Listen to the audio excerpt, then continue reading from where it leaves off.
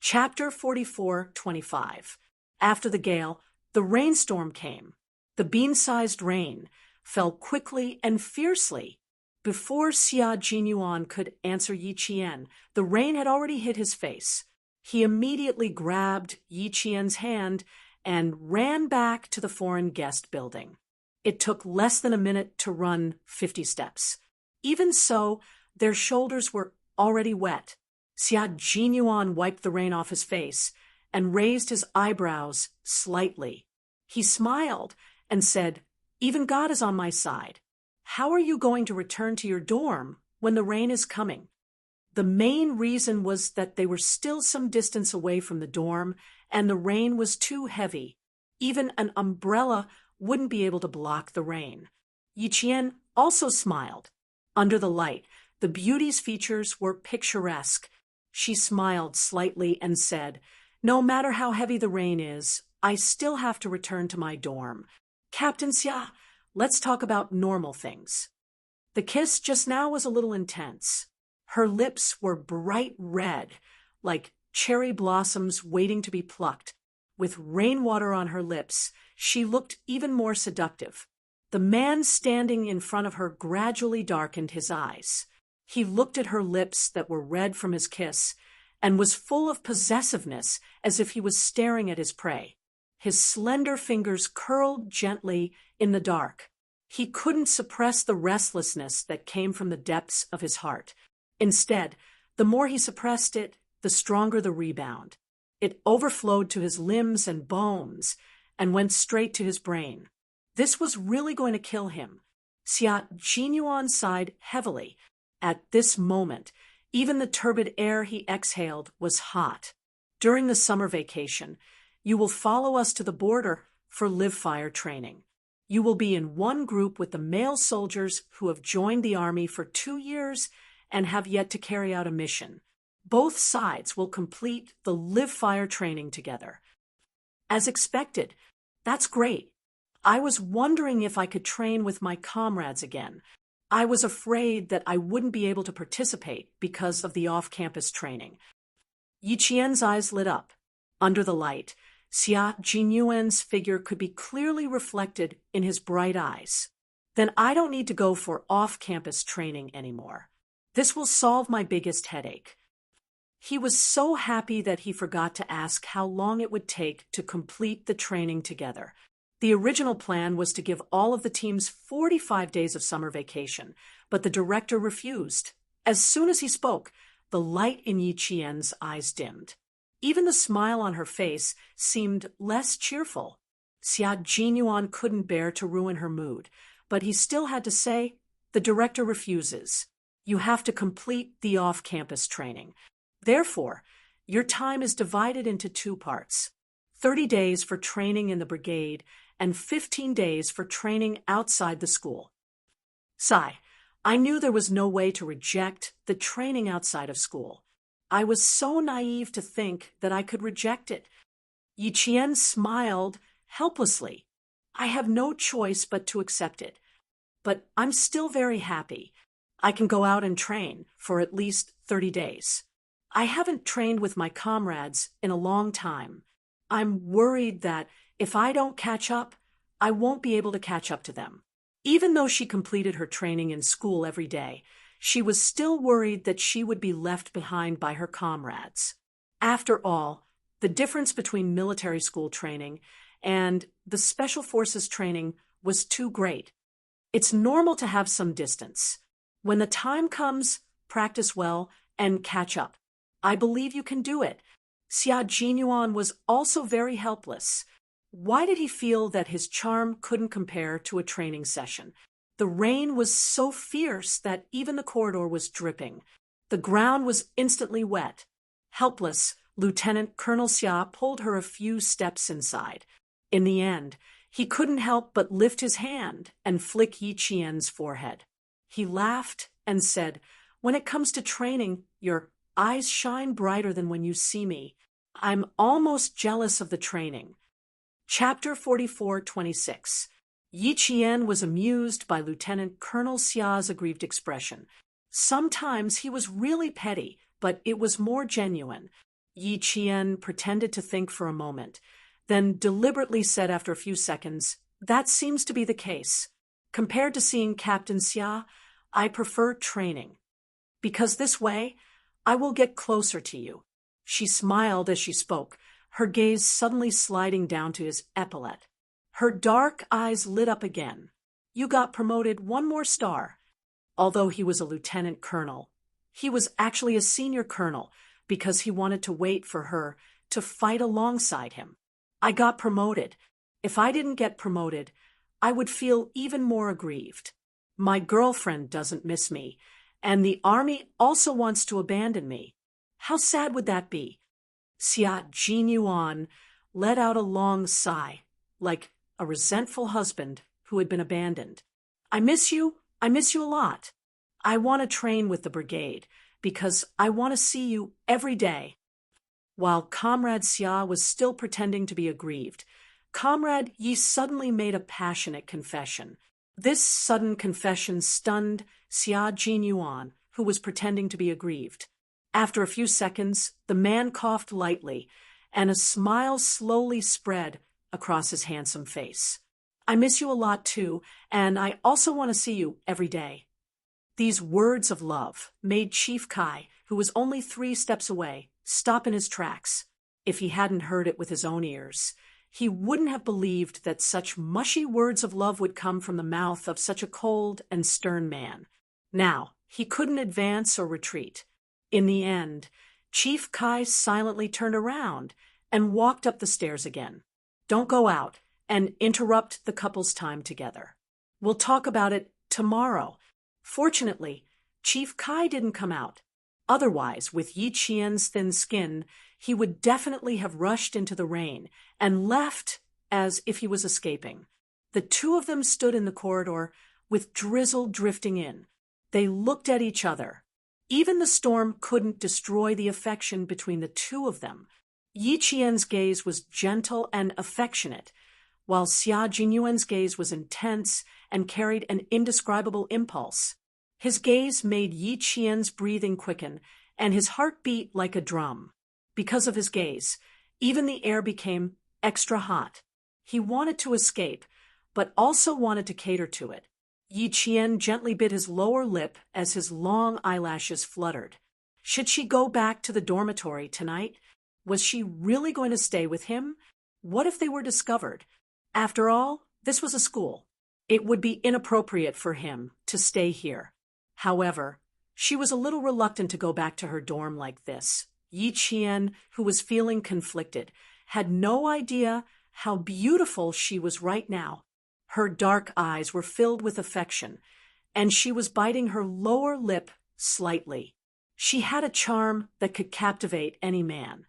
Coupled with her shyness, Xia Jinyuan felt his blood temperature rise by several degrees. If this continued, he really couldn't let her go. Xia Jinyuan's sexy Adam's apple bobbed twice as he interrupted their gazes. Taking a deep breath, he said to the girl who still dared to stare at him, "I'll go get an umbrella. Wait for me." After a while, Yi Jian came to her senses and replied with a monotonous, "Oh." Xia Jinyuan raised his eyebrows, and a deep smile appeared on his thin lips. His faint smile made Yi Qian's face burn even more. Why did that sound full of disappointment? It was as if she was disappointed that he didn't take the initiative to ask her to stay. Yi Qian, whose face was burning red, immediately lowered her head, leaving Xia Jinyuan with a shy side profile. Chapter 44:27. If they were outside, Xia Jinyuan would definitely tease her and say, "I think I'm wrong. Actually, you want to stay with me more." However, he immediately swallowed his words. He couldn't continue like this. If he did, both of them would end up burning themselves. Now, the fire in his heart had been ignited. He was just a little bit away from a prairie fire. He stopped laughing and softly said, "Little fool." He strode to his room to get an umbrella. He had to stop it. He had to stop it. The school had to be more careful. If there were any rumors, he would be fine, but she would be the one at a disadvantage. Xia Jinyuan turned around and pressed his fist hard against his chest. He clenched his teeth and closed his eyes for a few seconds. She was very disappointed. He was also very disappointed. Yi Qian, who only saw his back and didn't see his expression, exhaled softly. She patted her chest lightly with a look of lingering fear.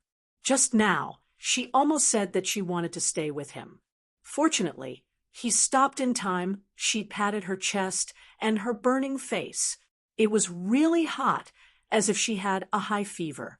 She took 2 steps forward and caught the rainwater on her face. When the cool rainwater hit her face, her burning cheeks finally cooled down. As the coolness touched her skin, her absent-minded mind cleared up a little. Before Xia Jinyuan could get the umbrella, Yi Qian was completely awake. Then she narrowed her eyes slightly and thought of a problem. She only had to go on holiday in mid-July. Why did Captain Xia come to find her now? Was he going to take her to the border after her exams? Or was there something else? She would ask him later. As long as it had nothing to do with the mission, he would tell her. The raindrops hit the open army green umbrella. The rainwater gathered between the ribs of the umbrella and flowed down continuously. The 2 of them walked into the storm, and within a few minutes, their pants were completely wet. Yi Qian asked the question that she had just thought of. She thought that Xia Jinyuan would answer her quickly and easily. However, after she finished asking, the man beside her obviously darkened and felt a chill in her bones. The coldness spread to Yi Jian's body, making her heart sink. The day after tomorrow, I'll go to J5's hometown to visit the 2 elders, then return to the capital to pay respects to my good brothers. In the heavy rain, his voice was very, very heavy. It was like falling pig iron, cold and resolute, with a rust-like gloominess. Yi Jian, whose heart was in pain, pursed her lips tightly. J5, her comrade, would forever sleep in the cold and dark underground. From then on, she would never be able to see his smile or hear his voice again. I haven't talked to him for a long time. I have to go and chat with him for a while and drink with him. He likes to drink home-brewed rice wine. I'll go to his house and pick it up before going to see him. Even though the J5 had been dead for nearly 2 years, Xia Jinyuan could still taste the blood in his throat. He would often dream of the time when the 2 of them fought side by side. In the blink of an eye, 2 years had passed. His good brother and comrade had left them for almost 2 years. When he came out this time, he had to bring along the letters that his brothers had written to J5. When he went over, he had to burn them for him. Good news flew to him as paper money. He had to let him know that after he left, his brothers would always think of him. They would even call out to him out of habit during training.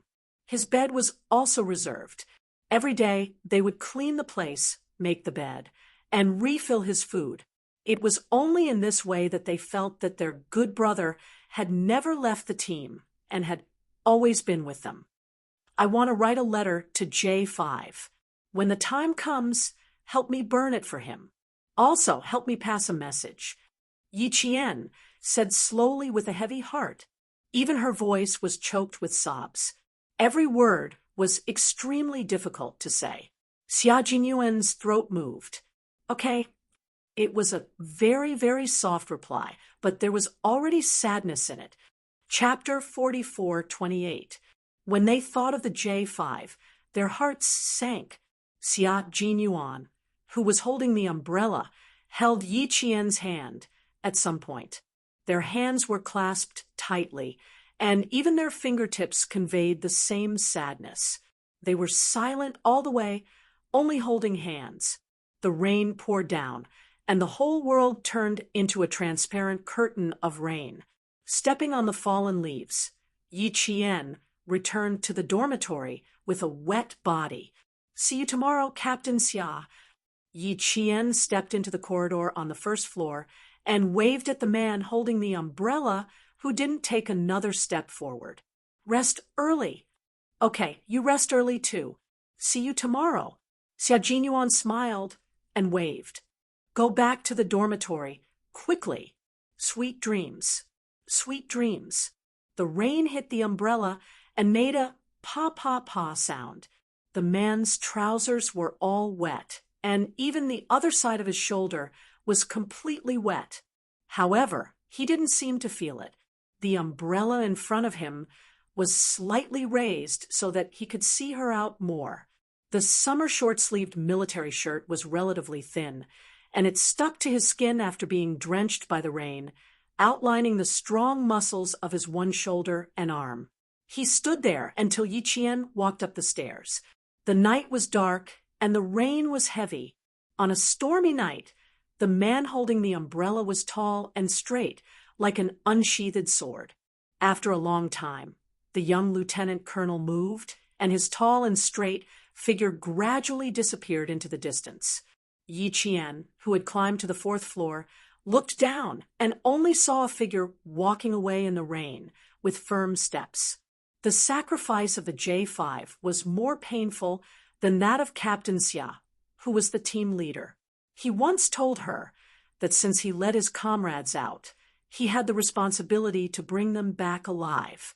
But the J5 who went out to fight with him was sacrificed. Even though 2 years had passed, the J5 was still a scar in Captain Xia's heart that had never healed. The slightest mention of it would immediately tear the unhealed scar apart and turn it into a bloody mess. Captain Xia. The wind and rain swept away Yi Qian's soft murmurs. His heart was very heavy, and even after countless deep breaths, he couldn't relax. In the end, Yi Qian simply held onto the corridor railing with both hands and stood there alone for at least 10 minutes before returning to the dormitory. Xia Jinyuan returned to the foreign guest building, except for his clothes that weren't wet at the waist. 5 minutes later, he walked out of the single bathroom with water droplets on his short hair. He held a dark green military towel in his hand and quickly dried his hair before sitting on the side of the single bed. He seemed to want to get up to do something, but he felt like he didn't need to do anything. He held the wet towel in his hand and sat there like a sculpture for a long time. He didn't even move his eyes on. He sat there quietly for an unknown amount of time before he got up to dry the towel in his hand. When he returned, he did not go to sleep immediately. He sat in front of the desk, opened the drawer, and took out countless letters. The sender was different, but the recipient was the same person. Good brother J5, accept. And they were all addressed to the J5. Xia Jinyuan didn't look at the contents of the envelopes.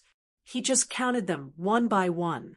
After he finished counting, he took out his own letter and opened the unsealed envelope. He took out his folded letter paper and unfolded it. Brother, it's been 1 year and 8 months since you left. I took my brothers on many missions. They're all fine, except for the occasional old injuries that haven't healed and new ones are added. None of them died. They all came back alive. You said that we all have to live, but in the end, you're the only one missing. You, J5. Every time we think of you sleeping alone, the man who didn't even cry out when a bullet pierced his body, we all want to cry out loud when we think of you. Chapter 44:29. The letter Xia Jinyuan wrote to J5 was not the kind that was very emotional. It was all about the trivial matters in the team. Just like every time he or J5 returned from a mission, the people who stayed in the team would always talk about the trivial matters in the team during this period of time. It could also be considered a small talk. 2 days ago, I said that I had to go to Xiang City to pick up Qing Miao to come to the team for training. Then I would go to your house to see Uncle and Auntie. While I was there, I would also bring you a few caddies of homemade wine. I asked them if they had any words for you. In the end, they treated me as a postman. The next day, after training, they lined up one by one to deliver a letter to me. I almost thought that this group of guys had all found girlfriends, so I hurried to send the letter. After you receive the letter, you should at least send it to your brothers in a dream. I know that you received a letter from your brothers, and I know that your brothers have done a few more rounds. The letter in his hand had 3 pages, all of which were handwritten. Xia Jinyuan's pen handwriting was very beautiful. Every stroke was like moving clouds and flowing water. The strength of the strokes penetrated the back of the paper and was particularly strong. The 3 pages were written with a pen, word by word. Each word revealed his brotherly feelings towards J5. In these 2 years, nothing new has happened in the team. Other than G3 getting married and becoming a father, T6 finding a girlfriend, the bachelors are still bachelors. They still take care of themselves with their left and right hands. It was not easy to arrange a blind date for the entire team. In the end, this group of cowards actually did not dare to talk to the girls. Later, the political director asked the boss if the soldiers arranged this time all had problems with their mouths. They also complained that the boss did not know how to arrange things and wasted a good resource for nothing. Therefore, on the first day I came back from a mission, the first thing I did was to drive this group of cowards with mouths out of their beds. They carried weights for 10 kilometers overnight. A group of cowards who stutter when they see girls. Brother, you have to bless them to find a partner as soon as possible. If their left and right hands get close and something goes wrong, in the end, they really will have to leave home and become a monk. The letter was flipped page by page. The end of the letter was written, Xia Jinyuan, written on June 27, 2002. As he read line by line, the veins on the back of his hands that were holding the letter were bulging. He was using a lot of strength, and when he opened the letter again, it was already wrinkled. There was a letter lying quietly at the corner of the desk. Xia Jinyuan's gaze paused slightly, and a faint smile appeared on his thin lips. He leaned over and reached for the forgotten letter. It was not a letter from his comrades to J5, but a love letter from his suitor to Yi Qian. After opening the letter and reading it, Xia Jinyuan raised his eyebrows countless times and sneered from time to time. Good lad. He actually had a crush on his girlfriend for so long. You want to be a couple for the rest of your life? What's the matter? Did you want to have a house full of wives and concubines in the past? Ha! Intertwined branches. I'll directly chop down your peach blossom tree. Let's see how you're going to tie the knot. TSK, TSK, TSK. Are you a bird? No problem. Once I shoot you down with my slingshot, I'll pluck your hair, roast, stir-fry, choke, and eat you. Let's see how you can fly.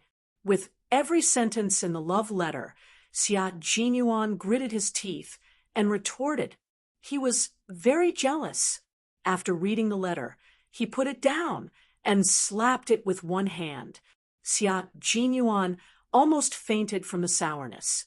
When he finished sorting out the letters written by his comrades to J5, he muttered to himself, "Brother, you're right. My girlfriend's suitors are increasing. Today, I personally caught one of them. This lad has some skill. The love letter he wrote is quite touching. Fortunately, I made the first move and got the beauty back. Otherwise, I would still be single like those cowards." Chapter 44:30. Jealous Lieutenant Colonel Xia took a few more pages of love letters and looked at them back and forth. He thought of his comrades who fought without blinking on the battlefield. The crueler the environment, the calmer they became. Yet all of them stuttered on blind dates turned into speech problems. He wondered if he should make a copy of the love letters to use as a template for reference in the team. Taking the love letter from his girlfriend's suitor back to the team. As a reference, Xia Jinyuan patted himself on the forehead. It seemed that a storm had fallen on his brain, causing him to think of all sorts of stupid ideas. He came to the University of Science and Technology of China and then went back with a love letter. With the sharp senses of the guys in the team, how could they not know? Everyone knew that the love letter came from his girlfriend's suitor. Fine, he didn't want to be teased by those inhumane fellows who had no comradeship. He definitely couldn't bring the love letter back to the team, even if he had to change his name and make a copy. With a few tearing sounds, Xia Jinyuan tore the same few pages of the love letter into shreds. In the end, he felt that it would be inappropriate to throw it into the trash can. He couldn't completely destroy the evidence, so he deliberately ran to the bathroom and flushed the paper away. Watching the shredded paper being flushed away, the petty lieutenant colonel Xia nodded in satisfaction. The light went out with a bang, and the jealous man fell on the bed and went to sleep. I'll go to sleep and find my girlfriend tomorrow. Tomorrow was a holiday, so he could go out and play for most of the day. The day after tomorrow, he would leave to visit his good brother's parents. After that, he would return to the base to gather and fly to the border. Xia Jinyuan, who was lying on the bed, closed his eyes, but his brain did not fall asleep immediately. He went through what he needed to do next in his mind before he slowly fell asleep. Outside, there was a violent storm. The water level of Xiang River, which bypassed Xiang City, continued to rise. In some parts of the city, the water level was more than a meter high due to blocked drainage openings. There were several cars that encountered water and stalled, and the traffic police brigade urgently called for help. There were even some places where trees were uprooted by the gale. The rainstorm in Xiang City was doomed to not be calm. Xiang City's torrential rain wreaked havoc. Located in the southern province's Anyang City, Fujian Town had a bright moon and sparse stars. A crescent moon hung high above the treetops. A black car turned off its headlights and drove into Fujian Town under the moonlight and starlight. The sound of the car alerted the wandering Chinese farmers in the town. Woof, woof, woof. The car stopped at a dark corner. Immediately, four people quickly came out of the car. Back then, I only walked around Fujian Town once and stayed for half a day before leaving by car. Hongmei's house seems to be in the town. I remember that there is a peach forest in front of Hongmei's house, not the town center. He walked slightly ahead and pointed at an old house that was built in the 1980s. It only had a red brick exterior and was not even painted. This used to be the town's supply and demand cooperative. It was the place where I got off the bus. There's a company going down this way to receive the new recruits. That's all I know. I really don't know where Hongmei's hometown is. Commander Li didn't tell me back then. Think about it again. Apart from the peach forest in front of Hongmei's house, are there any other buildings? Maybe some village, some group? The other man asked in a low voice. He waved his hand at the other two men who were following him closely.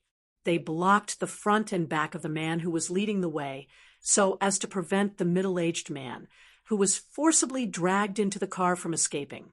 Although this person had never thought of running away along the way, as the person who knew the most about where Hongmei lived, he actually told them that he didn't know either.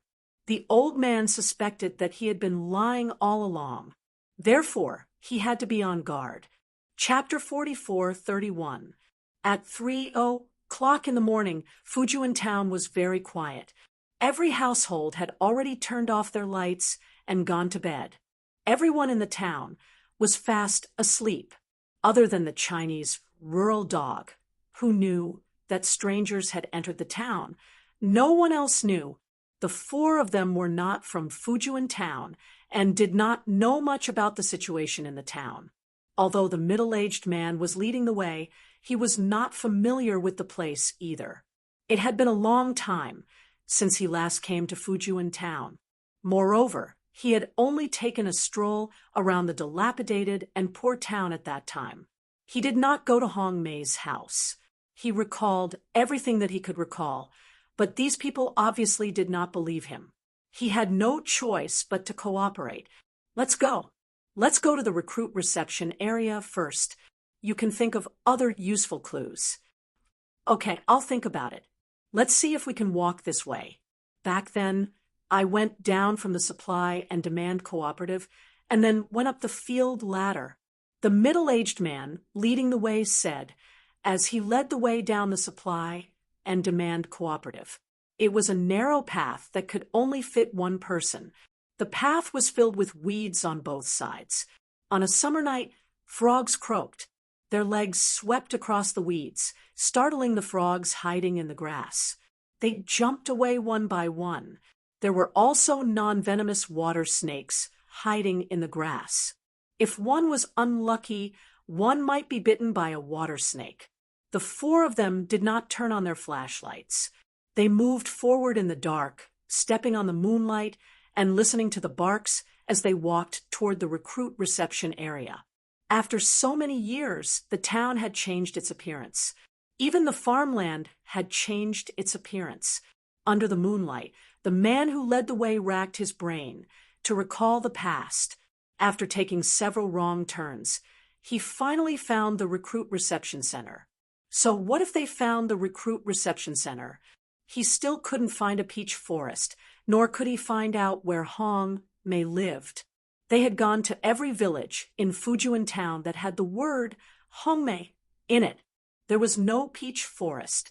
It was not until they found the middle-aged man leading the way 2 days ago that they found out that Hong Mei was not a real name but a code name. When the old man found out that Hong Mei was just a code name, he was so angry that he coughed. In other words, all the time they spent before was in vain. Hong Mei was not a real name. Even if they searched all the Hong Mei in the neighboring towns, they would not find the person the old man was looking for. They immediately changed the direction of the investigation. They no longer just looked for names. Instead, they looked for female soldiers in Fujian town 16 years ago and how many female soldiers were buried in the martyrs' cemetery during that time period. This time, they didn't come to Fujian town to look for names or people. They split into 2 groups. One group entered Fujian town again, and the other went to Anyang City and Nan province to look for clues. According to the reliable information of the man who led the way, Red Plum Blossom was conferred the title of a martyr when she was sacrificed. The Prime Minister personally covered her body with the national flag and sent her back to her hometown for burial. As for whether she was buried in the martyrs' cemetery, it needed to be carefully investigated. Tonight's exploration of Fujian town was destined to be fruitless. The middle-aged man who led the way did not find Hong Mei's hometown. Firstly, too much time had passed. Secondly, he had never been to Hong Mei's house. He had only gone through the motions. How could he find her? At 5 o'clock in the morning, the 4 of them who didn't find anything found a restaurant in town where truck drivers could rest. They went to bed without washing up and specifically told the restaurant staff not to disturb them. When the first ray of sunlight illuminated Fujian town in the early morning, the residents of the town started their busy day. The hawkers in the market placed all kinds of fresh and tender vegetables on the table, waiting for customers to visit. The night had already passed, and a new day had arrived with the bright sun. The strangers who arrived at Fujian town that night also started to ask around. Chapter 44:32. The weather in Fujian town, located in the southern province, was clear while Xi'an City was still raining heavily. The students of the National Science and Technology University who could have rested had an emergency assembly at 5 in the morning. Then, a truck was towed to every corner of the city to do the work of drawing water. Since Chief Kai had entered the National Science and Technology University, he had planned to simply watch Yi Qian's training in the morning before leaving. Who knew that when he found the instructor, he would find out that Yi Qian had an emergency assembly at 5 in the morning to draw water, and would return to school at an unknown time. Thus, Chief Kai could only regretfully leave. Yi Qian is very outstanding and has always been our school's role model. Previously, we thought that Yi Qian was a result of hard work. Last night, we heard Chief Kai mention Yi Qian's mother. Only then did we know that it was hereditary. An outstanding mother would have an outstanding daughter. It's a pity. What's a pity? The instructor didn't say. Chief Kai himself knew what it was a pity. It was a pity that Hong Mei passed away too early and couldn't personally teach Yi Qian. Otherwise, she would have been even more outstanding. If he didn't need to feel pity, Hong Mei's early death was a pity. However, for Xiao Yi, her talent wasn't buried because of Hong Mei's early death. On the contrary, she received the training of a first-class sergeant major and a world-class gun king. Although the road was difficult, she already stood at a peak that her peers couldn't reach. Was it a pity? Hong Mei's early death was a pity for anyone, including Yi Qian, who didn't enjoy a mother's love. Then, just because Yi Qian couldn't be more powerful, it really wasn't a pity. Chief Kai didn't tell the truth, but sighed with emotion. Fortunately, her genes are strong, so this child didn't grow up crooked. It's also thanks to you and the military academy's careful education that Xiao Yi has today. If her mother knew in the underworld, she would certainly be gratified. With such an outstanding daughter, any elder in the family would certainly be gratified. Yi Qian, being able to walk to where she is today, is inseparable from her own efforts. Her future achievements will be unimaginable to us now. Her future is limitless. The instructor sighed with emotion. Yi Qian was the outstanding student he was most satisfied with. He felt that chatting with an outstanding student's elder was a very enjoyable thing. They chatted as they walked out of the school. It wasn't until Chief Kai got into a taxi that the instructor turned around and left. Old man Li, who was far away in Jing City, was so angry because of a phone call that the phone in his hand kept shaking. He answered the phone in his study. Besides him, there was only an old servant guarding the door. The door of the study was closed, so the old servant did not know what was going on inside. All the files of women who joined the army before 16 years ago in Fujian town had been pulled out, including the personnel files. No, Hong Mei was found. The man who provided the information also confirmed that Hong Mei was not in any of the files. The latest news from the Anyang City Cemetery for Martyrs is that the female soldiers who died 16 years ago are not in the cemetery. They checked the entire cemetery against the tombstones last night and confirmed that there is no red plum that we are looking for. Also, old man Li, whose hands were trembling violently, didn't realize that even the corners of his mouth were slanted to one side. He was panting so hard that he made a wheezing sound. He asked, "What else?" He was ruthless and cold, without the kindness of an old man at all. He was like a venomous snake that had been hiding in a damp wetland. His entire body emitted a dark aura that was so rotten that it made people want to vomit. The person on the other side of the phone lowered his head, not daring to answer. Old Manly chased after him. His voice was so deep that it made the person on the other side of the phone tremble in fear. What else? Speak. Chapter 44:33. In addition, the news from the Southern Province Cemetery is speak. He roared at the top of his lungs. It was obvious how angry old Manly was. How could he not be angry? After investigating for almost a year, what was the result?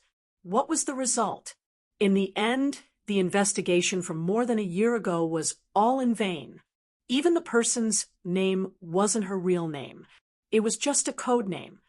Now, he finally found some clues, but he was told again and again that there was no result. No result. His son was beaten to death at sea just like that. He Cough, cough, cough. After roaring, old Master Li let out a series of violent coughs. He felt like he was going to cough out his lungs.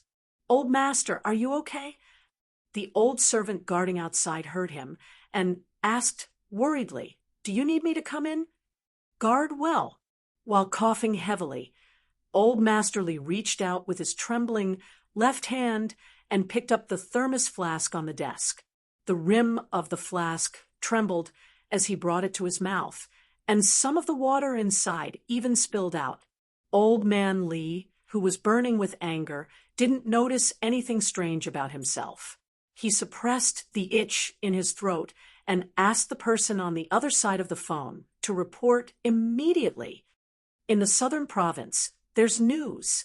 It said that more than a year ago, there was a female soldier who met our criteria who was suddenly moved back to the ancestral land by her family. Because her tomb was from more than 10 or 20 years ago, there weren't many people who visited in the past, and the staff couldn't remember her personal information. How could he not be afraid to answer? It wasn't easy to find something useful, but in the end, it was broken again. It was broken more than a year ago.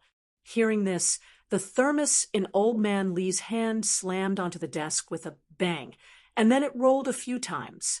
It then hit the solid wood floor with a bang and continued to roll. The phone also fell from his hand. Old man Li, whose hand had been trembling all this time, collapsed from anger because of the latest investigation. His body suddenly tilted to one side, and then the leather chair was overturned by him. Bang! An even louder sound of something heavy hitting the ground came from the study. Hearing it, the old servant's eyelids twitched a few times. Coincidentally, old Madame Xiao Li came up with a nutritious breakfast. The old servant lowered her gaze, and then hurriedly went up and said, Old Madam, quickly go in and take a look. The study was noisy for a long time, and old Master didn't allow me to go in.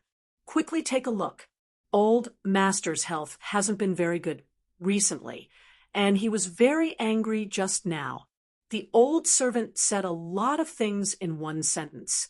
Old Madam Xiao Li also said that it was nothing. She handed the breakfast over, and then pushed open the study door. Master, Master, someone come, someone come. A few seconds later, old Madam Li's scream came from the study. Then, the old servant immediately went in. Soon, the family doctor rushed up from the first floor to the second floor. Old man Li passed out in his study. 3 minutes later, old man Li was carried into the family's RV. The RV roared all the way to the hospital. The old servant stood at the entrance of the Li family's mansion. Watching the RV leave, he gently knocked on the heavy door with one hand and said in a low voice, Retribution, retribution. It's not that there's no retribution, but it's not the time yet. Once the time is up, it has to be repaid. The heavy door closed again. The Li family's mansion, which had just experienced turmoil and chaos, regained its tranquility as if nothing major had happened. It was still bathed in the sunlight of the capital. All kinds of things in the tall courtyard were hidden in the dark corners, and even the sunlight couldn't disperse them. Chapter 44:34.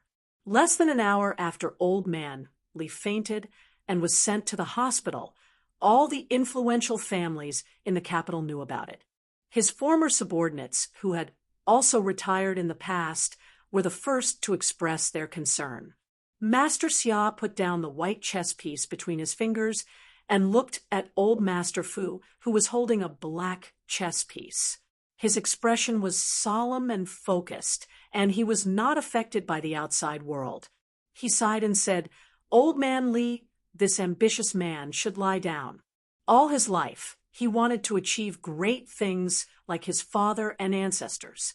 It's good to be ambitious, but the bad thing is that it's his ambition. The white chess piece had no regrets, and there was no turning back.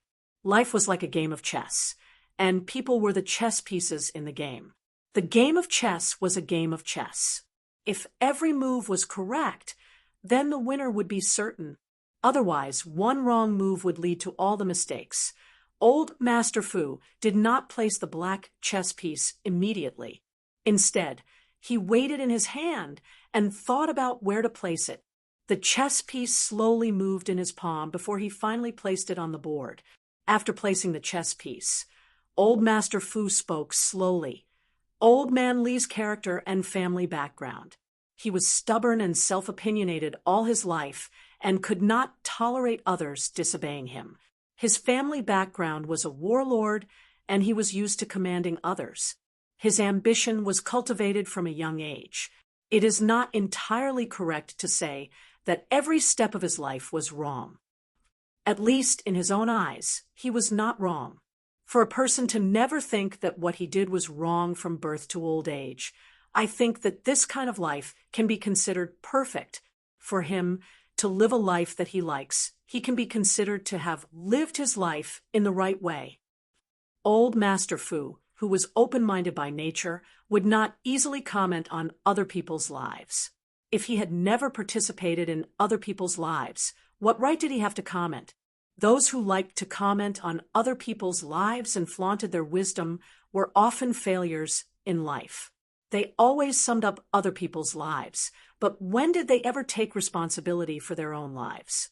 Without participation, there was no right to speak. Unfortunately, not everyone understood this principle. Master Xia was silent for a while, and then nodded gently. "You are a transparent person. My father knows you best. The first time he met you, he knew that you were transparent and open-minded. You were not easy to break. Therefore, although old Master Fu's life was full of ups and downs, he still maintained a pure heart and continued to serve the country. Today, it's just you and me. Tell me something from your heart. Do you really have no regrets?" Master Xia asked his old friend with a serious smile. Old Master Fu shook his head and laughed loudly. "Old man, are you trying to trick me? Ha ha ha, I have no regrets. It's only been a few decades. Regret is something that needs to be looked back and remembered. It's a painful thing. It's a waste of time. I like to move forward. I don't like to turn back, and I don't like to waste time. Regret? What was there to regret? In our generation, how many of our peers died young? How many of my peers have died young? How many of my peers have suffered more than me? Think about how you can still live, have a goal, and continue to move forward. What's there to regret? Old Li was obstinate and self-opinionated all his life. He lived his own life, although he was criticized by others. When did he ever regret it? Indeed, if Old Man Li regretted it, then today's matter would not have happened. The two old men stopped talking about other people and returned to the chessboard. They thought about the chessboard and placed their chess pieces. Every move was carefully considered to play the chessboard well. The Li family was also at the end of its tether. They wanted to see if the pillar of the family could survive. If they were lucky enough to survive, then they could hold on for a few more years. If not, then the Li family was almost done. As for the wife who visited the Li family from outside, the people in the capital looked down on her. Chapter 44:35. The Li family of the warlord aristocratic family was also the last warlord clan to fall. It had to be said that old man Li's methods were extraordinarily powerful. Li Jinyan, who was far away in the southern sea, didn't know what happened to the Li family in the capital. He still took Water Ghost to train on land and in the sea. Day after day, he never felt bored. At 10 o'clock in the morning, Xiang City's rain had somewhat lessened. The city's various waterlogged areas had undergone intense and effective dredging. All of the waterlogged areas had been completely solved. Although the water level of Xiang River had risen, it was still quite a distance away from the warning line. Xia Jinyuan, who was holding a shovel, shoveled the last shovel of garbage into the garbage truck. He raised his head and looked all around. He saw his girlfriend, who had been deliberately moving within his line of sight. He looked over. She seemed to have sensed something and turned her head to look back. There were still several students wearing the same military raincoats between them. The two immediately discovered each other. Xia Jinyuan, who was holding a shovel in one hand, slightly curved his thin lips. His handsome face had a smile, and his eyebrows were affectionate as they deeply gazed at each other. Yi Jian was like a little mouse, looking around vigilantly. Then she would sneak a peek and look back at him affectionately. After the joint exam, they could have rested for the day. Last night, before going to bed, she wanted to go to the instructor's office to get the exit slip and then give him a surprise. The plan couldn't keep up with the changes. At 5:00 in the morning, all of the third-year students needed to rush to various places in the city to relieve the defenses. The fourth-year students were sent to several villages and towns around Xiang City that were severely affected by the flood. Xia Jinyuan learned that the third-year students needed to go to the city to relieve the defenses and divert the water. He simply rushed over together and very smoothly mixed into the area that Yi Qian was responsible for. At that time, Yi Qian and Su Wen were digging out the garbage that was blocking the water outlet. In the heavy rain, a most familiar voice suddenly sounded. He said to her, "I'll do it. You go up and push the garbage truck over." At that time, the heavy rain was so heavy that it hurt when it hit her body. His voice was particularly clear and went straight to her heart. Only then did she know that her man had also taken the initiative to come and divert the water. Her class was responsible for relieving the defenses upstream of Xiang River. From 5:00 in the morning to 10:00 in the morning, they completed the task. It wasn't easy for the two of them to meet each other, but in the end, they came together to distract each other. There was no one else. The two of them looked at each other across the students. Although their bodies were drenched and cold, their hearts were burning. It was not because of anything else, but because the person they loved the most was always by their side. Even if it was just eye contact, they were very satisfied.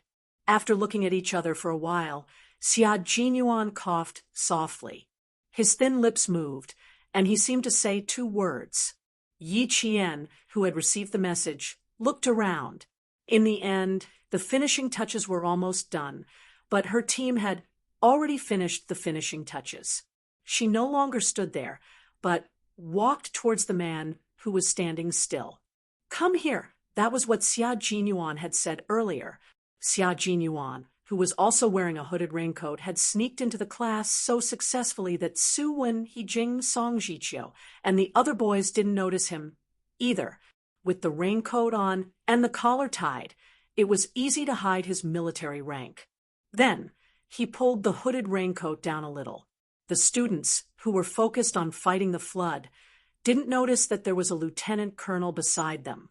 Xia Jinyuan, who was standing still, saw the girl walking towards him decisively.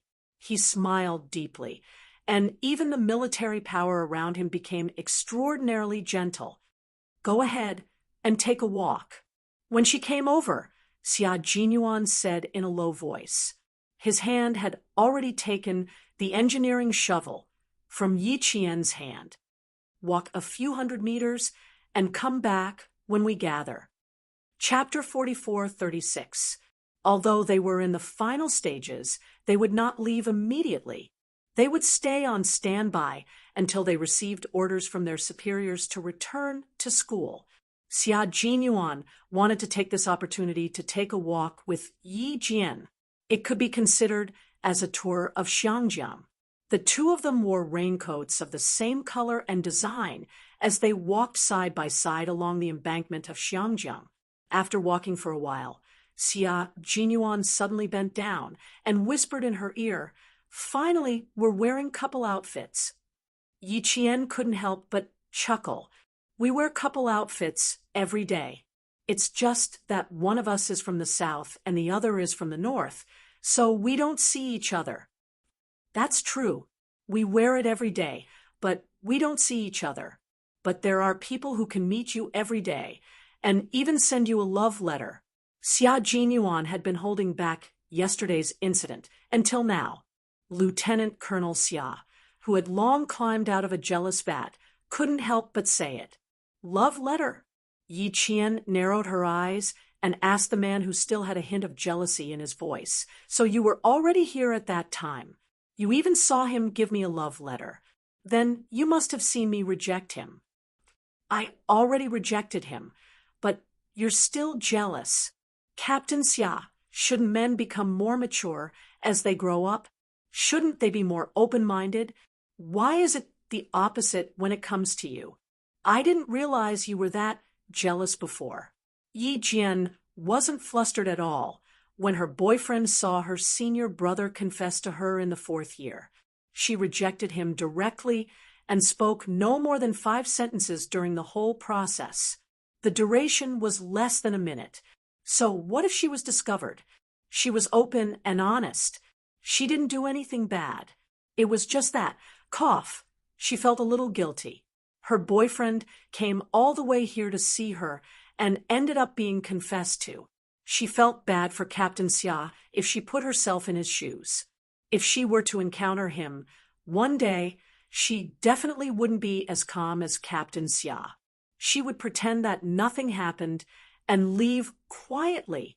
If it were her, she would rush up and say, "Darling," then kill her potential love rival with a domineering look. She had once imagined that such a day would happen, but who would have thought that it had already been 3 years and she still hadn't encountered it? She had misunderstood Du Jiai's appearance, but that was not the case in the end. Yi Qian did not let Xia Jinyuan discover the trace of guilt in her heart. Instead, she spoke too openly and asked a series of questions, which made Xia Jinyuan cough unnaturally.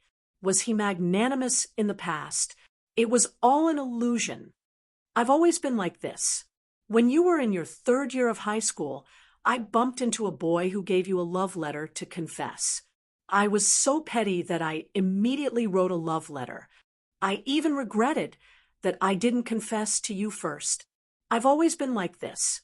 How could you misunderstand me as being magnanimous? Comrade Xia Zhongxiao didn't think that he was magnanimous, especially when he saw a guy giving his girlfriend a love letter. How could he be magnanimous? How could this be? Yi Qian thought about it for a while. It was true. Whenever she met a boy who expressed interest in her, Captain Xia was very gentlemanly, especially in the presence of outsiders. He was absolutely elegant and calm, but behind her back, cough, he would settle scores with her one after another. She only felt that it was sweet. Yi Qian, who felt bad for Xia Jinyuan, immediately coaxed him and said softly, "Don't be jealous. In the future, when you're in the brigade, you'll be in charge of monitoring. You'll be like a radar with me as the center point. You'll get rid of any obstacles within a 10-kilometer radius. What do you think?" Chapter 44:37. She had to coax him when she needed to. She had never been in a relationship before, but she had been in a relationship for 3 years and had seen Su Wen and He Jing break up and get back together in their previous relationship. She had learned a lesson from it and learned some useful experience. When 2 people were together, they had to give in to each other sometimes. When necessary, they had to be patient and coax their other half. They had to care for each other and tolerate each other.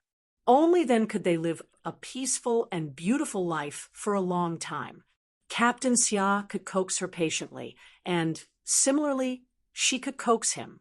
In fact, she also knew that her Captain Xia was not narrow-minded, but since he had mentioned it and said it, it was enough to prove that he still took this matter to heart and was unhappy about it. In that case, she had the responsibility to make him happy. It had nothing to do with dignity, but whether the other party was happy or not.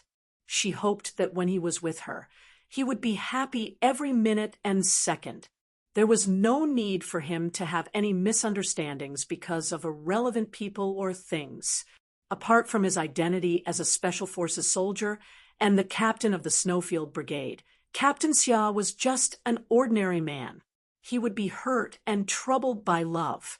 He was not omnipotent and invincible. It was just that others thought that he was as strong as a shield and tended to overlook his true feelings. She was his girlfriend and his lover for the rest of his life. The Captain Xia she saw was the real Captain Xia.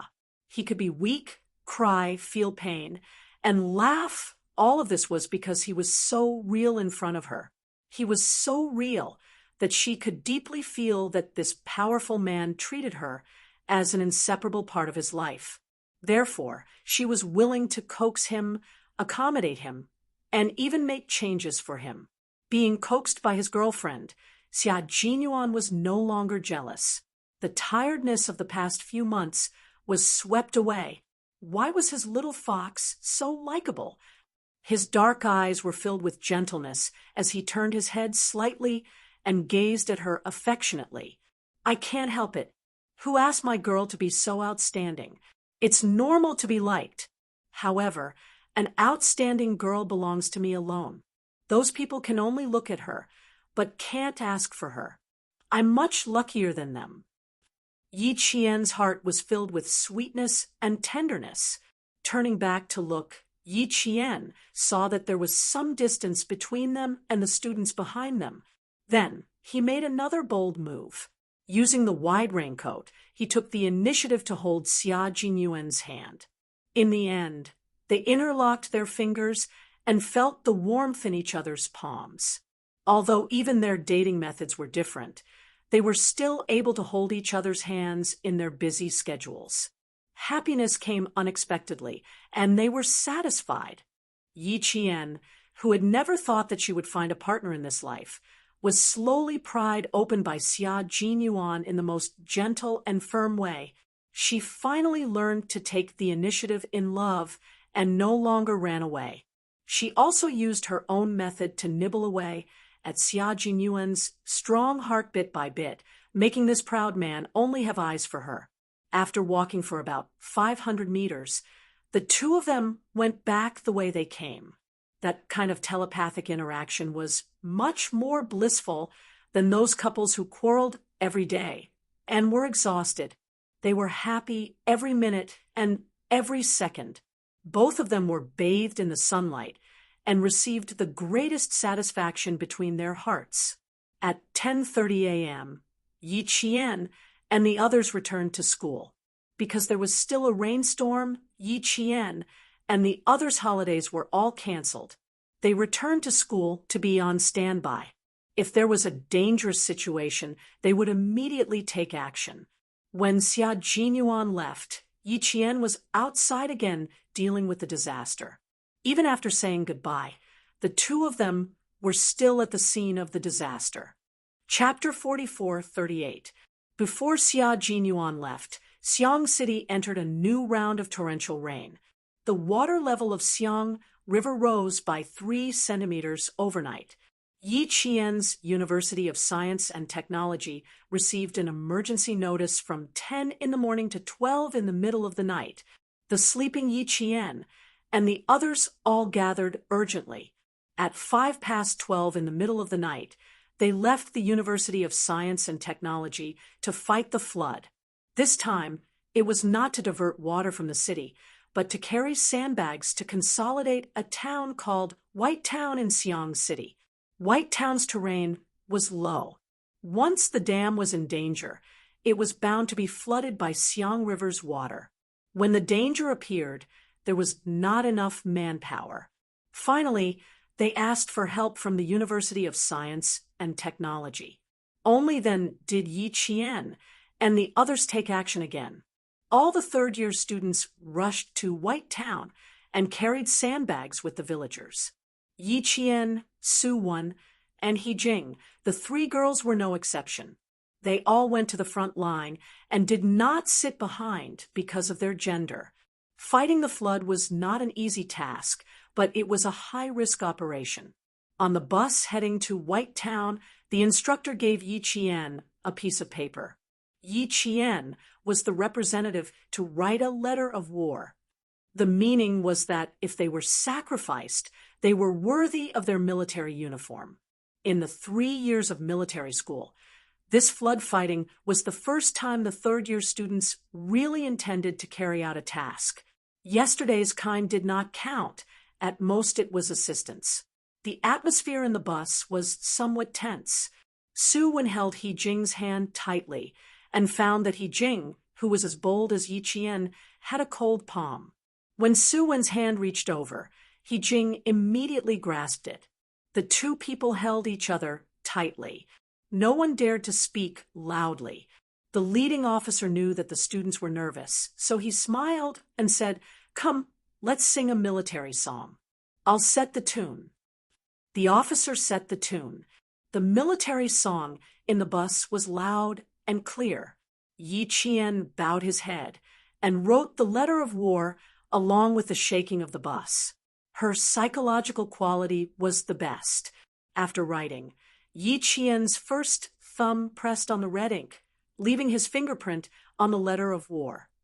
Then the paper and ink were passed around the bus until the fingerprints of 45 students were all pressed on it. Finally, it returned to Yi Qian's hand. After getting off the bus, Yi Qian handed it over to the instructor. Along the way, military songs filled the air.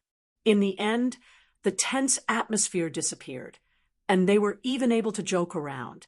It wasn't just Yi Qian's class. It was the same for the other classes as well.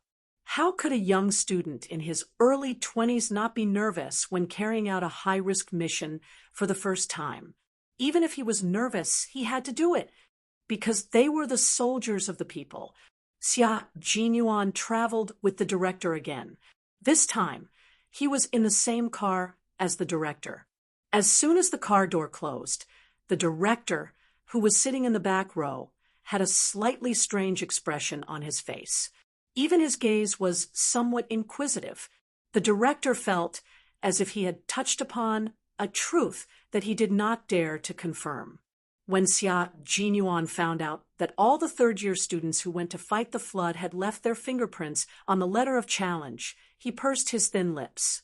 His handsome face was so cold that the dean, who had vaguely touched the truth, couldn't help but worry about it.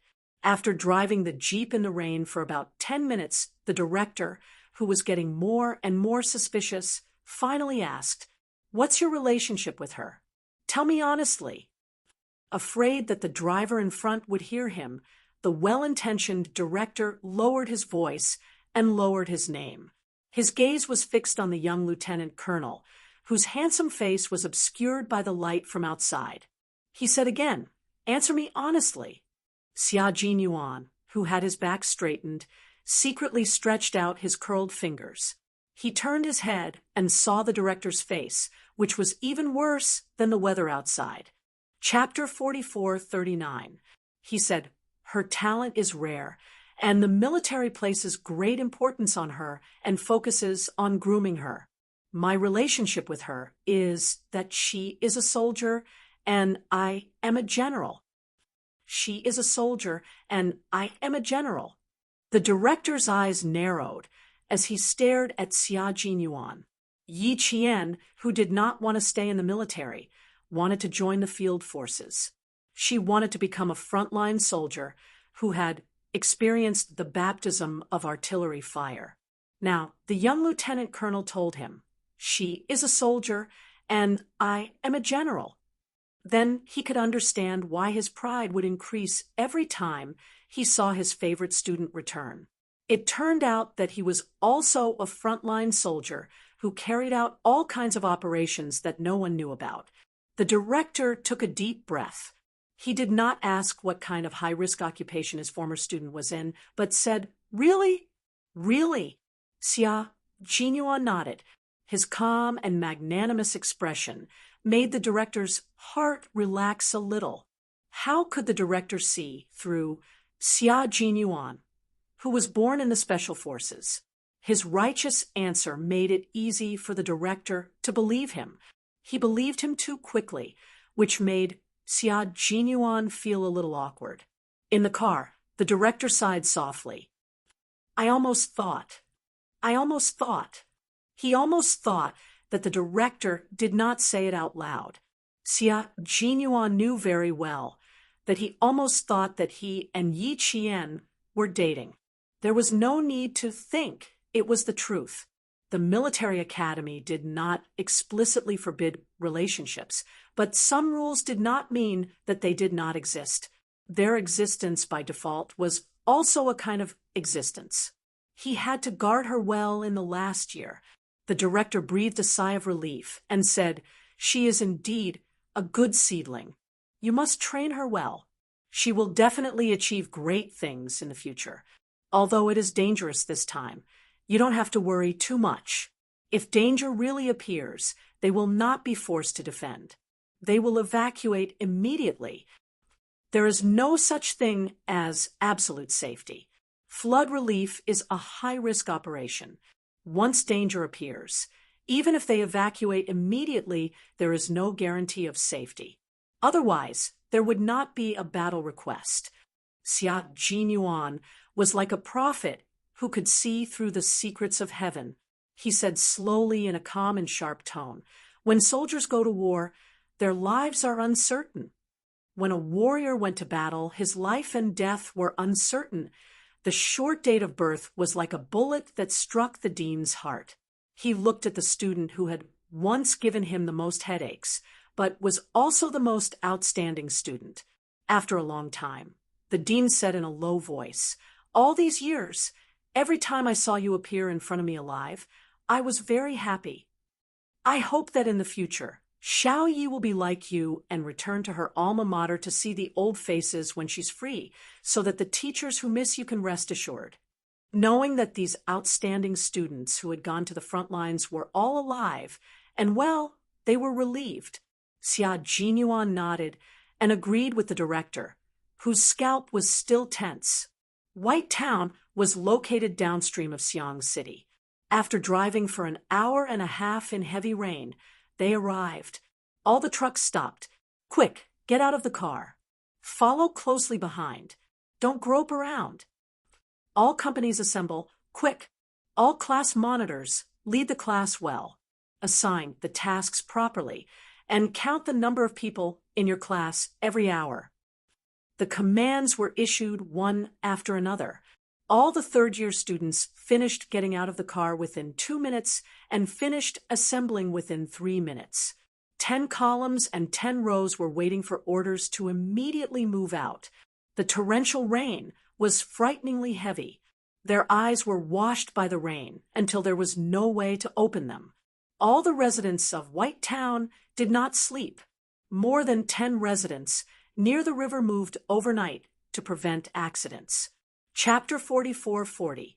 As the rain became heavier and heavier, the residents of Xiangjiang in the distance began to move in the rain. Under the command of the village cadres, they got on the trucks one by one. They went to the safe area, while Yi Qian and the others went to the dangerous area. Xia Jinyuan jumped out of the car and quickly found his girlfriend, who was fighting against the flood. In such a heavy rain, Xia Jinyuan walked among the students who were all wearing raincoats. He strode over and steadily held the sandbag on Yi Qian's shoulder. Yi Qian, Song Jiqiu, and a few other outstanding students in the class were the first to carry the sandbag. She walked very fast with the sandbag on her shoulder. Suddenly, she felt the weight become lighter. She thought the sandbag was leaking sand and was about to put it down to check. In the heavy rain, she heard a steady voice that was more unchanging than ever. "It's me. It's me. I'll be with you tonight." Yi Qian's heart tightened. She did not look back. Because of his help, her weight became lighter and she walked faster. Her captain Xia came to accompany her again, with him by her side. The wind and rain were nothing. Yi Qian carried the sandbag, and so did Xia Jinyuan. Covered in mud, he stayed behind Yi Qian all the time. Seeing his girlfriend carrying one sandbag after another as her boyfriend, how could he not feel distressed? Therefore, he followed behind Yi Qian all the time. Yi Qian carried the sandbag, and he carried the sandbag on one shoulder. At the same time, he stretched out his hand to lift the sandbag on his girlfriend's shoulder. In this way, he supported and protected Yi Qian silently. When lovers were together, no matter how hard and tiring the work was, they would not complain. Every time Yi Qian felt the weight suddenly lighten when she carried the sandbag, she knew that it was her man who stretched out his strong arm again to protect her in his way. Don't use only one shoulder. Take turns to carry it. Put one hand on your waist and use the strength of your waist to reduce the weight on your shoulders. Xia Jinyuan, who carried the sandbag, pointed out in a low voice. His hand held the sandbag steadily. His arm was like a mountain holding up the sky. For Yi Qian, Xia Jinyuan, who had changed into camouflage and put on a raincoat, blended into the command group without any awkwardness. There were so many students around him who were rushing to carry the sandbag that they did not notice this young lieutenant colonel who had sneaked in. Even Su Wen and He Jing were no exception. The two of them even brushed past them several times, but they did not notice that the tall figure who had been silently helping Yi Jian was not a student of their class. Influenced by Xia Jinyuan, the male students in the class also did the same silently.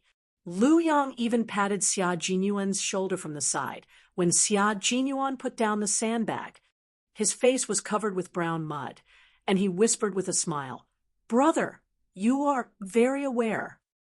But why do you keep helping Yi Qian? Are you interested in Yi Qian too?" Yi Qian, who had also put down the sandbag and turned around just in time to hear Lu Yang's teasing, smiled and glared at him. "Get to work, Comrade Lu. There are more than 10,000 sandbags ready, and 5,000 more waiting to be delivered. Do you want to sleep with Xiangjiang tonight and listen to the wind, rain, and thunder? You can carry another sandbag in the time it takes to chat."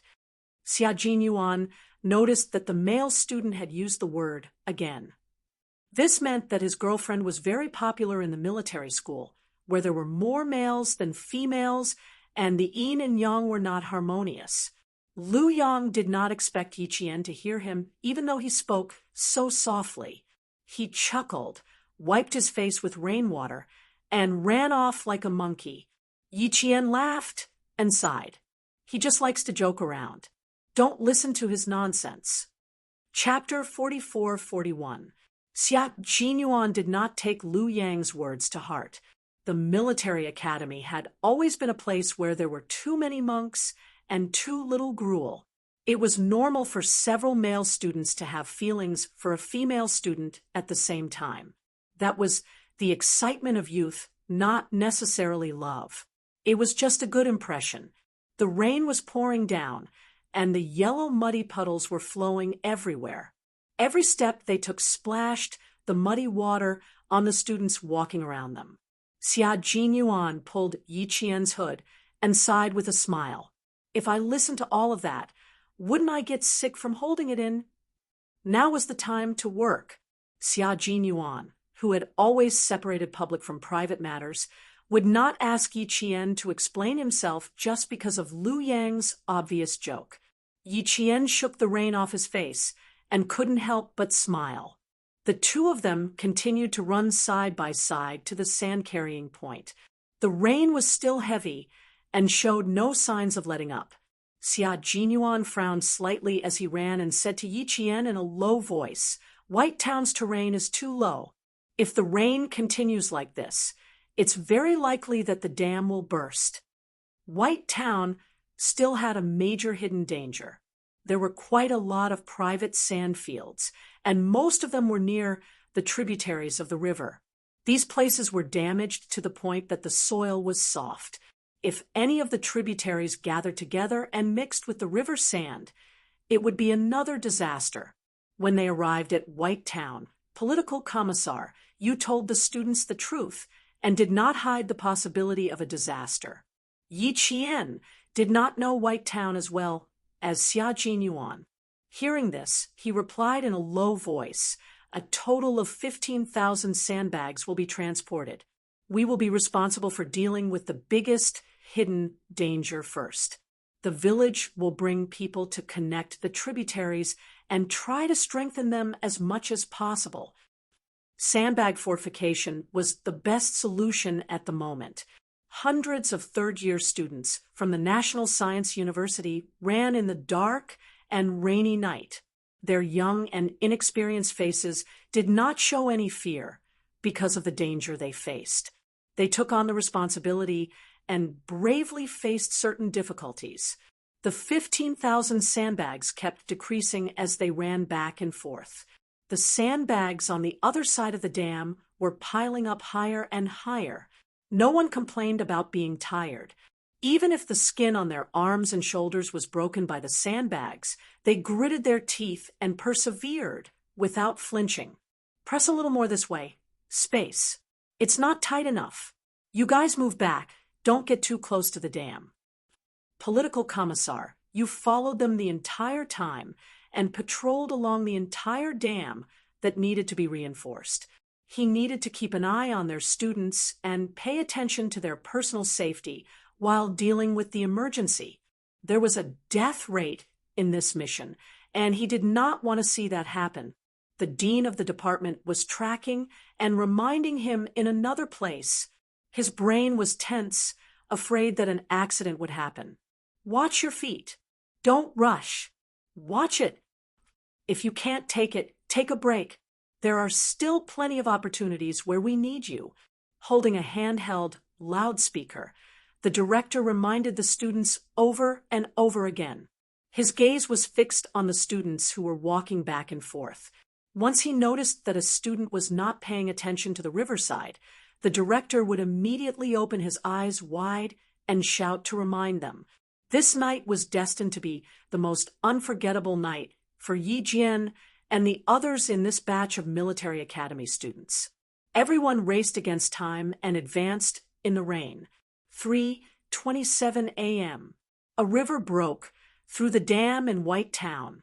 A large amount of sand rushed into the farmland along with the murky river water, causing at least 20 mu of farmland to be affected. The location of the danger was less than 20 meters away from where Yi Qian and the others were carrying out the mission. The village officials ran over to borrow people. Political Commissar Yu and a few officers secretly borrowed 43rd-year students, afraid that something would happen to the students. 2 officers followed the village officials to carry the sandbags. Chapter 44-42. Quick, quick, pick up the pace. 1, 2, 3, up. The rain was heavy, and the young figures were busy in the rain. Their hands and feet were soaked in the rain until their skin was white and wrinkled. They were like walking watering machines. At 5 o'clock in the morning, they finally finished carrying the 15,000 sandbags. All the students were so tired that they didn't even have the energy to take another step. Yi Qian leaned on Xia Jinyuan's shoulder. She was so tired that she didn't want to talk. The 2 of them had carried countless sandbags tonight. In the end, Yi Qian even avoided Xia Jinyuan, afraid that he would collapse from exhaustion. The students all sat on the ground and leaned on each other. Even though they were so tired, they still remembered that they had to at least form a formation and not huddle together. Political Commissar Yu and the other officers came down from the dam and saw the students sitting in the puddles. They were so tired that they didn't even pick a place to sit. They really wanted to give the students a place to rest from the rain. The surroundings were wide and open. Other than the houses, where else could they rest from the rain? "Don't sleep, don't sleep. You'll catch a cold if you sleep. Don't sleep, do you hear me?" Along the way, Political Commissar Yu and the officers kept waking up the students who were so tired that they were about to fall asleep. "Lean against each other and rest. Don't fall asleep, do you hear me?" The truck was parked by the road. The students were 2 to 3 kilometers away from the road and needed to walk over to board the truck. Their bodies were so sore that they couldn't even walk. Right now, they just wanted to rest for a while and catch their breath. Yi Qian and Xia Jinyuan were different. No matter how tired they could still stand up. After resting for 5 minutes, Xia Jinyuan stood up first. He had to go back to the military academy first and pack his luggage before rushing to the airport. Come, I'll carry you to the truck to rest. He reached out and pulled Yi Qian up. Take a nap in the truck. Don't fall asleep. Yi Qian waved his hand and said, We have to gather and leave together. I'll send you. They were not allowed to leave the team alone when they were out on missions. This was a rule. Xia Jinyuan pursed his lips and looked around. Out of all the students, only he and Little Fox stood up. He didn't know how long it would take for the rest of the students to gather. Yi Qian knew what he was worried about and hurriedly comforted him. Don't worry about me. In the past, when I passed through the primeval forest of Yun province alone, it rained heavily for half a month. Don't worry, I can make it. Let's go, I'll send you there. If you stay any longer, you might miss your flight. It's important to visit your parents. He was referring to J5's elderly parents. She insisted on sending him home, but Xia Jinyuan did not want her to send him home at all. She was so tired, and yet she still wanted to send him home, unless they went back to the car to rest. He didn't want to see Yi Qian off, but he couldn't do anything about it. He had no choice but to take a step back and let her send him off a few hundred meters away. Both of them took a step back and left together before Political Commissar Yu and the other officers arrived. Xia Jinyuan came and went in a hurry, and the two of them did not have any time to themselves throughout their meeting. The 10-minute stroll that they took out of their busy schedule was their date time. They were simply too busy and didn't have much time to spend with each other. Xia Jinyuan left in a hurry. Even Su Wen and He Jing did not know that he had been there.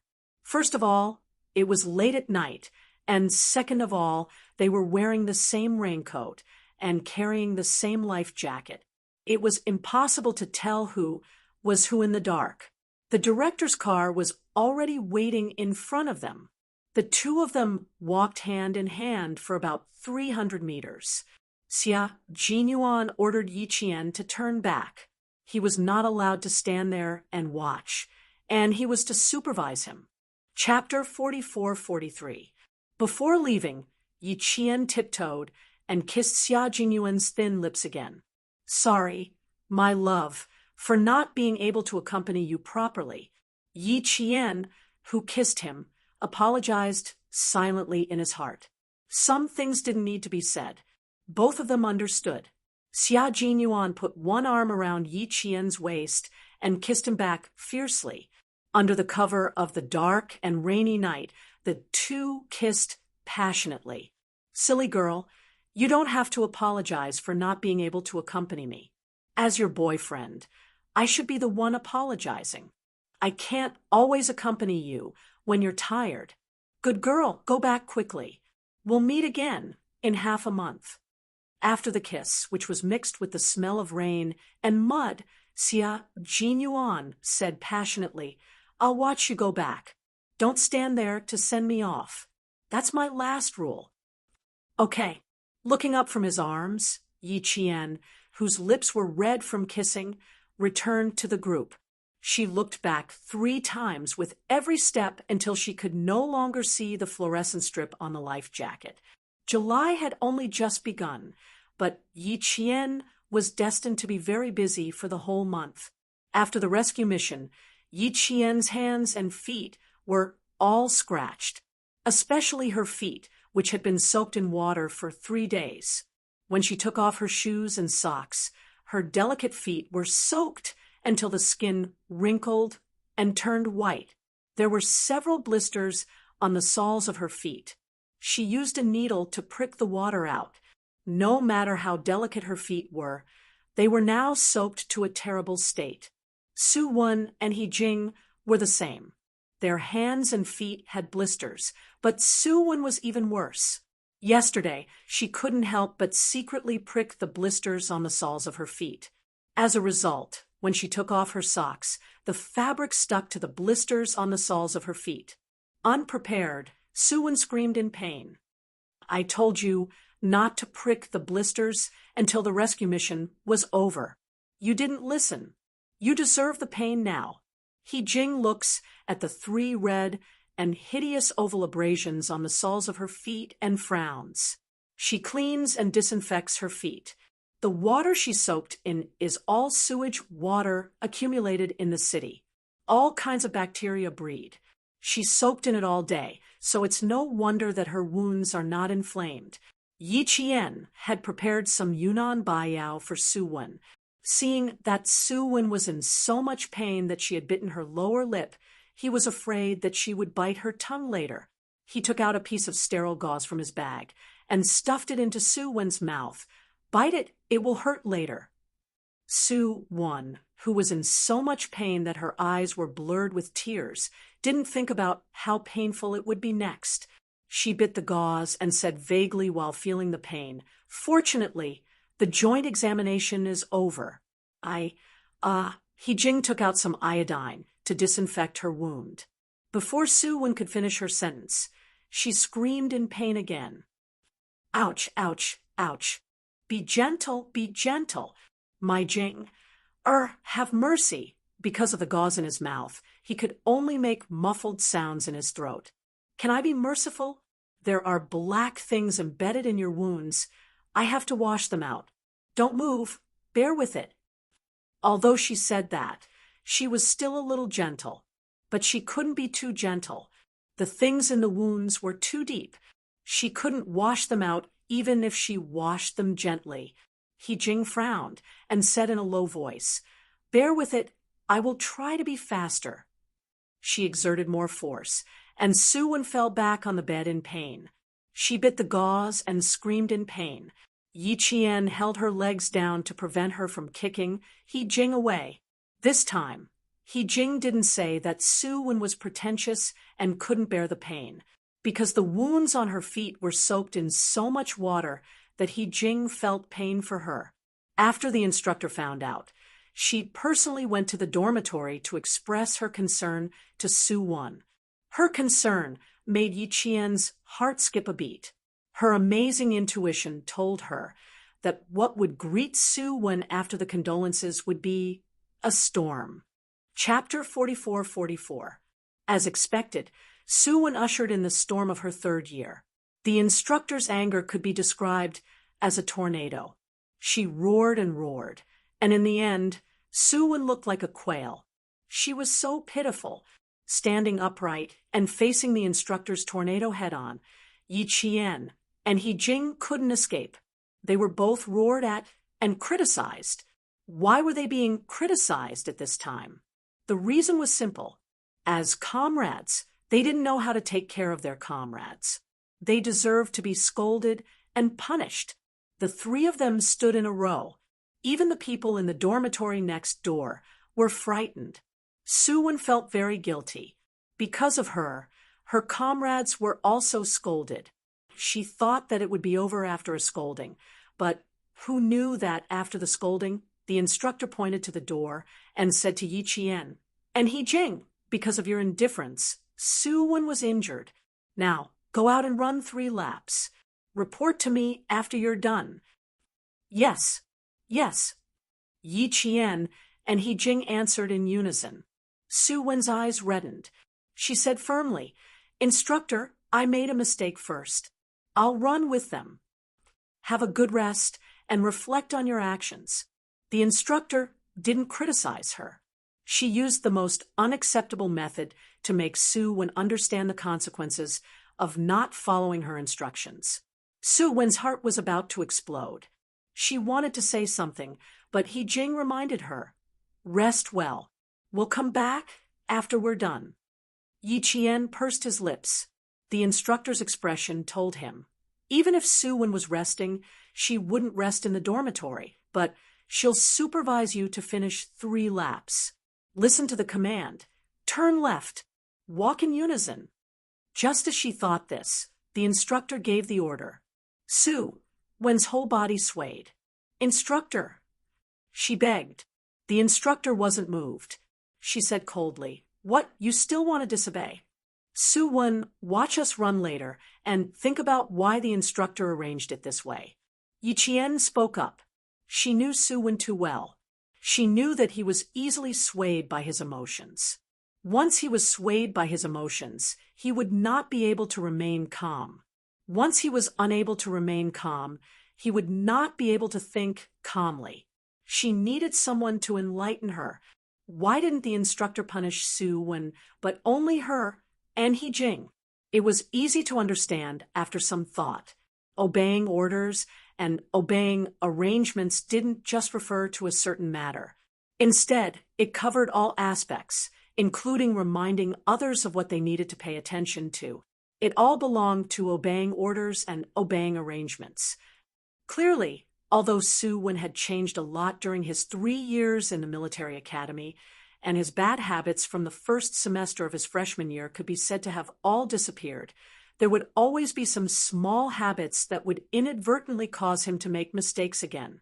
Su Wen was about to be in her 4th year of university. If she didn't change all her habits, she would suffer more when she joined the army.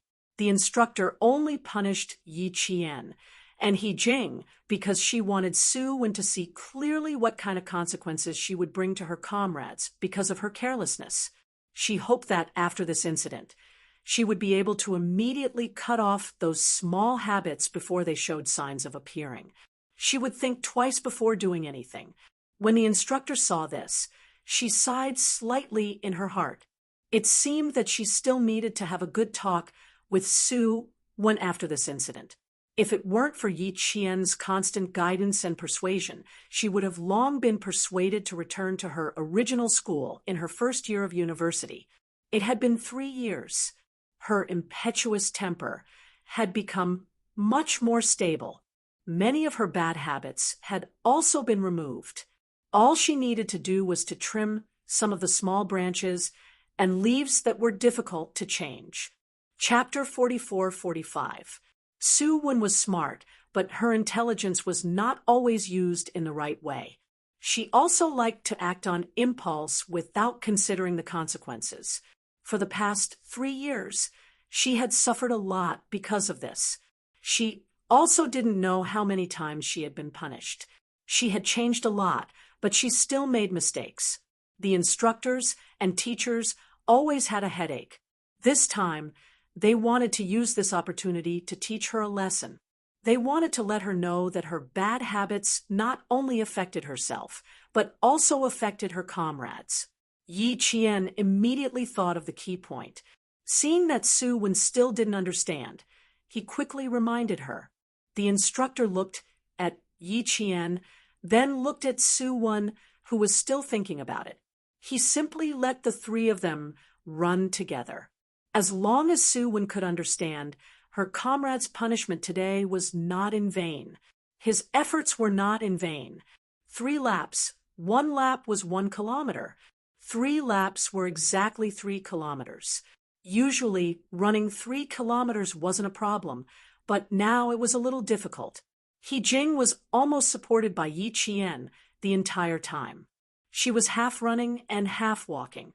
Su Wen, who was watching from the side, was already crying. How could she not understand? She understood everything. When the 3 kilometers were over, she cried and ran over to support her comrades who were punished because of her. I'm sorry. I was wrong. I was wrong again. Let's go. I'll send you back to the dormitory to rest. I'll reflect on it with the instructor. I won't make decisions on my own in the future. I won't act willfully and willfully. He Jing, who had run until she couldn't take another step, replied weakly, Sometimes I really want to beat you up. You haven't made any mistakes this semester. When the end of the semester was nearing, you did this to me and Yi Qian. Don't cry. Your snot is on me. I hate it. She said that she was disgusted, but she leaned on Su Wen. Just now, she had to rely on Yi Qian to run the 3 kilometers. Now, she was really tired. Lie down before you walk. My legs are about to break. I'll carry you, I'll carry you. Su Wen, whose eyes were swollen from crying, immediately squatted in front of He Jing. Her speed was so fast that He Jing was stunned. Yi Qian steadied her arm and said with a smile, "Let her carry you there." Making a mistake was not only a matter of acknowledging it, but also a matter of learning how to bear the consequences. Only when Su Wen learned how to take responsibility could she understand her responsibilities better. Naturally, she would be able to change those bad habits one by one. So unlucky. He Jing was shocked. She did not want Su Wen to carry her, and she did not expect that Yi Qian would really let Su Wen carry her. Yeah, I'm really unlucky. She ought to have carried you, just as we ought to have been punished for her. The team cannot be separated. Remember that. The words that Xia Jinyuan had once taught him had been taught by Yi Qian to his 2 comrades. Su Wen carried He Jing to the place where she usually rested. The soles of her feet were abraded. In fact, every step she took was excruciatingly painful, but she endured it. Yi Qian was right. They were an inseparable team. If her comrades were punished because of her, then her current pain was nothing. The instructor, who had been observing from afar, could not help but laugh. Yi Qian had always done well and was very good at dealing with the aftermath. The rest was up to Su Wen alone. Before the July holidays, Su Wen did a major self-reflection and read it out in class. At this point, the students in class realized that in just one day, Su Wen had become more mature. In the last 10 days before the summer holidays, even the teachers were amazed by Su Wen's astonishing growth. It was like another transformation. Chapter 44-46. Her growth was all due to the suffering of her comrades.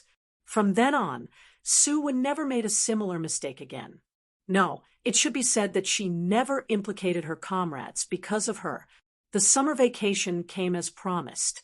The campus of the National University of Science and Technology suddenly became much emptier. Yi Qian left on the same day as before after her exams.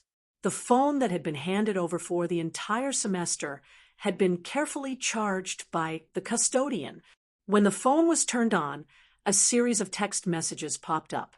Some were unfamiliar messages, some were from Injesan, and some were from the village chief of Shuku village. The village chief, Zhang Difu, rarely contacted Yi Qian throughout the year. Yi Qian checked his messages first. There were quite a lot of messages, more than 50 words. The content of the messages made Yi Qian's originally smiling face turn exceptionally cold with a bone-piercing chill. 3 times in a row, they came to the village to find out who had a soldier in their family. They even asked about a woman called Hong Mei, who was a soldier more than 10 years ago.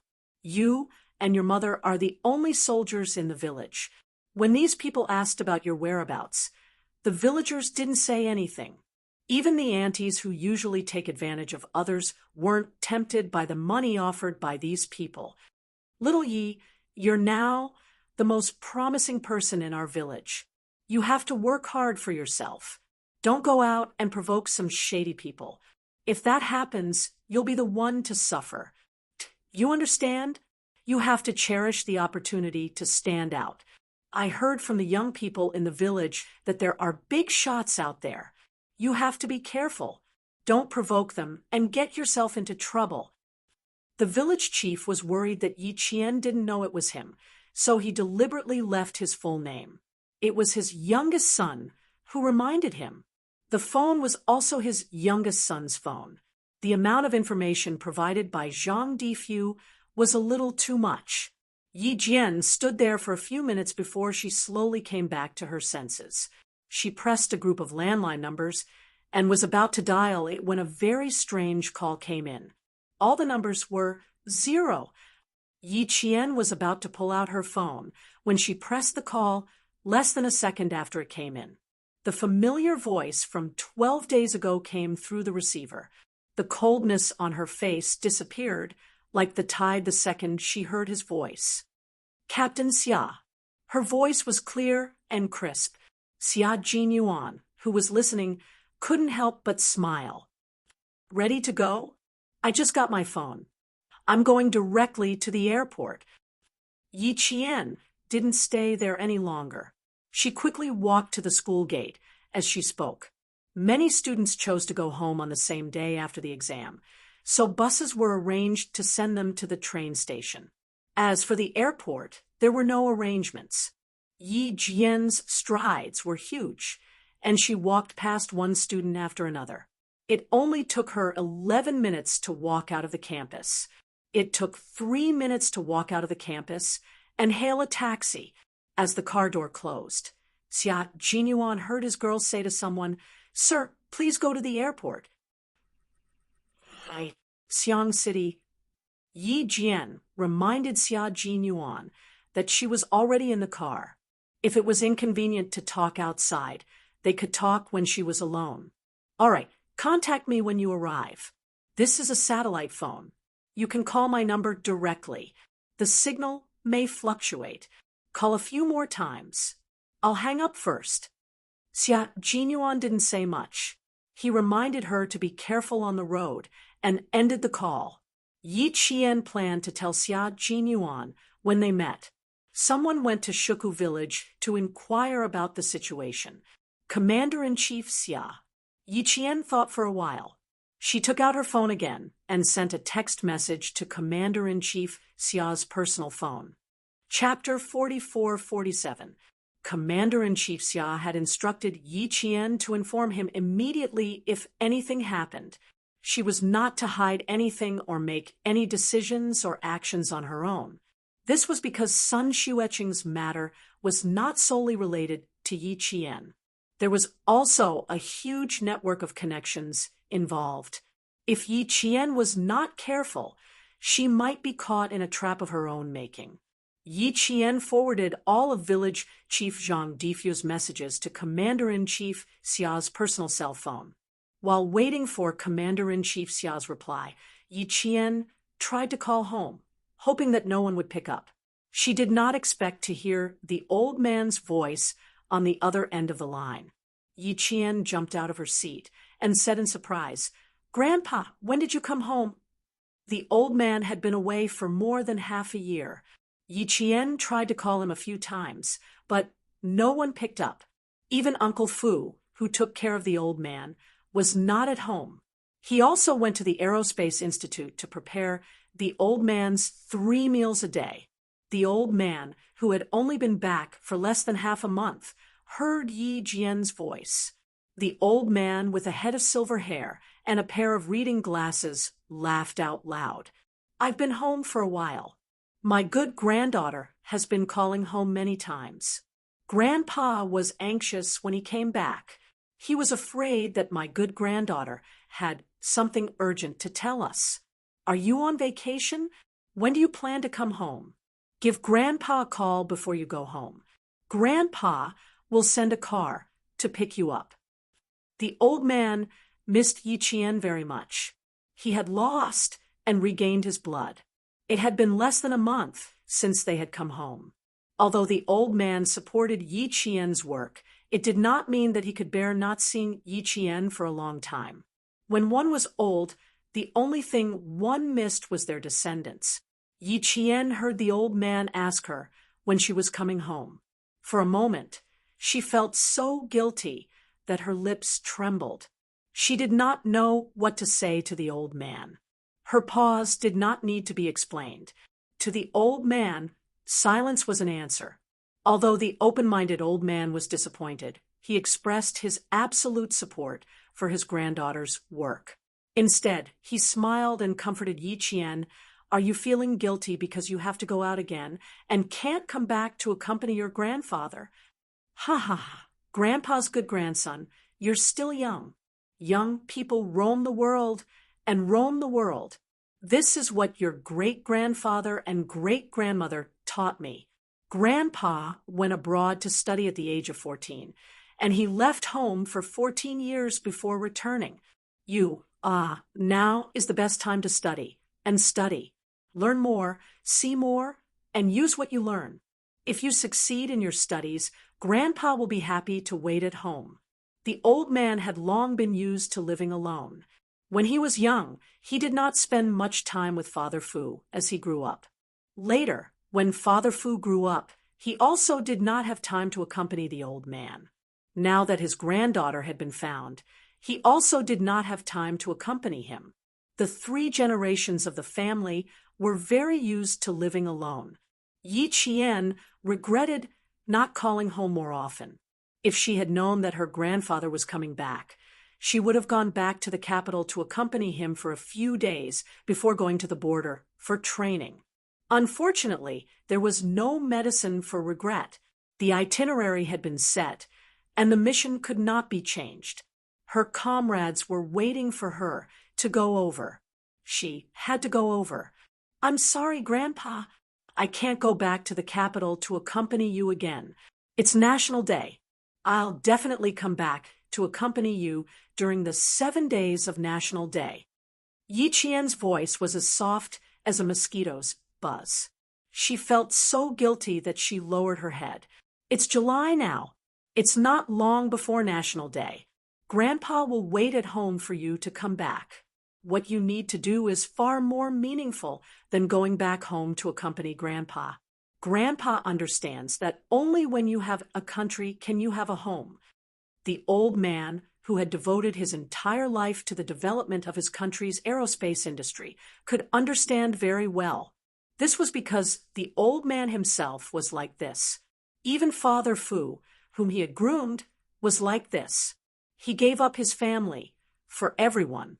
Chapter 44-48. Even through the phone, old master, Yi could feel how guilty his granddaughter was. His granddaughter was a sentimental person, and she was probably burying her head in guilt. He had to persuade her not to let this affect her mood. "Everything is fine at home, and so is your father. Last month, I was discussing a few issues with your father at a certain base. He was in good spirits and didn't have time to care about us. Don't think about him. See if you can see him by the end of the year. When you're outside, you just have to take care of yourself. Don't worry about anything else, and don't let it affect your progress. Take every step steadily. No matter how big the storm is, it won't affect your progress. You understand? Do your job well. Grandpa will always support you. Old master, Yi didn't just chat with Yi Qian. He also taught Yi Qian how to face the ups and downs of life. He wanted Yi Qian to be happy, and he liked Yi Qian to be strong. People cried when they entered the world. If they didn't want to cry for the rest of their lives, they had to learn to be strong. Only then could they smile proudly in life. The 2 of them chatted from the moment they got into the car until they got out. They chatted until the phone was hot. Even the taxi driver couldn't help but sigh as he collected the money. "Sister Tua, you and your grandpa can really talk." The driver didn't know that Sister Tua hadn't talked to her grandpa for more than half a year. How could she finish all the words she had accumulated over half a year in just a few sentences? Yi Qian's flight was at 8 o'clock sharp. It took about 5.5 hours to get to Jiangdi. It was 1 o'clock in the morning when it arrived at Jiangdi. It was only a few minutes past 6 o'clock. Yi Qian still couldn't bear to hang up the phone. Uncle Fu reminded old Master Yi that dinner was ready. Yi Qian reluctantly chatted with old Master Yi for a while and reminded him to take care of his health. At the same time, she didn't forget to chat with Uncle Fu and thank him for taking care of old Master Yi. "Don't worry, leave it to Uncle Fu.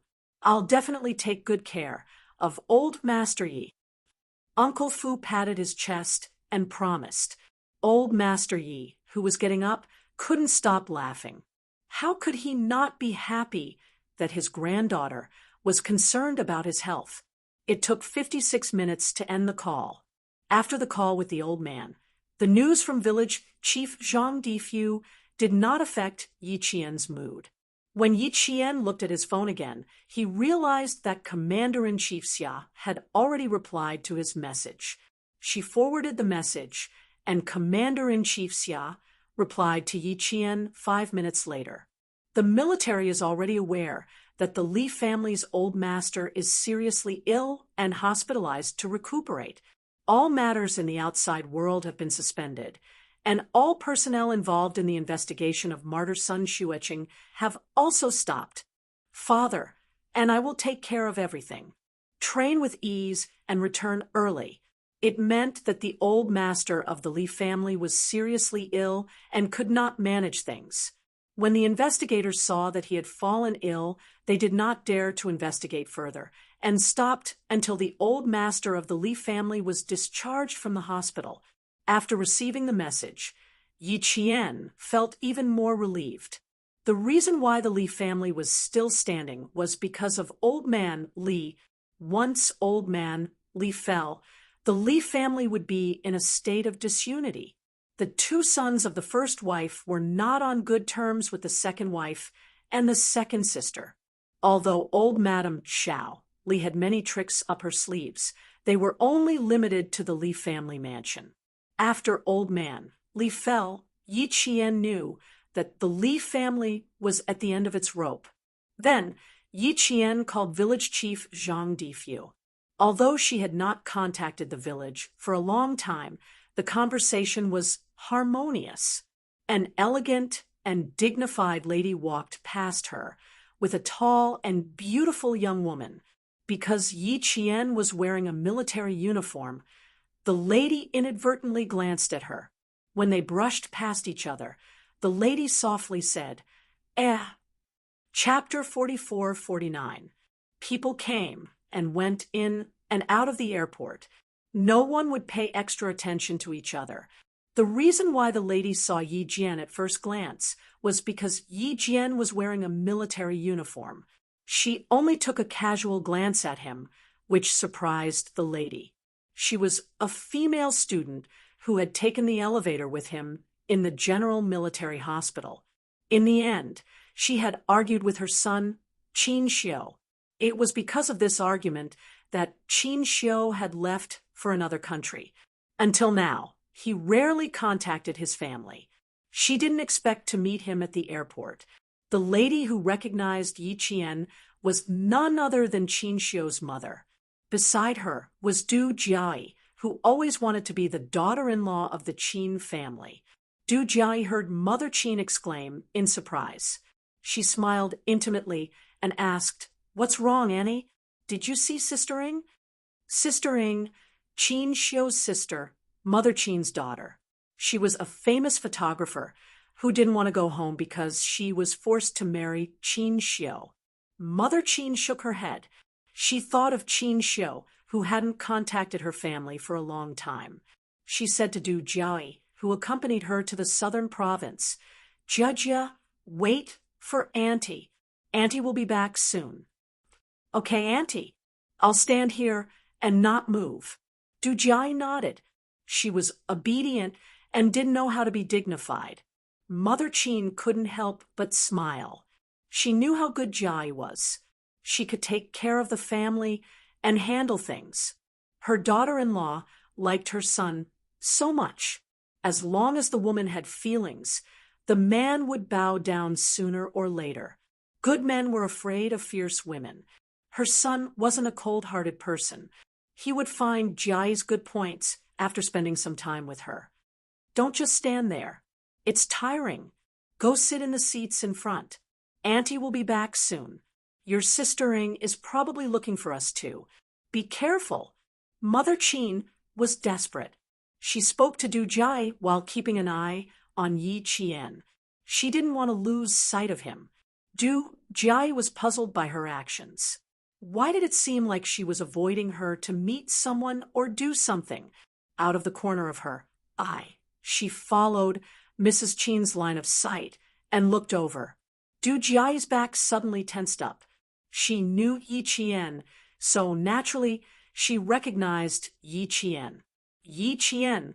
Why did she meet him here again? Had Aunt Qin been looking at Yi Qian the whole time? How did she know Yi Qian? Why was she in such a hurry? Did she find the wrong person? Du Jiai's expression changed subtly in an instant. She switched her single-handed grip to the handle of the handbag with both hands, revealing an impeccable and appropriate smile. Adding a hint of doubt, she asked Qin Mu's mother, "Auntie, are you going to look for her?" A girl in a military uniform. Mother Qin's gaze froze. She caught a hint of something unusual. You know her? She really was looking for Yi Qian. She even avoided her to look for Yi Qian. How did Aunt Qin know Yi Qian? Her smile stiffened. Fortunately, she was standing still. Otherwise, she wouldn't have been able to maintain her dignified demeanor.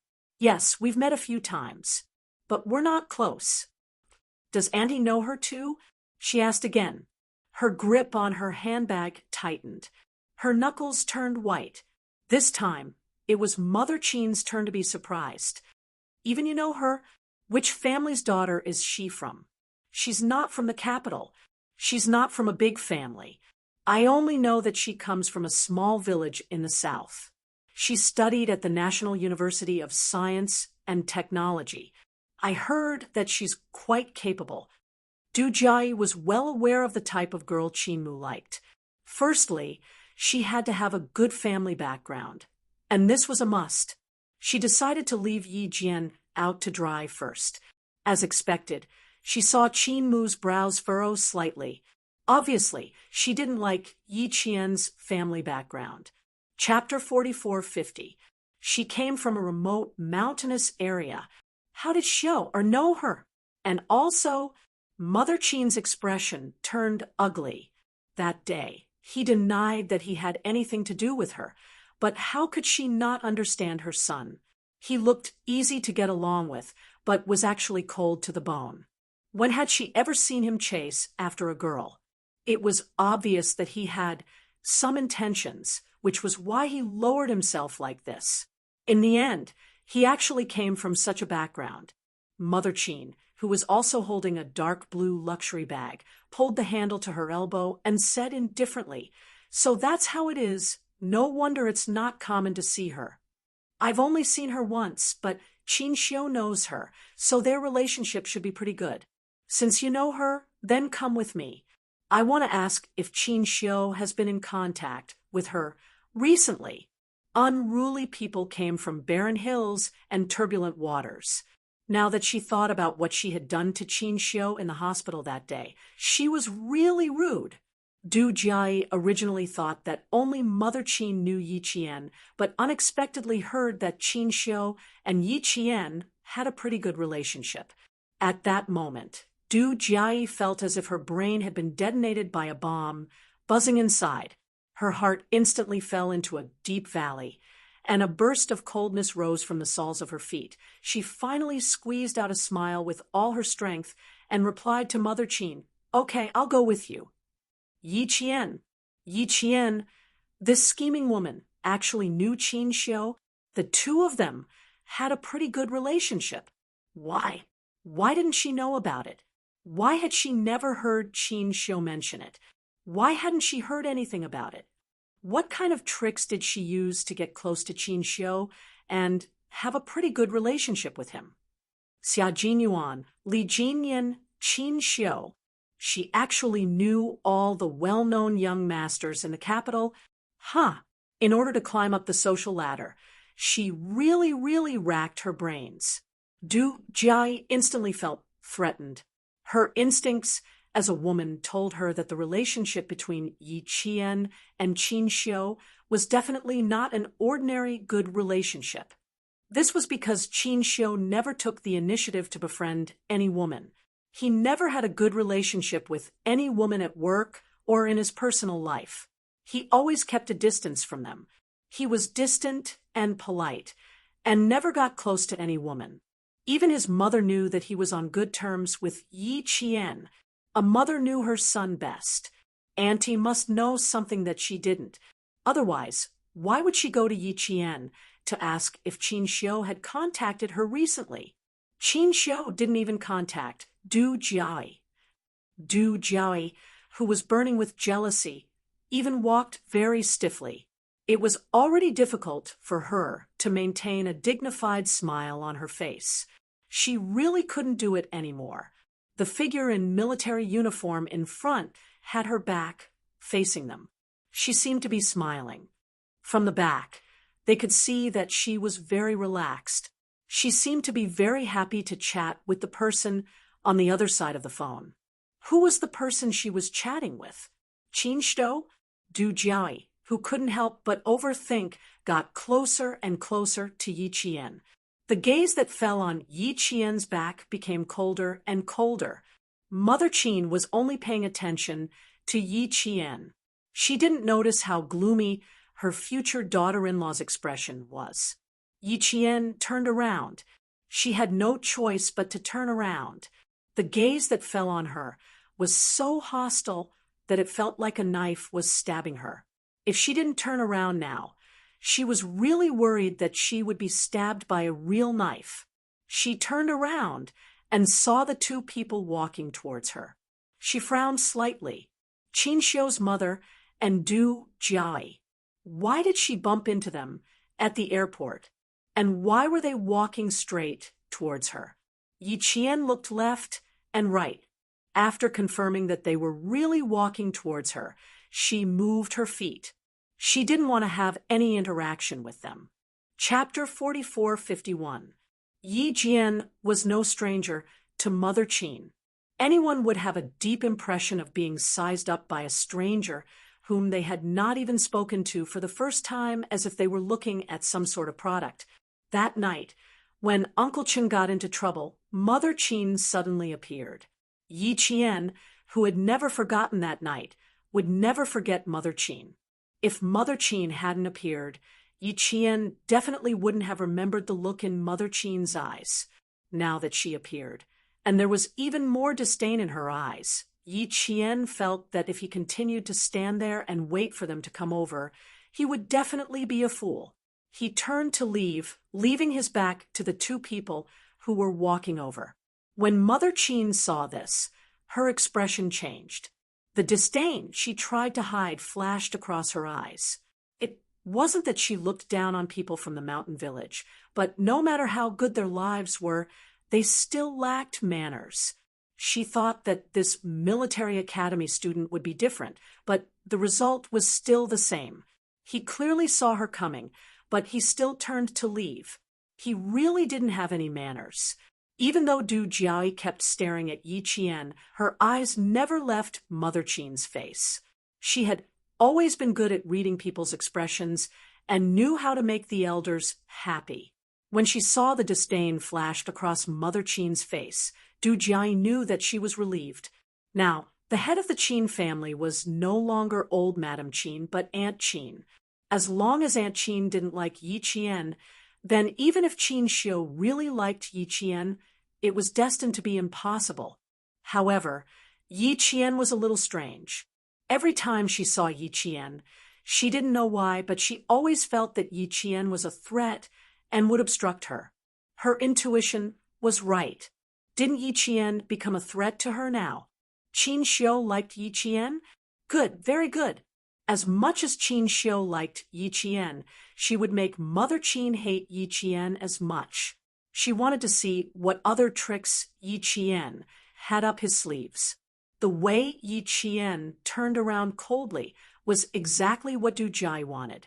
Especially when she knew that Mother Du Jiai was disgusted by Yi Qian, Du Jiai's expression and actions were no longer stiff. In the blink of an eye, she regained her composure. She raised her voice, neither too high nor too low. There was a hint of surprise in her pleasant voice. Anyone who heard her could tell that this girl was very happy to have unexpectedly met an acquaintance. Yi Qian, Yi Qian, Yi Qian. Wait! Calling out Yi Qian 3 times in a row showed how anxious and surprised the girl was. At least That was what a few passing passengers thought. Du Jai was beautiful to begin with. Her eyebrows were dark, and her eyes were like crescent moons. She wore a plain silk dress paired with a pair of stilettos. Her every move was elegant and pleasing to the eye. Occasionally, people would inadvertently steal a few glances at her. Such a beautiful and elegant girl was like a beautiful scenery. Her anxious and surprised voice didn't succeed in stopping Yi Qian from moving forward. The airport's broadcast system rang out with the sweet voice of an announcer, reminding passengers to board the plane. Yi Qian, who needed to check in, was stopped by a middle-aged woman who kindly reminded him, "Miss, your friend is looking for you." Yi Qian. The kind woman's enthusiasm made Yi Qian feel helpless. Yi Qian, Du Jai's voice came from behind again. Yi Qian, who was stopped by the middle-aged woman, was reminded again by the enthusiastic middle-aged woman. "It's really your friend calling for you. Turn around and take a look." She really didn't want to turn around. She smiled and said, "I know. Thank you, big sister." "You're welcome. No wonder you two became friends. The two of you are so good-looking." The middle-aged woman didn't see Yi Qian's helplessness. Instead, she thought she had done a good thing. Chapter 44:52. At this moment, Yi Qian's mood was calm. Sometimes people were too enthusiastic, and it was a little hard to handle. After a short pause, Du Jai and Mother Qin caught up to him. "I finally caught up to you. Luckily, I didn't get the wrong person. Otherwise, I would have been embarrassed." Du Jai spoke to Yi Qian in a relaxed and familiar tone. Of course, she was putting on an act for Mother Qin. No matter how much she disliked Yi Qian, she had to be polite in front of Mother Qin. Yi Qian, who had met her many times, knew her tricks. Hearing this, he smiled faintly and said, "If I continue to walk forward, I will indeed be embarrassed." Just like before, she didn't give Du Jai any face at all. After saying that, Yi Jianjian noticed that the smile at the corner of Ji Yunshu's mouth had stiffened. Her hands were gripping the handle of the exquisite handbag so tightly that the veins on the back of her hands could be seen. They clearly hated each other, but they still had to rely on their relationship to maintain harmony. Yi Qian didn't think he had enough kung fu to do what Du Jai did. "That's why, luckily you heard me. Long time no see, Yi Qian." Du Jai, who had a stiff smile, didn't want to embarrass herself. She politely took the initiative to extend what she thought was a friendly hand. Her beautiful eyes looked at Yi Qian with a hint of anticipation. What was she anticipating? She was anticipating that Yi Qian wouldn't give her any face and wouldn't even know the basic courtesy of shaking hands. It wasn't that Yi Qian didn't know how to be polite in front of others or behind others. She just didn't care. Since it wasn't that he didn't know how to be polite, Yi Qian laughed and extended his hand naturally. She didn't follow the script and said politely, "Long time no see." They weren't familiar, but she wouldn't give him a chance to embarrass himself. She also wouldn't sit around and let him scheme against her. When Yi Qian shook her hand, he purposely used a little more force. At the same time, he didn't withdraw his hand in time. Du Jai, who thought that Yi Qian would be rude, was shocked instead. She already hated Yi Qian to begin with. She had even pretended to shake Yi Qian's hand. She had calculated that Yi Qian also hated her and would not really shake hands with her. In the end, the moment they shook hands, Du Jai instinctively wanted to withdraw her hand. Unexpectedly, Yi Qian was faster than her and grabbed her hand tightly. In the end, it became Du Jai's fault. Her expression changed in shock, and the reaction in her brain was immediately transmitted to her hands. She flung her hands away as if she had been electrocuted, and Mrs. Qin, who was beside her, saw it clearly. "Sorry, my hand is sweaty." After shaking her hands, Du Jiayi knew that she had made a mistake. She immediately apologized to Yi Qian. In order to prove that her hands were really sweaty, she hurriedly took out a tissue from her bag and handed it to Yi Qian. I walked too fast just now and chased after you in a hurry. Your hands are sweaty, right? Quick, wipe them. Yi Qian didn't take the tissue. He smiled at Du Jiayi, who was trying to salvage the situation, and said, "You wipe them first, I'm fine." Mrs. Qin, who paid close attention to her future daughter-in-law's every move, relaxed her expression. She smiled at Yi Qian and said gently, "Hello, Yi Qian. I'm Qin Xiu's mother. We've met once at the hospital. You still remember me?" His impression of her was too deep. He wouldn't be able to forget her for a while, but even if he did, he couldn't say it out loud. He shook his head and said apologetically, "I'm sorry, I don't remember you." "That's right. Annie didn't have a good chat with you that day. Yi Qian, don't be nervous. Auntie doesn't have anything else to say. We just happened to meet today, and I know that you have a good relationship with Qin Xiu. Can you tell Auntie how Qin Xiu has been recently? The older, the wiser." Although Mrs. Qin looked down on Yi Qian's background, she didn't show it. Her tone and expression were very gentle. Chapter 4453. Mrs. Qin thought she was very gentle and polite. She didn't think there was anything wrong with what she said. As an elder, she wasn't rude. That was what she thought. Yi Qian was stunned. After a while, she said politely, "Mrs. Qin, I'm sorry. First, I need to clarify something. I'm not familiar with Ambassador Qin. You've misunderstood. Since I'm not familiar with Ambassador Qin, then I can't tell you if Ambassador Qin is doing well. I'm sorry, but I need to check in. Goodbye." Yi Qian left as soon as she said that. She bowed and left with her camouflage travel bag. At the entrance of the airport hall, a woman in a gray and white-striped casual suit with healthy, wheat-colored skin and extremely handsome facial features pointed the camera in her hand at a figure in army green among the crowd. She quickly pressed the shutter. Click. Yi Qian, who turned to leave, didn't know that his back was being captured by a photographer's camera. Her swift and decisive style of leaving as soon as she said, that stunned Mrs. Qin.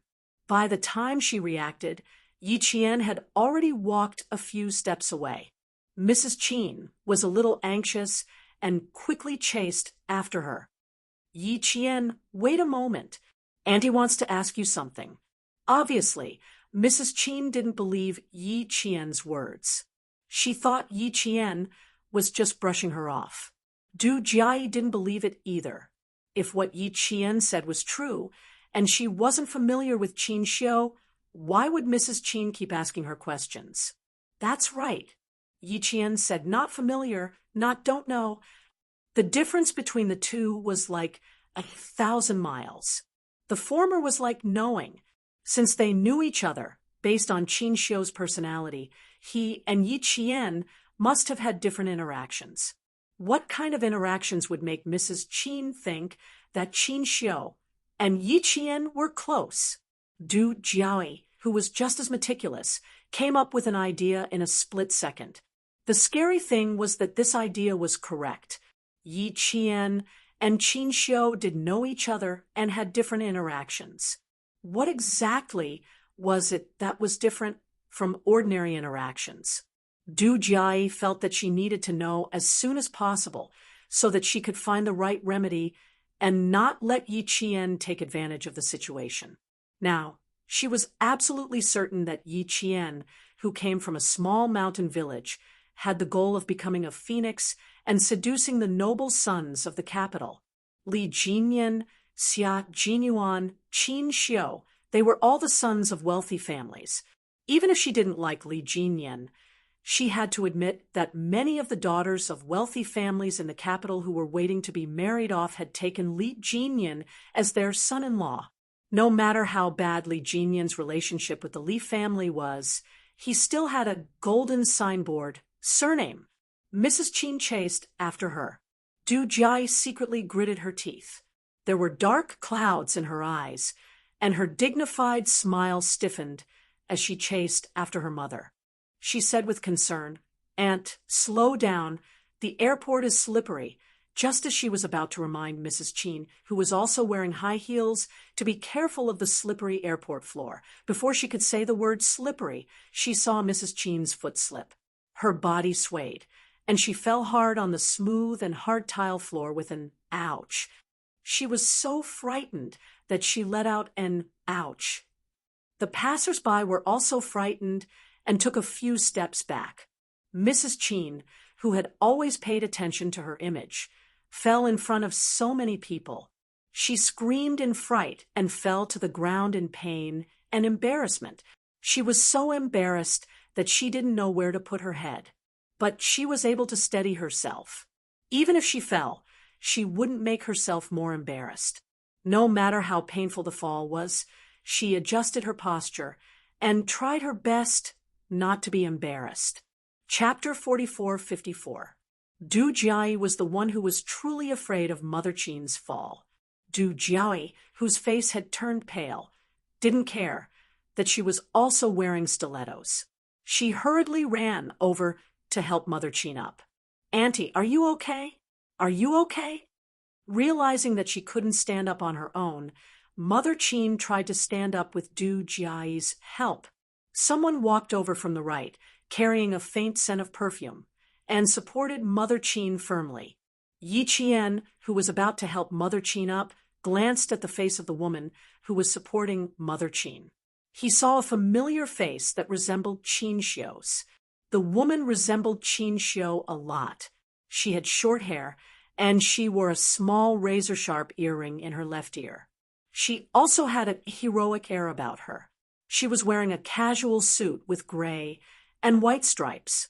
Even though she was squatting down, it was obvious that she was a slender woman. There was a camera with a professional lens beside her feet. Everyone knew that it must be expensive. Now that she had casually placed such an expensive camera on the ground, Qi frowned and placed all her attention on Mother Qin. Since Mother Qin resembled Qin Xiu, there was no need for her to help her up. Seeing that there was nothing else for her to do, Yi Qian quickly disappeared into the crowd with his luggage.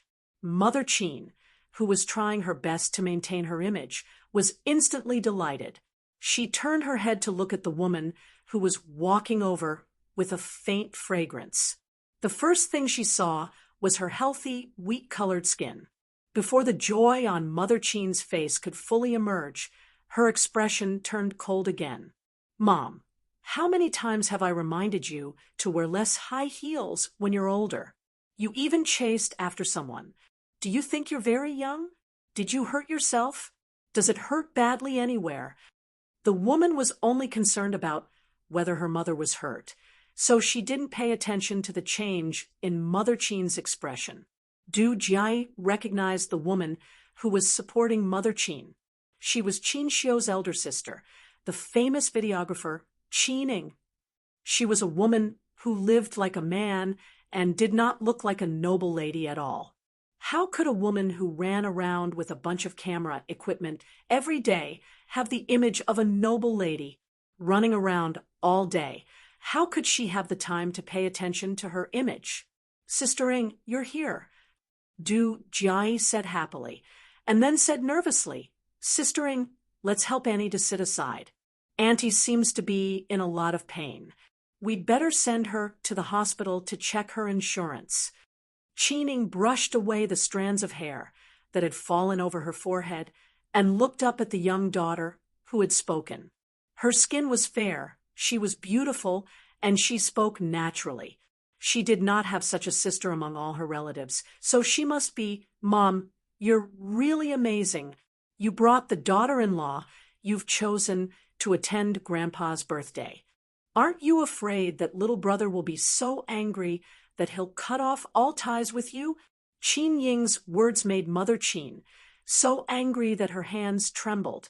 It was said that daughters were less worrisome than sons, but when it came to her, it was hard to explain. If you continue, I'll cut off all ties with you. Mother Qin glared at her daughter. Only her daughter would dare to speak to her like that. She would be so angry that she would have to go to the hospital. Qining wasn't afraid and replied, "Then I'll thank you in advance." You, Mother Qin, who had been angered again, turned pale. She took a deep breath and turned to Du Jiayi with a bitter smile. "Auntie is old and useless. It's not a big problem. I'll be fine after some rest. Help Auntie, over." Chapter 44-55. Mother Qin, who refused to communicate with her biological daughter, looked up as she spoke. Mother Qin swallowed her unfinished words. There was no need to help her over. The person she was looking for had already disappeared. This meant that when she fell, Yi Qian didn't turn around to look at her. Really, Mother Qin closed her eyes and held her aching waist with one hand. She sighed and said, "Help Annie over there," and then called to ask if you got the luggage. Du Jiayi was a little embarrassed. She knew that Mother Qin didn't get along with her daughter, Qining, but she didn't expect it to be to this extent. Mother Qin even said things like cutting off all ties in front of her. After the awkwardness, Du Jiayi felt a burst of joy. Could she assume that Aunt Qin didn't treat her as an outsider anymore? Qining really wanted to wash her hands of this matter. With her mother's bad temper, only she thought that she had a good temper. She didn't say anything. She picked up the camera with one hand and helped Mother Qin up with the other. Today, she had really embarrassed herself. She had never been in such a sorry state before. Yi Qian, just now, she was thinking that if her son really liked her, she would try to look at her character without considering her family background. If she was a good girl, she would secretly check her out and agree on the account that her son liked her. Although her family background wasn't good, she was still a military school student. When the time came, the Qin family would support her well. She could still make a name for herself. Now, she didn't have any ideas. Good character? There was no need to look at her character in detail anymore. After today's incident, Yi Qian wasn't in her future daughter-in-law's consideration at all. Qining looked around with the camera on her shoulder. She didn't find anything, so she said to her future daughter-in-law, "Help me take this lady to rest. What's your phone number? I'll drive the car over. Help her out to get in the car. I'm sorry to trouble you." Lady was completely derogatory. "Ah, it's no trouble at all. It's what I should do." Du Jiayi smiled and replied. She knew that Qining and Mother Qin had a bad relationship, but she also knew that Qining and Qin Xiu were very close. She didn't just need Mother Qin's approval. She needed the approval of the entire Qin family. On this trip to the southern province, Qining was one of the targets she needed to attack. Qining sized up the young woman who had completely grown up to be her mother's ideal daughter. She smiled politely and helped Mother Qin to sit down. "Take a rest now. If you have anything to say, we can talk in the car." Mother Qin hummed softly in response. Du Jiayi smiled apologetically at Qining and explained considerately, "Sistering, Auntie encountered something just now and might not be in a good mood. Don't worry. May I ask, who are you?" Faced with Du Jiayi's considerate explanation, Qining had a huge question in her heart. However, due to her upbringing and the fact that she was taking care of Mother Qin, Qining didn't ask and just smiled. She was more like a biological daughter than her own daughter. No wonder the Empress liked her so much. What was the use of Nyang being happy? The main thing was that her younger brother liked her. Unfortunately, she could represent her younger brother, Qin Xiu, to tell this girl, "Girl, stop dreaming.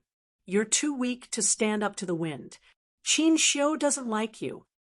What kind of girl did Qin Xiu like? She had taken the photo 5 minutes ago. It was the girl who was being chased by her Nyang. She was the type that Qin Xiu liked. He liked her very, very much. Since the girl in front of her considered herself to be her daughter-in-law, Qining felt that she shouldn't ruin her beautiful dream with her kindness and magnanimity. Thus, she didn't want to confess on behalf of her younger brother, Qin Xiu. Chapter 44-56. Qining turned around and left with the camera on her back. Even her back view, as she walked, was quite handsome. She was both capable and feminine, and her attire was equally eye-catching. She was 172 meters tall, had a good figure, good looks, and carried a camera that was thicker than a man's arm. She was indeed a unique sight. Mrs. Qin, who was angered by her biological daughter, was in an even worse mood. When she thought about how Yi Qian didn't come back to help her when she fell, Mrs. Qin felt even more stifled. This made Du Jiai, who was accompanying her, even more cautious. She wasn't Sunning. She wouldn't act cautiously for fear of offending others. Even though she knew that Mrs. Qin was in a bad mood, she wouldn't deliberately curry favor with her. Her surname was due her father was the chief of staff, and her biological mother was from the Li family in the capital. Her status wasn't bad, and she didn't have to be careful to curry favor with anyone, even Mrs. Qin. Mrs. Qin liked her if she behaved appropriately, handled things generously, and remained calm when faced with problems. This was what Mrs. Li had taught Du Jiai. She had to admit that it was very useful. So far, Mrs. Qin liked Du Jiai's generosity the most. Jia, tell Auntie about Yi Qian's situation. To be honest, Annie suspects that Qin Xiu likes Yi Qian, but Yi Qian obviously doesn't want to talk about Qin Xiu. She also doesn't want to talk to me. Can you analyze if she likes Qin Xiu? After saying that, Mrs. Qin looked sharply at Du Jiai with a scrutinizing smile. Here came the test. Du Jiai, who had impeccable etiquette, felt a chill in her heart. Soon, she lowered her head and thought for a while. When she raised her head again, she was completely focused on the matter. She wasn't affected by Mrs. Qin's words about suspecting that Qin Xiu likes Yi Qian. Your question is a little difficult for me. I know Brother Qin's character very well. He's cautious and restrained. As for Yi Qian, I've told Auntie before that I'm not familiar with her.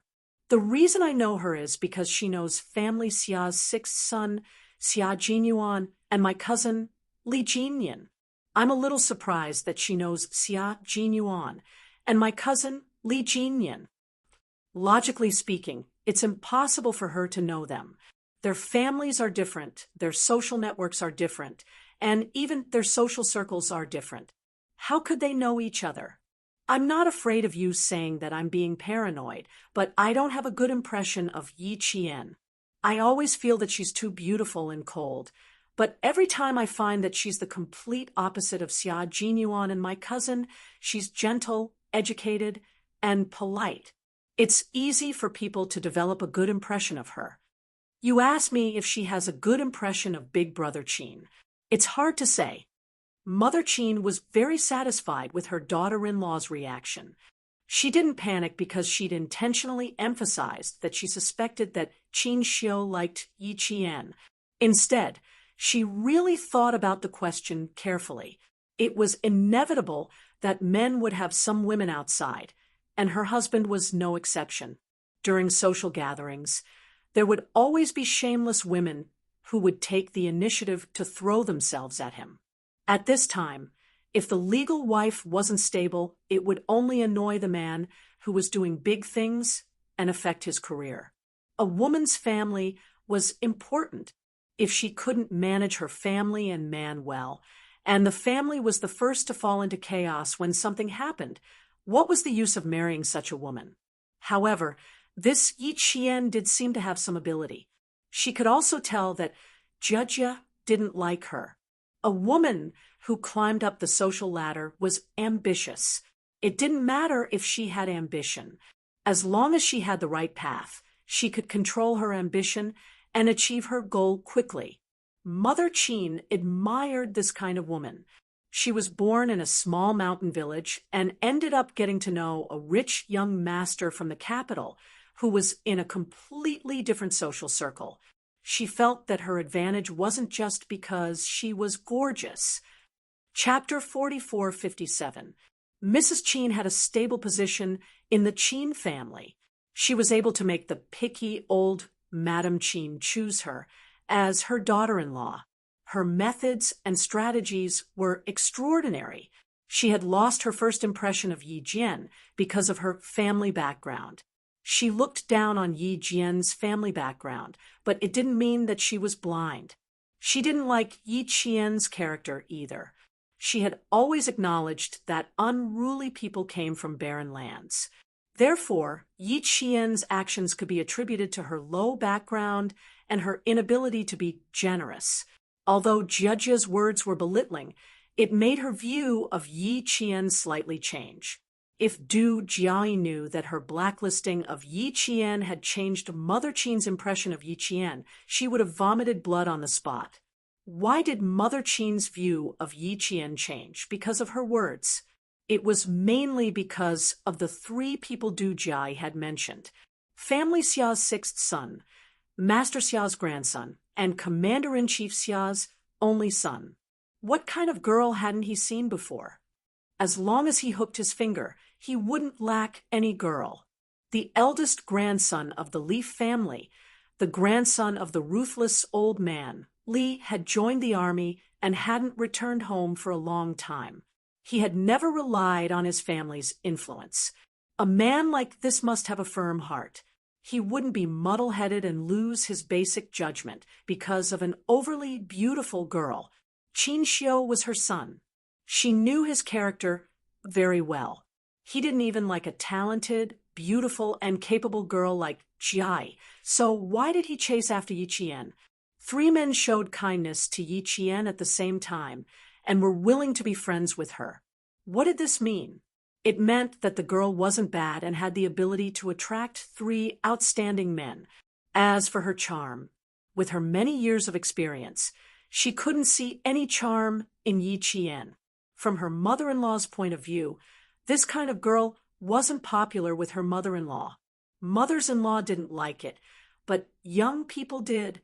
Mother Qin smiled and patted the back of Du Jiai's hand.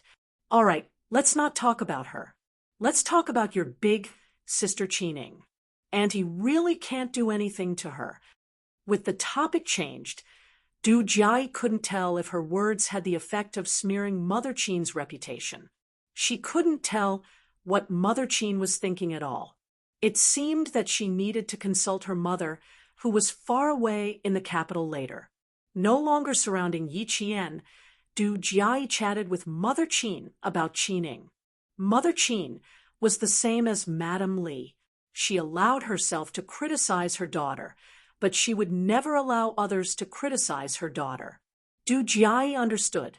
Even if Mother Qin said that Qining had not heard of her, she would still say that Qining was not bad.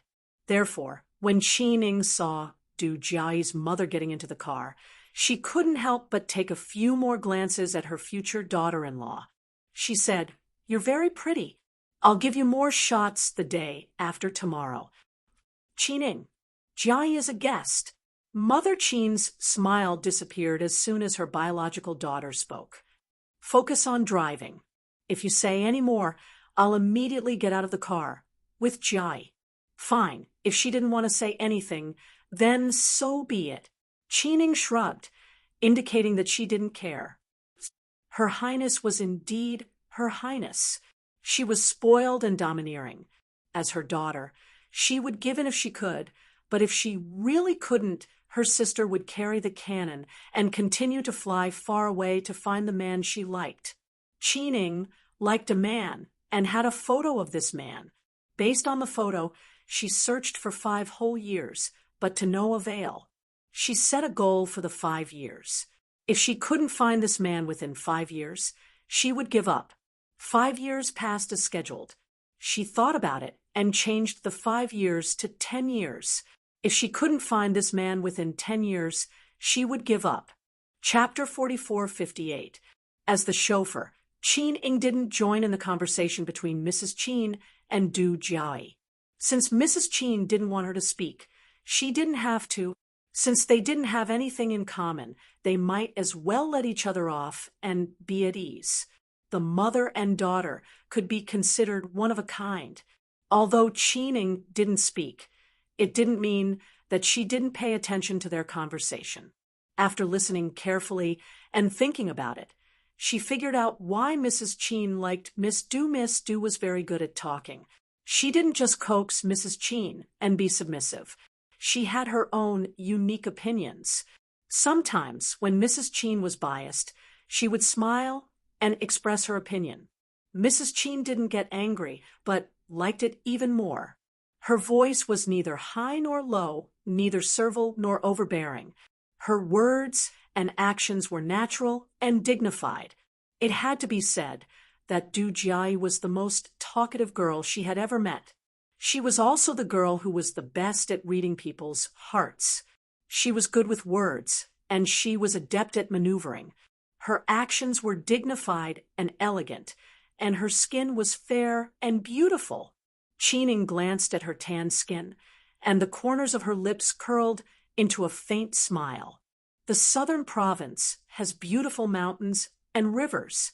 I know a few girls from the southern province, and they're all very beautiful and outstanding.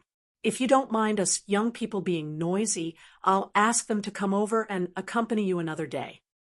But I have to talk to you first. They are all like me. If they offend you, you have to be magnanimous and forgive us. You can criticize us and correct us, but you can't be angry at us. When it came to coquettishness, Du Jiai hugged Mrs. Qin's arm intimately and sincerely. She was more like a biological daughter than Qin Ing, her biological daughter. As they talked about Nan Province and Qin Muji's younger days, Du Jiai calmly flattered Qin Muji's mother, who was born in Nan Province. She then calmly mentioned that she knew a few other girls from Nan Province, all of whom were just like her, implying that they were not bad. If Mrs. Qin was interested, she could introduce them to her generously. She wasn't afraid that Mrs. Qin would choose a few candidates for her daughter-in-law. Du Jiai's words didn't just mean what they said. Instead, they summed up Du Jiai's way of dealing with things and left Mrs. Qin very satisfied. It's good that you're broad-minded, but sometimes you have to think for yourself. When we reach the southern province, you don't have to keep me company. It's also good to get together with your good friends. Some friends can be good for a lifetime, while others can be just casual friends. It's all about socializing, so you need to be gentle. Mother Qin even started teaching Du Jiai. It couldn't be helped since Qin Ing didn't like to listen to her. But even if Qin Ing didn't like to listen, they were in the same car now. How could she not listen? Why did Mother Qin teach Du Jiai? Wasn't it also because Qin Ing was in the car? By teaching Du Jiai would like her, and by teaching her daughter, Mrs. Qin would be able to kill two birds with one stone. Du Jiai expressed that she had learned something, and her expression was serious and solemn. This made Mrs. Qin's smile deepen. She looked at her daughter, who was driving from the corner of her eye, and a trace of darkness flashed past her eyes. A daughter-in-law was still a daughter-in-law. No matter how considerate she wasn't her biological daughter. No matter how disobedient her daughter was, she was still her flesh and blood. She couldn't ignore it. With a dark look in her eyes, Mrs. Qin recalled what she heard half a month ago. "Auntie, I know why Sister Ing is afraid of getting married. It's because she has a man she likes. I'm not lying to you. When the time comes, you can ask Sister Ing if she has a photo with her. Does she take it out to look at it from time to time?" Chapter 4459. Half a month ago, her uncle's illegitimate son, Qin Yi, had asked her to do something for him. Seeing that he was an honest and peaceful person, and that what he asked for was not evil, she sent someone to do it for him. Afterwards, he was very grateful, and return the favor. When she heard about it, it took her a while to calm herself down. I didn't pay much attention to it at that time. I just took a casual look. He was wearing camouflage, and half of his face was covered in blood. Feel free to ask, and your nephew can guarantee that every word is true. There is not a single lie. Only then did she know that her daughter was not afraid of marriage, but that she had someone in her heart. Why would she hide it from her mother? Since she had hidden it from her mother, it was obvious that the person in Qin Ying's heart was not a suitable son-in-law for her. If Qin Ying dared to mention it, she would definitely be furious. After Qin Yi finished speaking, Qin Ying's mother felt a chill run up her spine. She even caught a cold. She was completely frightened by Qin Yi's words and her own careful thinking. Other than returning to the southern province to celebrate the birthday of her grandfather, another important thing was to find out who Qin Ying liked. She did not want to come home for several years and did not want to interact with other men. Camouflage, half of his face covered in blood. The more she thought about it, the more anxious she became. She still did not know what to do in the past half a month. Her daughter was harder to control than her son. How could she find out when she was not in love with her son? Qin Ying's mother's eyes were dark, and her heart was cold. She had to ask, even if she could not find out. She would not allow a boy from a remote place to cheat Qin Ying. Putting all these things aside, Qin Ying's mother was a mother who always thought about her children. Unfortunately, she was too considerate of her children and put too much self-esteem into it. She could not allow her children to go against her. Her daughter was getting farther and farther away from her. As for her son, if things continued to develop like this, he would also be farther and farther away from her. Therefore, she had to find a daughter-in-law who was suitable for her and whom her son would like. Du Jiayi had Madame Li behind her. So far, Qin Ying's mother was most satisfied with her. Otherwise, she would not have brought her to the southern province to attend Qin Xiu's grandfather's birthday party. In the back row, the old and the young chatted in detail. There were so many topics that they could talk until dawn. Qin Ying watched as her own mother set traps for Du Jiayi from time to time, and Du Jiayi got out of them reasonably. Qin Ying, who was amazed, watched the whole process with cold eyes. Her family's Nyang liked girls with fair skin the most. Her biological daughter, for example, ran outside every day, and her skin was tanned to a wheat-colored color. Every time, her Nyang didn't need her daughter to speak. Just by looking at her wheat-colored skin, she would feel disgusted. Mr. was quite good at coaxing people. Unfortunately, she only coaxed Qin Ying's mother. She wanted to coax her brother, who was also a pitiful person. It had been 2 or 3 years, but she still could not figure out what kind of girl her brother liked. She wanted Qin Xiu, but she kept coaxing Qin Ying's mother. Tut, tut, tut.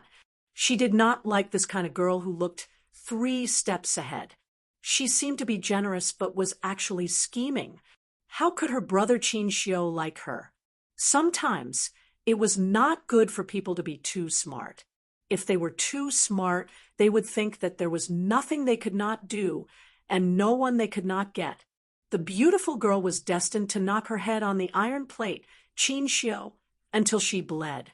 Thinking about it, Qin Ying turned on the car's CD player and listened to the song. She did not know which country the song was from. The pitch was so high that Qin Ying's mother's brain tightened. She scolded, "Turn it off, Qin Ying." Chapter 44:60. Look, was she blaming her for not being close to her mother? In the eyes of her mother, everything her daughter did was wrong. How could she be close to her? She really couldn't be close to her. Therefore, tomorrow, she would beg those relatives and friends who pretended to be concerned about her to stop persuading her. She was afraid that she would really not be able to resist not attending her grandfather's birthday banquet and leave with her luggage. She had to think about which route she should take if she really had to escape. Qin Ying's temperament was like old Master Qin's. Among his granddaughters, she was the most favored by old Master Qin. She was magnanimous and elegant. She would never give up halfway on what she liked. Therefore, she wouldn't give up halfway on the person she liked. She was still thinking about where to escape to next. She was completely unaware that the fact that she had someone in her heart was accidentally exposed by Qin Yi to Mother Qin. At night, the city's night scene was dazzling and extravagant. Some people began to get drunk, while others began to experience life and death. Yi Qian, who was sitting on the plain, closed her eyes. What awaited her next was a 30-day experience life and death. It took about 2.5 hours to fly from Xiang City to Orchid. Yi Qian had not yet arrived at Orchid. Du Jiaoyi, who was staying at Caesar Hotel in Nan Province, called Mrs. Li and told her about her encounter with Yi Qian today. She also told her everything that she said to Mother Qin. I clearly hinted that Yi Qian, in order to climb up the social ladder, was trying to hook up with Xia Jinyuan, Li Jinyan, and Qin Xiu. However, Aunt Qin didn't respond at all. She clearly listened to me very carefully. I also clearly saw that she disliked Yi Qian. However, she didn't respond at all. It was very abnormal. Who was Mrs. Li? She was the daughter of old Madame Xiao Li, the legal elder sister, who took her in after being angered to death. Her methods were all taught by old Madame Xiao Li, and her strategy was better than old Madame Xiao Li's. Hearing this, Mrs. Li's face immediately sank. She whispered, "Jai, you are wrong. Not only did you not make Mrs. Qin dislike Yi Qian, but you also made her more interested." What? Du Jiai, who had never thought that she would overreach herself, was shocked. Her face turned pale as she asked, "Mom, what did I do wrong?" It was Aunt Qin who asked me, so I just answered in passing. How could he have made such a huge mistake that Aunt Qin would be interested in Yi Qian? Which part went wrong? Du Jiai panicked. "Mom, hurry up and tell me. Whenever I think of Qin Xiu and Yi Qian getting close, my heart feels uneasy. Not to mention Du Jiaoi. Even Madame Li felt uneasy. Her daughter originally wanted to make Mrs. Qin have a bad impression of Yi Qian, but the problem was hearing her daughter getting anxious over the phone. Madame Li patiently pointed out, Yi Qian already said that she wasn't close to Qin Xiu, but you still brought it up again and again. This is your first mistake. Even if Mrs. Qin brought it up, you should have said that it was mainly up to Qin Xiu, and that you couldn't change it. Secondly, you shouldn't have mentioned Xia Jinyuan and Li Jinyan, and you definitely shouldn't have mentioned that she was close to them. You wanted to say that Yi Qian was trying to climb up the social ladder, but have you ever thought about what kind of people Xia Jinyuan and Li Jinyan are? How could they not see that someone was trying to climb up their social ladder? If Yi Qian wanted to climb up their social ladder, would they be happy with her? Would they allow themselves to become a springboard for a lowly woman? They wouldn't. Who are the three of them? What are their identities? Are they beautiful? There are plenty of women who are more beautiful than Yi Qian. Have they ever been tempted by beauty? It has never happened before. If that's the case, since they were happy with Yi Qian, and even Qin Xiu might like Yi Qian a little, Jai, think about it yourself. Didn't you do something stupid? Chapter 4461. Madame Li directly points her sword at Du Jiai's vital point. Du Jiai is like a fish that has been swatted ashore by a big wave. Her eyes are wide open, and she can't return to the big river that made her swim back and forth. That's right. That's right. Why didn't she think of that? Who was Xia Jinyuan? He was the grandson of the founding father, Master Xia, and the son of Commander-in-Chief Xia.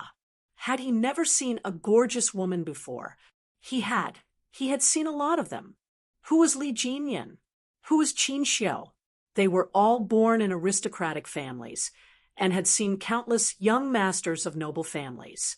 Had they never seen a gorgeous woman before, they had seen a lot. Why were they only nice to Yi Qian? Did they really think that they liked Yi Qian because she was gorgeous? No, no, that's not it. She was wrong, very wrong. Not only did it not make Aunt Qin dislike Yi Qian, instead, it made Aunt Qin think that since Yi Qian could gain the favor of the three geniuses, there must be something special about her. If the extraordinary Yi Qian was liked by Qin Xiu, if Qin Xiu begged Aunt Qin to help him, would Aunt Qin do it? Du Jiayi thought of the worst-case scenario and asked in a trembling voice.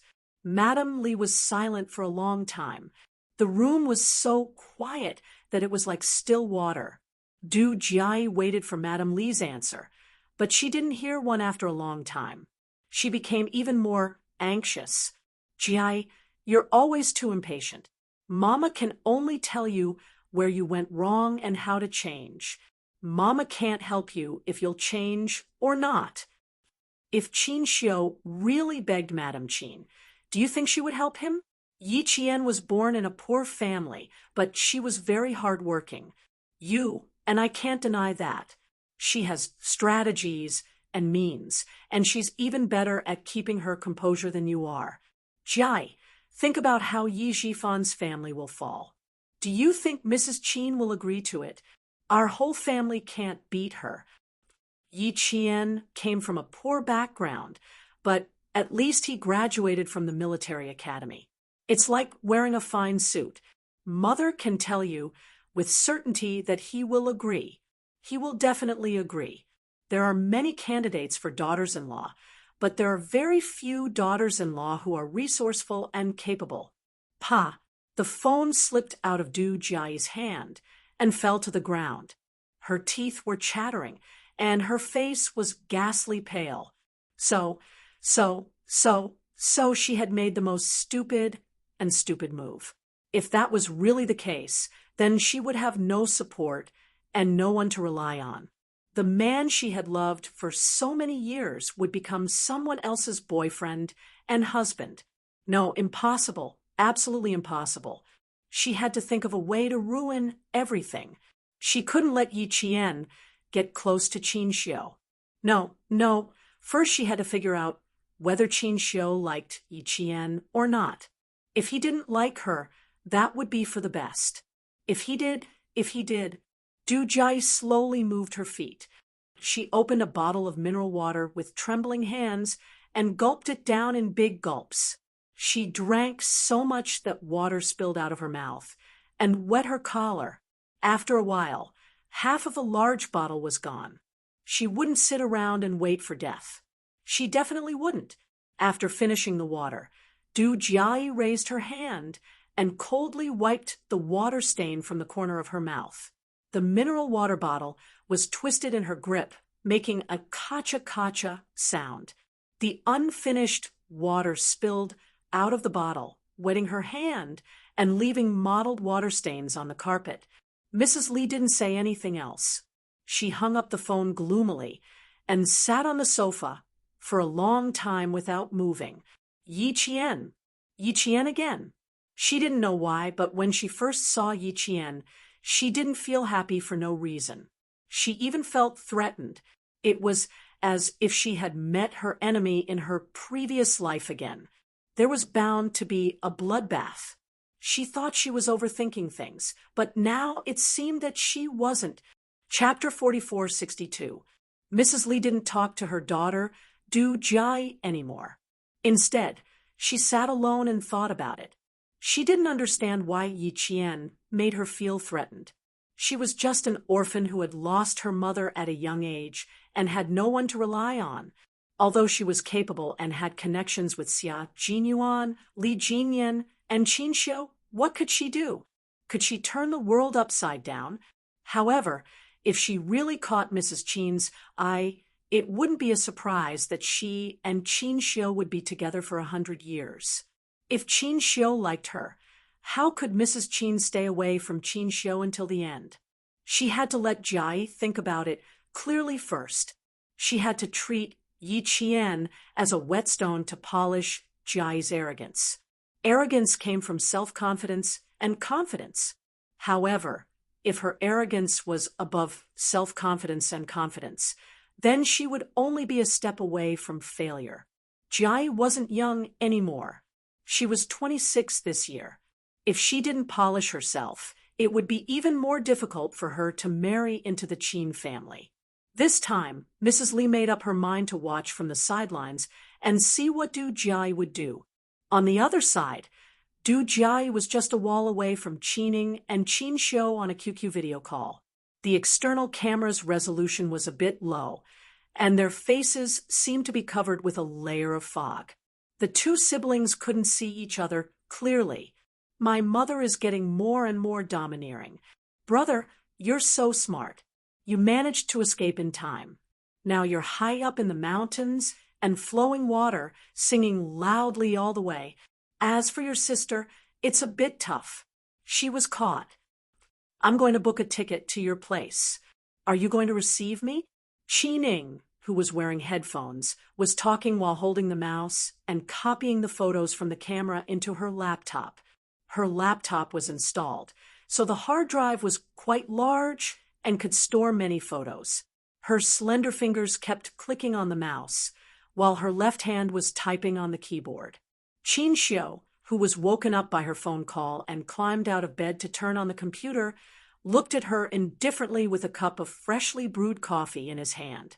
Qining kept talking, but he didn't say a word. He only cared about stirring the coffee in his hand. That Miss Du, you don't say, is really a wonderful person.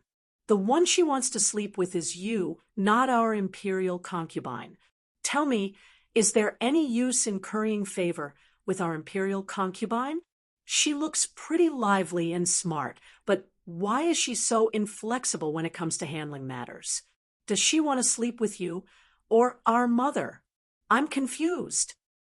After stirring the coffee, Qin Xiu, who was about to put the rim of the cup to her lips, turned her head away silently. She almost choked on the coffee on her lips. Qining, please speak elegantly. Thank you. He reminded his sister, who would never give up unless her words astonished him. He felt a headache coming on, and he also felt a little helpless. The weirdo in the family referred to his elder sister, Qining. Her temper was wilder than the men's, and she was unconventional. Every time, her parents would be so angry that they would stomp their feet. Later on, his father got used to it and accepted it. At the same time, he discovered that his sister wasn't as stubborn and mischievous as he thought. Only in the family, the Empress didn't give up and swore to transform his sister into a noble family's young lady. In the end, the result was right before his eyes. The older sister continued to do as she pleased. The more she lived, the more carefree she became. The more she lived, the more she gave the imperial concubine at home a headache. It was also quite good. She could live the way she wanted. He was very supportive of his sister. In this way, he wouldn't appear to be a weirdo who might not get married in the future. There was a precedent before, so there would always be some forgiveness for the future. During the diplomatic negotiations, Ambassador Qin, who fought for the greatest benefits for the country, was very resourceful.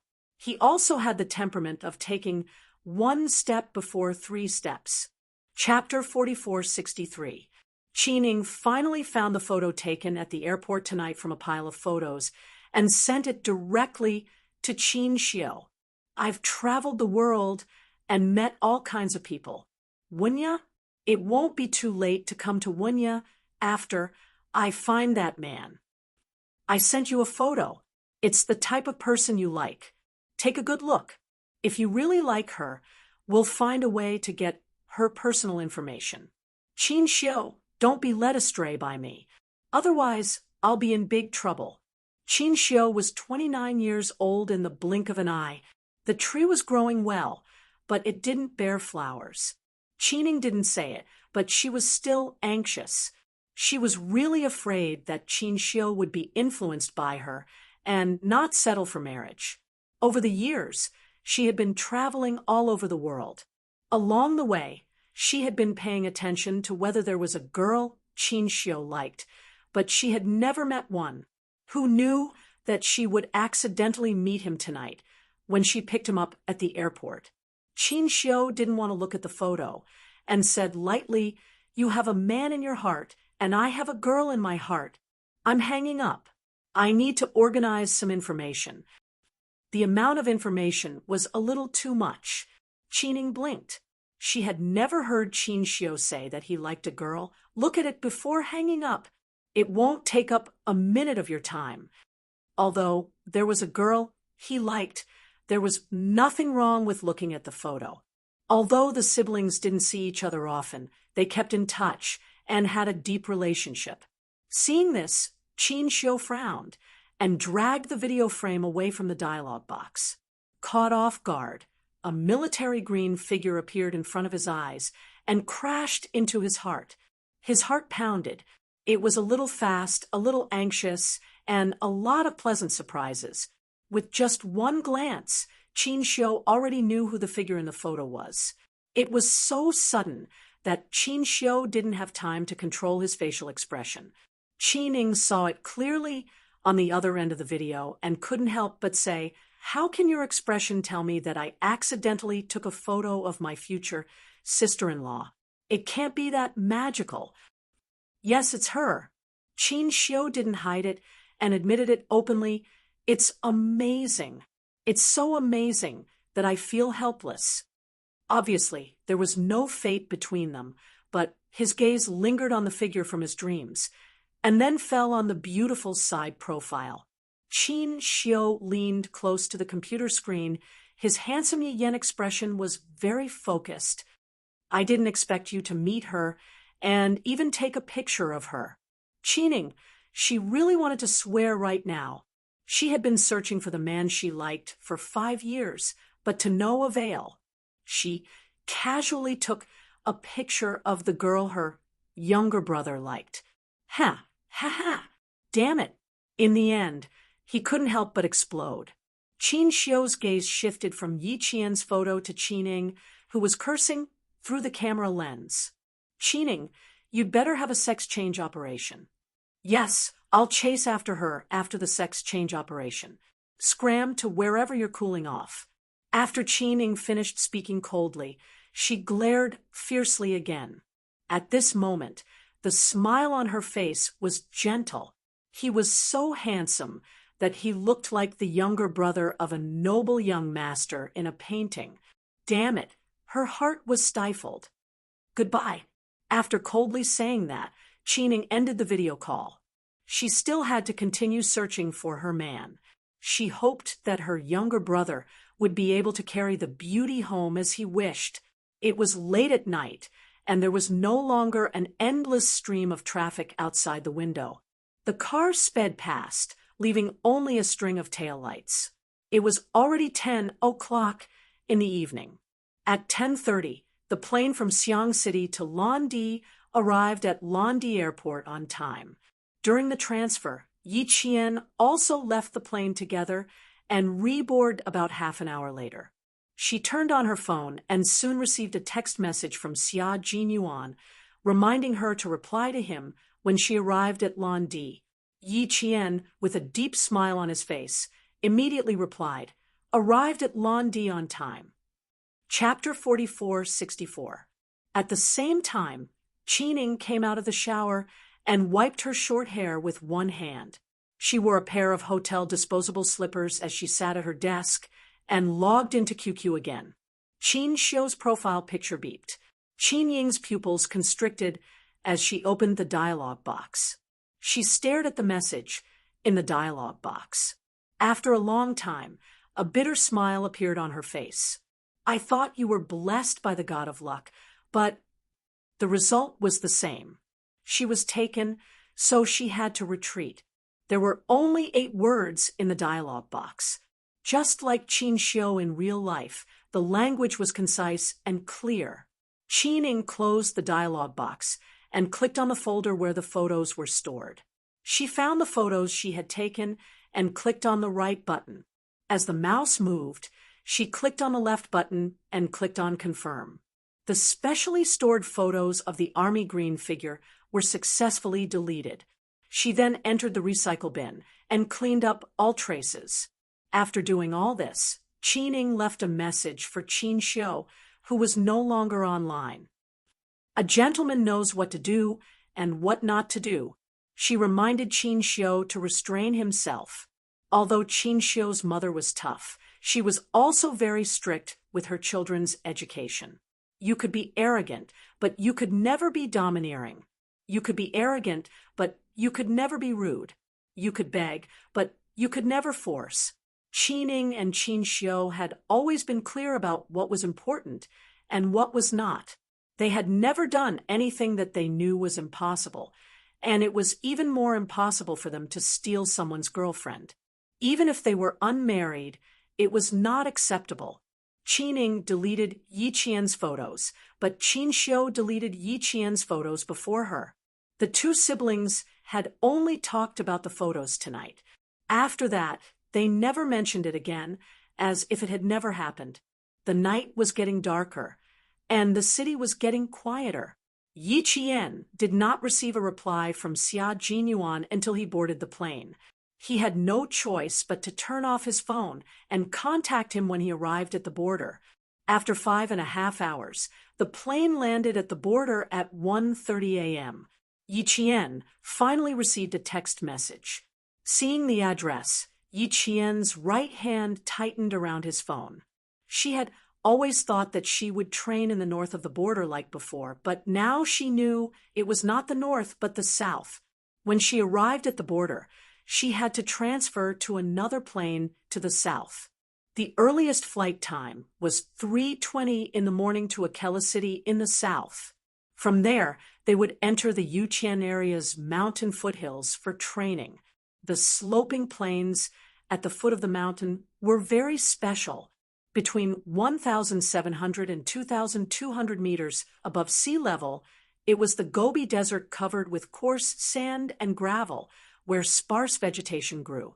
Between 1,400 and 1,700 meters above sea level, it was the Gobi Desert with bare coarse gravel. Between 1,200 and 1,400 meters above sea level, it was the Gobi Desert with ancient oases.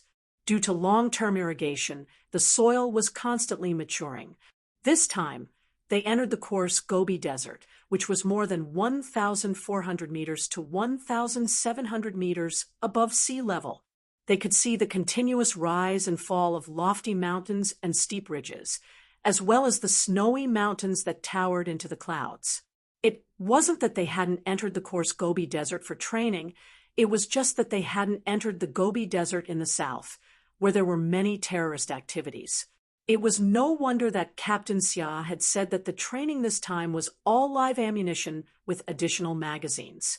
It turned out that he had already hinted to her that the training this time was really not ordinary training. Unfortunately, she did not react at that time and thought it was really a live ammunition training. Taking a deep breath, Yi Qian grabbed her luggage and walked toward the departure hall. It was now 1:40 a.m. She could go to the departure hall to rest for a while before preparing to board the plane. The departure hall was not very quiet. Most of the passengers were tourists who came to the border.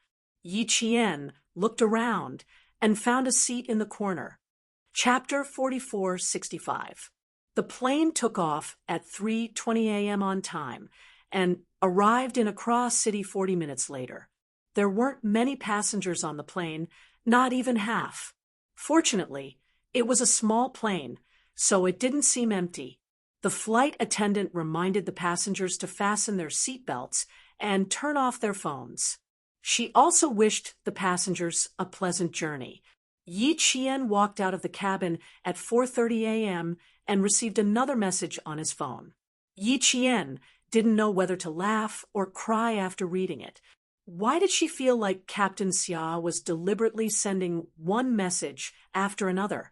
Was he afraid that she would change her mind halfway and return with her luggage? He could have said it all at once, but he wanted to send it over several times. It was as if he was afraid that she would change her mind. Got it. Any other instructions? After replying to this message, Xia Jinyuan took out his phone and couldn't help but chuckle. His girl probably knew that he sent it in multiple messages. Not yet. Wait patiently. See you in 6 hours. Got it, Yiqian replied. She still had to wait for 2 veterans, both of whom she knew. He was fluent in 6 languages and an electronic explosives expert. The other was a graduate of the Aerospace Academy who had transferred from the Air Force to the Army. He was a Southerner who was good at flying helicopters. Their plane wouldn't arrive at Accra Airport until 6:30 a.m., so she could take advantage of the time to rest. Accra Airport at 4 a.m. was even more deserted. Other than the passengers who had just left their plane, there weren't many people around. There were only a few people at the connecting airport. Even if there were only a few people, not all of them were airport personnel. There were also 2 sharp-eyed people who disguised themselves as plainclothes officers. One of the plainclothes officers was quite sharp. He instantly caught Yi Qian's gaze. His sharp gaze made Yi Qian feel like a long knife cutting through the air. One was a plainclothes officer, and the other was a soldier. When their eyes met, the plainclothes officer thought that he had noticed the situation, but in the blink of an eye, he became a normal person again. He even smiled at Yi Qian in a friendly manner. Yi Qian also smiled back at him. Things were complicated in the South, so there was no need to make a fuss about encountering plainclothes police. But Yi Qian, who was walking out of the exit with his luggage, frowned slightly. He had a feeling that they were looking for someone. After exiting the exit, Yi Qian headed towards the airport's main hall. When the time came, he and GK would meet up there. The main hall of the airport was also rather quiet. It was empty, and the rows of seats were empty. There were also plainclothes people mixed in with the crowd. This time, Yi Qian did not pay much attention to them. Just like before, he locked onto a seat in the corner and carried his simple camouflage bag, which only had a change of camouflage clothing and toiletries, to his seat. Yi Qian walked towards the resting spot he had found. On the other side, for girls who looked like university students were also looking for a resting spot. When they saw Yi Qian, the 4 of them whispered something to each other. Then they pushed their suitcases onto a trolley and walked towards Yi Qian's resting spot. Yi Qian sat with his back facing them. He did not notice the 4 girls walking towards him. She had to seize the time to rest. Once they arrived at the Gobi Desert, Captain Xia's high-intensity training schedule did not give the team much time to rest. Yi Qian, who was already familiar with Xia Jinyuan's training style, was also used to it. Yi Qian fell asleep as soon as he said he would. He placed his camouflage bag on his knees and hugged his luggage as a pillow.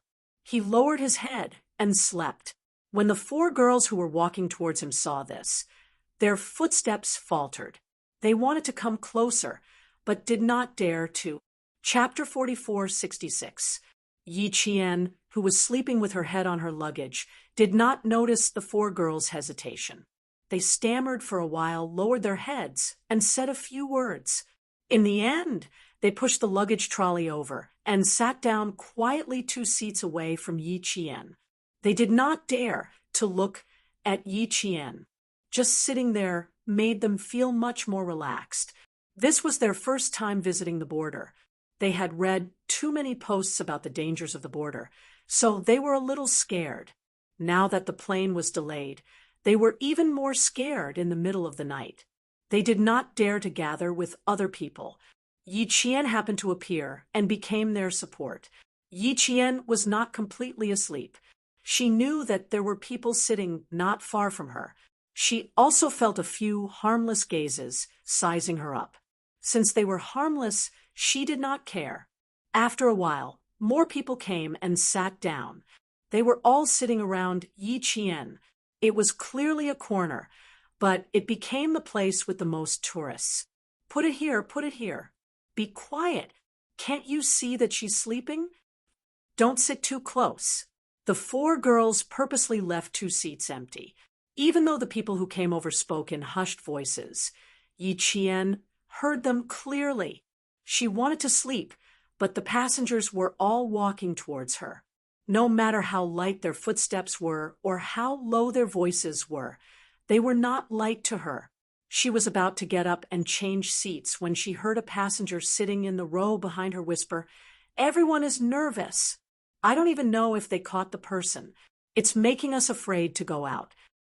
They definitely didn't catch the person. If they did, they wouldn't be so strict. Don't talk about it. It's the middle of the night. My back is cold. Cold back? There's a soldier sitting behind you. What are you afraid of? Yi Qian, who was about to get up and change seats, quietly lowered her head. It turned out that she was now playing a role in stabilizing the situation. She also found out why there were so many plainclothes officers at the airport. They were really looking for someone. They definitely did not find the person. Otherwise, the plainclothes officers would not be searching the area from time to time. The quiet waiting room was very suitable for sleeping. Soon, the four girls fell asleep. When their alarm rang, the four of them opened their eyes in a daze. It took them a while to get used to it. She left? When did she leave? A girl sitting closest to Yi Qian's seat whispered in surprise, "I didn't sleep very deeply. I even felt a few people pass by us. But I don't know when she left." "You're afraid that you'll wake us up. Stop talking.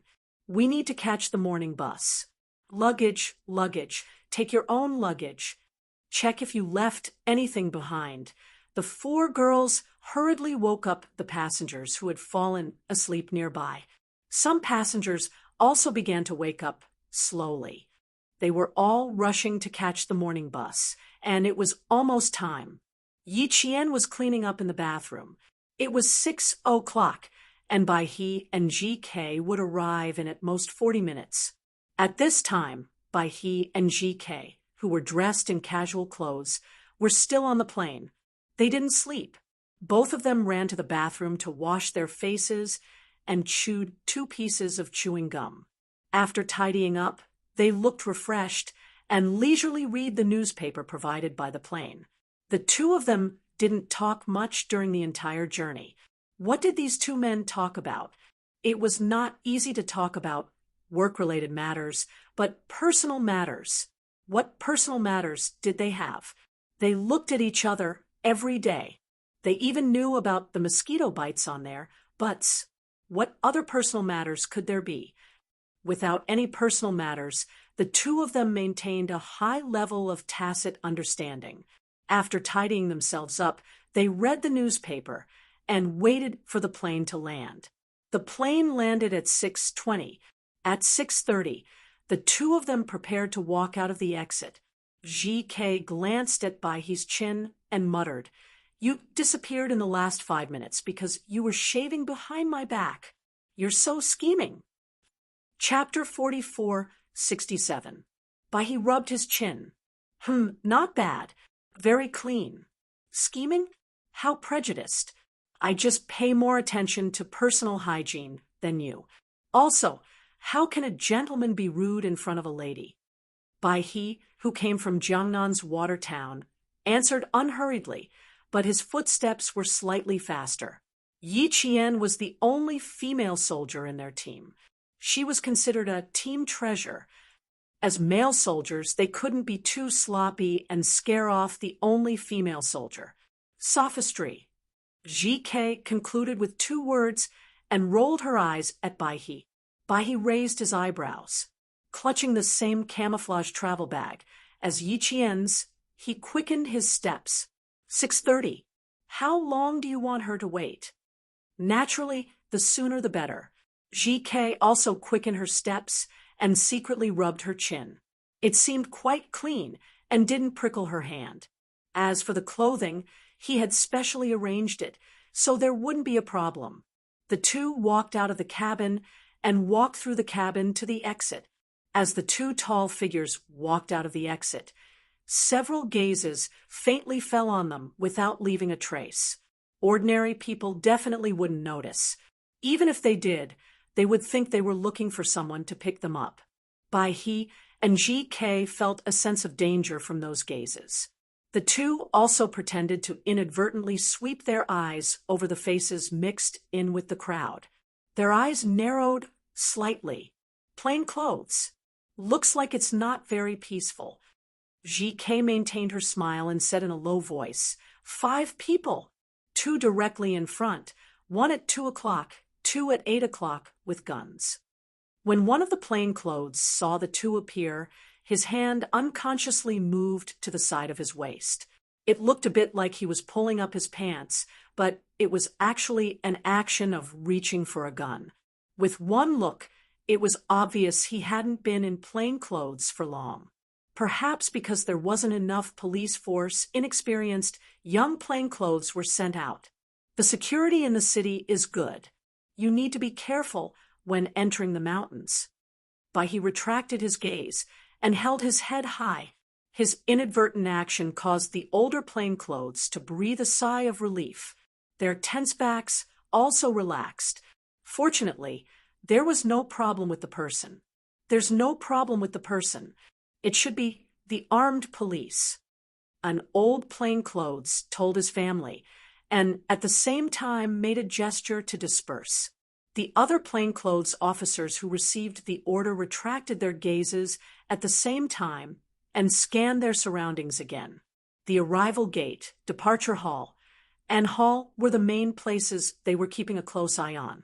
They had been watching for 3 days, but there were still no leads on the few groups of people they needed to arrest. They could only guard the place to the death. A plain-clothed policeman brushed past them. They served in different systems and were also guardians of the light of the homes. They did not communicate at all. They did not even make eye contact. They were strangers to begin with. There was no need for communication between strangers. It was almost 7 o'clock at Accra Airport, and the number of passengers gradually increased. Most of them were from the local ethnic minorities. They had high noses, deep eyes, and fair skin. Regardless of gender, they were all extremely beautiful, especially the children with carefree smiles. All of them had big eyes, high noses, and fair skin. They were so beautiful and cute that Yi Qian could not take his eyes off them. Yi Qian could not understand what they were saying either. They spoke very fast, as if they were reading a heavenly book. There were also some faces from the West and other countries coming and going.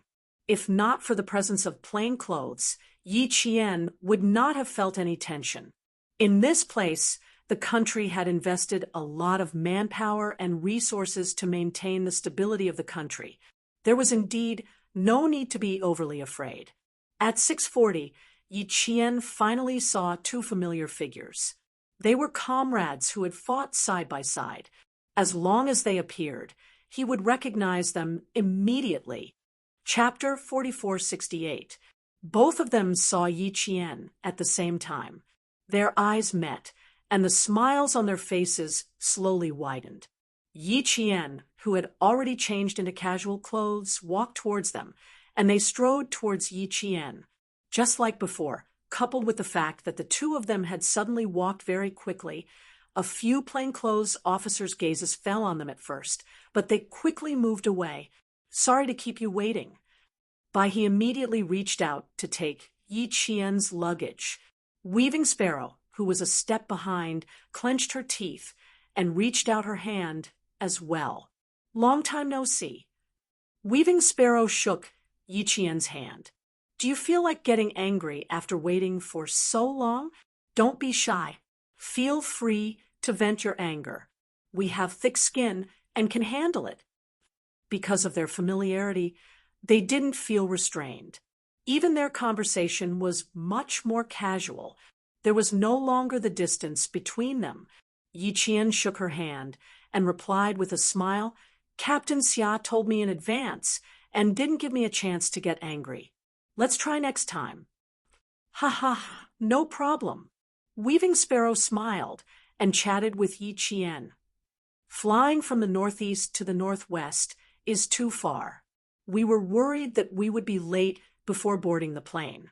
Fortunately, the flight was smooth, and we didn't make you wait for too long.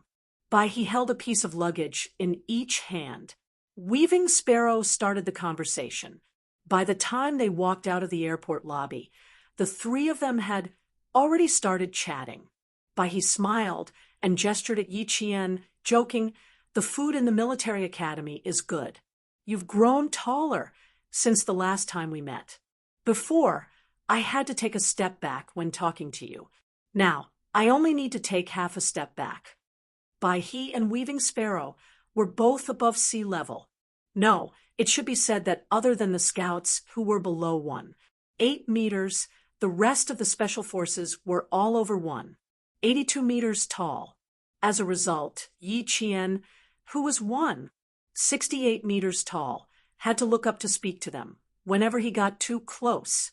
Because of the height difference, it was a topic of conversation among the special forces of the Snowfield Brigade for a long time.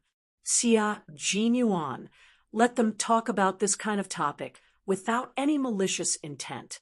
Occasionally, he would join in the banter. Yi Qian had once been troubled by her height. They were too tall, and even she who was not short looked very short in comparison. It was most obvious during the assembly. A dwarf had barged into the land of giants. She was also very helpless. Now that he said that she had grown a lot taller, Yi Qian felt very happy. The food is indeed not bad.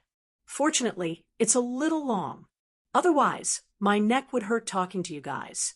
She replied with a smile, causing the two male soldiers on her left and right to chuckle. Outside the airport, there were armed police on duty. There were 3 posts, one in the middle and one on the left and right. The 3 of them walked past the middle post. Facing the passing passengers, Weaving Sparrow lowered her voice and said, "Looks like there's a big movement. Plain clothes and armed police have been mobilized." Something did happen. In the wee hours of the morning, I even acted as a divine beast to guard the house.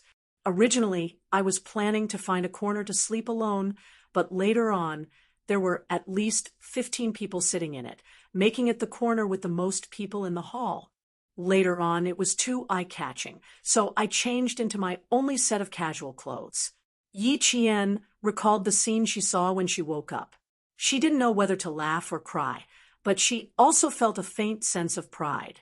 Later on, she found that there were always people looking at her, intentionally or unintentionally, so she went to the bathroom to change into her only set of casual clothes. Only then did she stop being looked at. There were taxis outside the airport. The 3 of them first took a taxi to the city, then took a jeep arranged by the military to enter the Gobi Desert. A taxi stopped in front of the 3 of them. He immediately tried to open the back door, but it didn't open. The taxi driver leaned his head slightly against the steering wheel. He first looked at Bai He, then at Weaving Sparrow, and finally at Yi Qian. The locked door opened with a click. Outside the car, the 3 of them secretly exchanged a hand signal. Chapter 44:69. For a moment, the 3 of them wanted to give up on the car, but Bai He whispered, "Get in first, I know Uyghur." If there really was something wrong with the driver, the 3 of them could easily subdue him. Yi Qian hesitated for a few seconds. She was worried that there might be a suicide bomb in the car. GK saw her hesitation and smiled. "It's fine. Get in." Sometimes when they encounter problems here, it was not a small matter like in the mainland. It was a matter of life and death. GK and Bai He were familiar with the situation in the southern border. Naturally, they wouldn't turn a blind eye to it. Before the car door opened, Yi Qian whispered, "Bomb." The 2 male soldiers were overjoyed. Caution was a good thing, but they couldn't be too cautious. Yi Qian's face turned red from their laughter. She really thought that way. Bai He sat in the front, while Yi Qian and GK sat in the back. After telling the driver the address, the three of them didn't stop talking because of the driver's strange behavior. They didn't stop talking about the army and the military academy. They also talked about the wind and shadows of Akela. The three of them had become tourists who had come here for a vacation. They didn't know what was wrong with the driver, but they were 100% sure that there was something wrong. He originally refused to take them, but when he saw Yi Qian, he changed his mind and opened the door. There was something wrong with his eyes. There was obvious hostility. When the three of them got in the car, there was even a trace of fierceness in his eyes. Yi Qian had already touched his wrist because of the fierceness in his eyes. Silver Wire had been quiet for a long time. If there really was something wrong, he could let Silver Wire move around. Yi Qian had never been to the southern border. Influenced by the news from his previous life, Yi Qian was already prepared for battle. It was Yi Qian's first time visiting the southern border, but Bai He and GK weren't. Although the southern border was more backward than the northern border, there were more ethnic minorities. Due to different living habits and religious beliefs, the southern border was indeed more dangerous than the northern border. However, as long as you followed their customs, the people of the southern border were also hospitable and wouldn't be hostile. At least, Bai He and GK had never met anyone in the southern border. This time was an exception. The two of them looked at each other as they got in the car. They both thought of the plainclothes officers that appeared in the airport. The three of them were very vigilant and wary of the driver. They didn't let their guard down as they talked. The three of them talked about the scenery of the southern border. The driver, who hadn't said anything, suddenly said a few words in the local language. He spoke so quickly that no one could hear what he was saying. Chapter 4470. His sudden interruption caused Yi Qian, who didn't understand, to narrow her eyes. She glanced at the driver, who had a fierce expression on his face. She paused for a moment and asked her comrade with a smile, "What did the driver say?" "I didn't understand a single word. Did you guys understand?" GK raised her eyebrows and spread her hands casually. She smiled and said, "I don't understand." Bai He turned his head and asked the driver in Mandarin, "Excuse me, were you talking to the three of us?" The commander, who was driving, quickly glanced at Bai He. His deep eyes were cold, like the chill of a winter morning. He then said a bunch of words in the local language. Bai He turned his head and said to his comrades sitting behind him, "I don't understand because of the language barrier." Bai He, who had turned his head to speak, turned his body and casually made a gesture with his left hand. The two people sitting in the back laughed. The three of them looked at each other and smiled in tacit understanding. It wasn't that Bai He didn't understand. He understood. The first sentence was about the weather in the inland, and the second sentence was about why they had come to their place to play. That's right. The driver was asking the three of them why they had come to their place. They had indeed met a few unfriendly locals, and it was a taxi driver. The distance from the airport to the city wasn't far. The territory was vast and sparsely populated, so there was no need to build an airport dozens of kilometers away from the city. The car was driving very fast. The dashboard showed that the speed was over 125 kilometers per hour, and it was still rising. Yi Qian couldn't help but hold the wristband in one hand. His dark eyes were cold. GK secretly patted Yi Qian's arm, reassuring her that she didn't need to be nervous and that they would be there for her. When the car reached a fork in the road and turned right, Bai He and GK knew something was wrong. They could have just driven along the main road to the city, but the driver chose to turn right. Where was he planning to take them? Bai He's right hand reached out from the gap between the front passenger seat and the door. He curled 3 fingers in the middle and raised his thumb and pinky. Then he kept the same action and retracted his hand to his ear. His pinky pointed to his mouth, and his thumb pressed against his ear.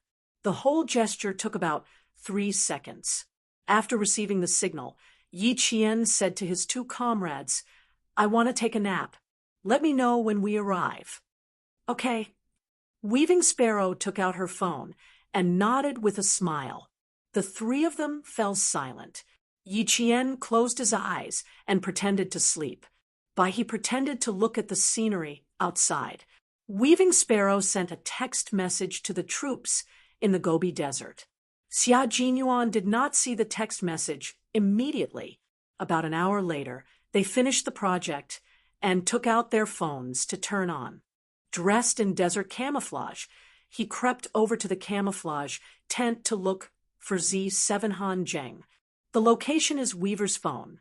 I received a message an hour ago saying that I might have encountered Eastern Turks." Z7 was in the middle of establishing a data connection. Upon hearing this, he replied in disbelief. "How could they encounter bad guys when they left the airport? I'm not that lucky. You're thinking too much." "Cut the crap. The airport isn't very peaceful. Plainclothes officers have been deployed inside and outside. The North has always been a bit chaotic." Xia Jinyuan took off his helmet, revealing his usual unruly short hair. His chiseled and elegant facial features were cold and ruthless. His dark eyes were fixed on the computer screen. As Z7 completed the tracking, a small red dot appeared on the computer screen. It was actually heading in their direction. Chapter 4471. Weaver Sparrow's message said that suspected extremists had been kidnapped. The GPS showed that they were heading towards the Gobi Desert. Z7 Han Zheng stared at the GPS for a few seconds and smiled. "I told you we wouldn't be so lucky. They're all heading towards us. No, the 3 of them didn't come over." Xia Jinyuan interrupted coldly. "The Gobi Desert is northwest to the south. They went straight to the northernmost area. The northernmost area has never been peaceful. Since Weaver Sparrow said that suspected extremists had been found, there's a 90% chance that it's true. The other 1% might not be extremists, but other criminals. Due to the different living habits of the Huk, Kol, and other clans in the north, that area was considered a forbidden area. Even the local garrison would not easily set foot in that area for fear of violating their taboo and causing unnecessary conflict. Therefore, they rarely set foot in that area. Coupled with the fact that it was a vast area, there were bound to be some small movements. Once the armed police officers sensed something strange, they would immediately report it to the local special forces of Akel City. However, there had been no news of suspected extremists in the northernmost area. Otherwise, with the country's strict crackdown on extremists, they would have been wiped out long ago. Xia Jinyuan's eyes darkened as he unconsciously stroked his steel gun. It seemed that they had to make a trip to the northernmost area. The residents living in the depths of the mountains carried illegal weapons. Therefore, they had to plan carefully. The most important thing now was to find out whether they were extremists or other criminals. Drug dealers, human traffickers, smugglers, there were all kinds of them. In recent years, the country had become more strict with the border control. Therefore, although there were problems in the forbidden area, it had always been relatively peaceful. Usually, if there were any strange movements, it would be solved secretly. Now, Weaver Sparrow, Bai He, and Yi Qian were heading towards the most complicated area in the northernmost area. Xia Jinyuan's eyes were dark and unreadable as he gently stroked his gun. He said to Han Zheng, "Retract the GPS and combine it with the satellite map." Han Zheng's eyes widened as he carefully looked at the location again. At the same time, he called up the satellite map and did a technical overlap. As the two overlapped accurately to a certain point, Han Zheng sucked in a breath of cold air on the spot. It really went to the northernmost point. F***CK. This is big trouble. They actually went to the northernmost area. Before they set off for the Gobi Desert for training, the big boss did not forget to give them orders to follow the rules. They had to watch over the special forces who had just entered the border for training. They must not cross the front line and cause discord, or other organizations would take advantage of the situation. The northernmost area was a very sensitive area, and they couldn't suppress it with firepower. They were afraid that it would cause a backlash, and they were even more worried about the dissatisfaction of the local people. And there were people who were not afraid of death. There were even some people who were poisoned by extremists and used by foreigners as way. Ants that were to be dealt with in secret. They would be dealt with without mercy. If there were no abnormalities in the northernmost region, no one would easily enter or leave. Sometimes the border officers would arrive by helicopter. They would not disturb the peace of the place. They had always been in a subtle, probing, and vigilant way of coexisting peacefully. No one took the initiative to cross the line, and no one took the initiative to stir up trouble. This was the case for the locals, the troops, the armed police, and the police. Chapter 4472. Han Zheng felt that this was a tricky situation. If he didn't deal with it properly, it might cause a dispute. There was another problem. If they were really extremists, were they blind? Kidnapping special forces? Were they asking for death? After lamenting for a while, Han Zheng asked in a low voice, Q King, do you think they're extremists? Are they blind? Can't they see that they can't afford to offend them? Are they blind? For some reason, Han Zheng sympathized with the unknown person who dared to kidnap 3 special forces. How audacious! How audacious! Are they blind? What a waste of their eyes! Xia Jinyuan paused as he stroked the gun. He suddenly looked up at Han Zheng. His gaze was so fierce that Han Zheng felt a chill down his spine. He clenched his teeth and asked, Don't look at me like that. It makes me feel like I'm going to die in the next second. Xia Jinyuan laughed and patted him on the shoulder. Don't worry, you're very useful. I won't let you die. That's a good question. If they're not blind, then they might not be extremists. If Weaving Sparrow's guess was wrong, the 3 kidnapped people were less dangerous. But it was still worrying. If they were really kidnapped by extremists, they didn't need to be restrained anywhere else. They could just lead the troops there and find out everything about the other party. It wouldn't work at the northernmost part. This place was too F***king sensitive. They couldn't fight or kill. They couldn't even say anything harsh. There were also many policies to appease them. It was worrying. Although Xia Jinyuan was reminded by Han Zheng, his headache continued. The 3 of them definitely had a chance to escape. But the point was, if they really encountered extremists as soldiers, they wouldn't just stand by and do nothing. The Chinese had always been fighting with the powers within their borders. The existence of the Shuiyu Brigade could be said to be to eliminate the influence of the foreign powers within the country.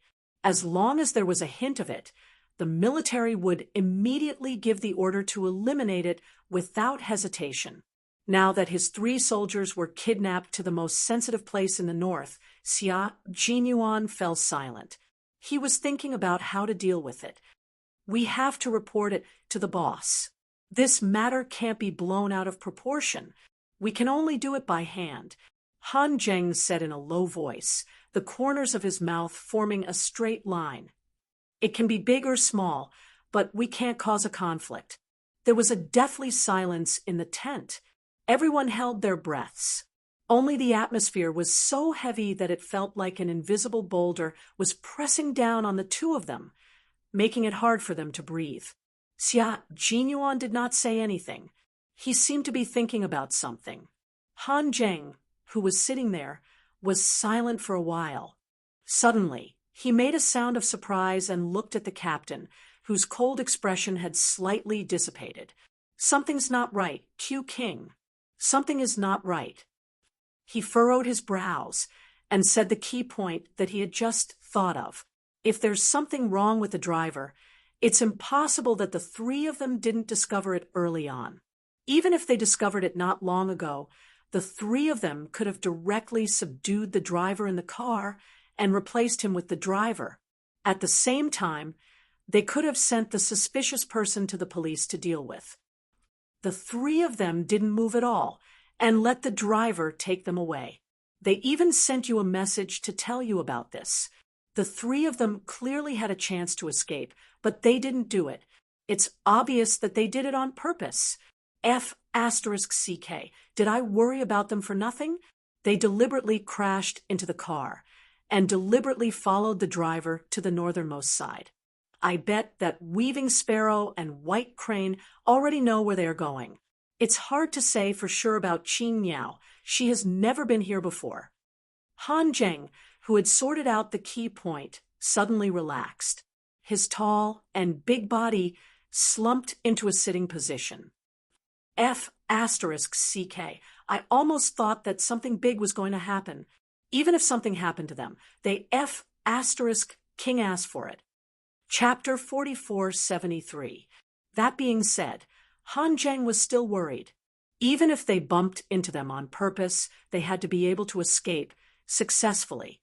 Xia Jinyuan, who was thinking about how to deal with the problem, glanced at his comrade, who had been kidnapped on purpose. He smirked and mocked. "I thought you'd become smarter, but you're still the same. Your short-lived IQ is unreliable." As a good friend of many years, Han Zheng knew how vicious the man in front of him was. Even though he knew it clearly, he still found it difficult to breathe. F***CK. His IQ had always been reliable. When had it ever been short-lived? The hurt Han Zheng said expressionlessly, "Then tell me how to deal with it. From now on, we'll only discuss the problem. No personal attacks." He was injured. He needed to heal. Xia Jinyuan's dark and deep eyes flashed with a dark light. The corners of his mouth curled up slightly as he thought of a solution. Slowly, he said, "If the other party's identity is as Weaving Sparrow said, then our matter will be easy to handle."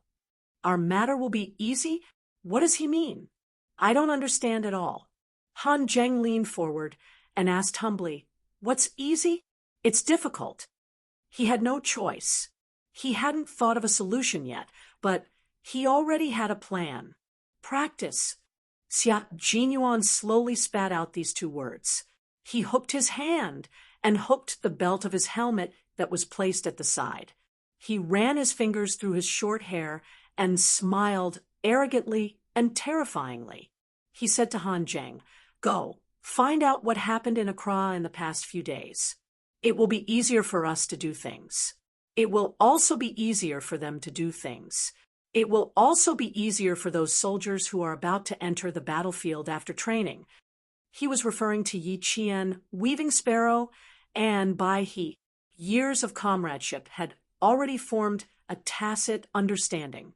When Xia Jinyuan said two words, Han Zheng's eyes widened at a speed visible to the naked eye. He stared at the young captain, who had put on his helmet. His eyes were filled with a terrifying fierceness. He exclaimed, "Are you crazy? It's a ready-made opportunity." "No, it's not an opportunity. Something will happen." Han Zheng shook his head. "I want to report to G3. What you're doing is completely out of the plan." "What do you mean by out of the plan? Is it within the plan to arrange their escape route? The enemy won't tell us in advance when the bullets are coming, so we have a plan." Xia Jinyuan laughed coldly, his eyes as sharp as an eagle's. "Instantaneous changes, there's no way to plan. Sooner or later, I'll have to use it. How can I let go of a ready-made practice phone? It's a shame to waste it." Han Zheng panicked. "OSH*T. Now is not the time for them to practice. We have to think of a way to successfully rescue Qin Niao. And the other two, it's not only for practice, but also to save people. I have both. At this time, Xia Jinyuan was the king of the Snowfield Brigade, a king who was good at grasping all opportunities and seizing all opportunities. Han Zheng sat there silently and looked at his good friend and comrade. For a moment, he didn't know what to say. It had been a long time since they met. The current Xia Jinyuan was no longer the Xia Jinyuan of the past. He had undergone earth-shattering changes. When they first met, even the look in his eyes was so unruly that he deserved a beating. The way he walked was arrogant, and the way he spoke was also very arrogant. He was arrogant as if he was ordering people around. However, he was also very loyal. He was like a shining body that could call friends wherever he went. At that time, Xia Jinyuan was fully deserving of the title Devil Incarnate. Chapter 4474. Now, Xia Jinyuan was no longer the luminous figure who called out to his friends. His arrogant aura had become deep and reserved. His aura could only be seen when he moved. It was no longer the arrogance of being fearless, nor was it the arrogance of being smart. Instead, it was the arrogance of scheming and strategizing.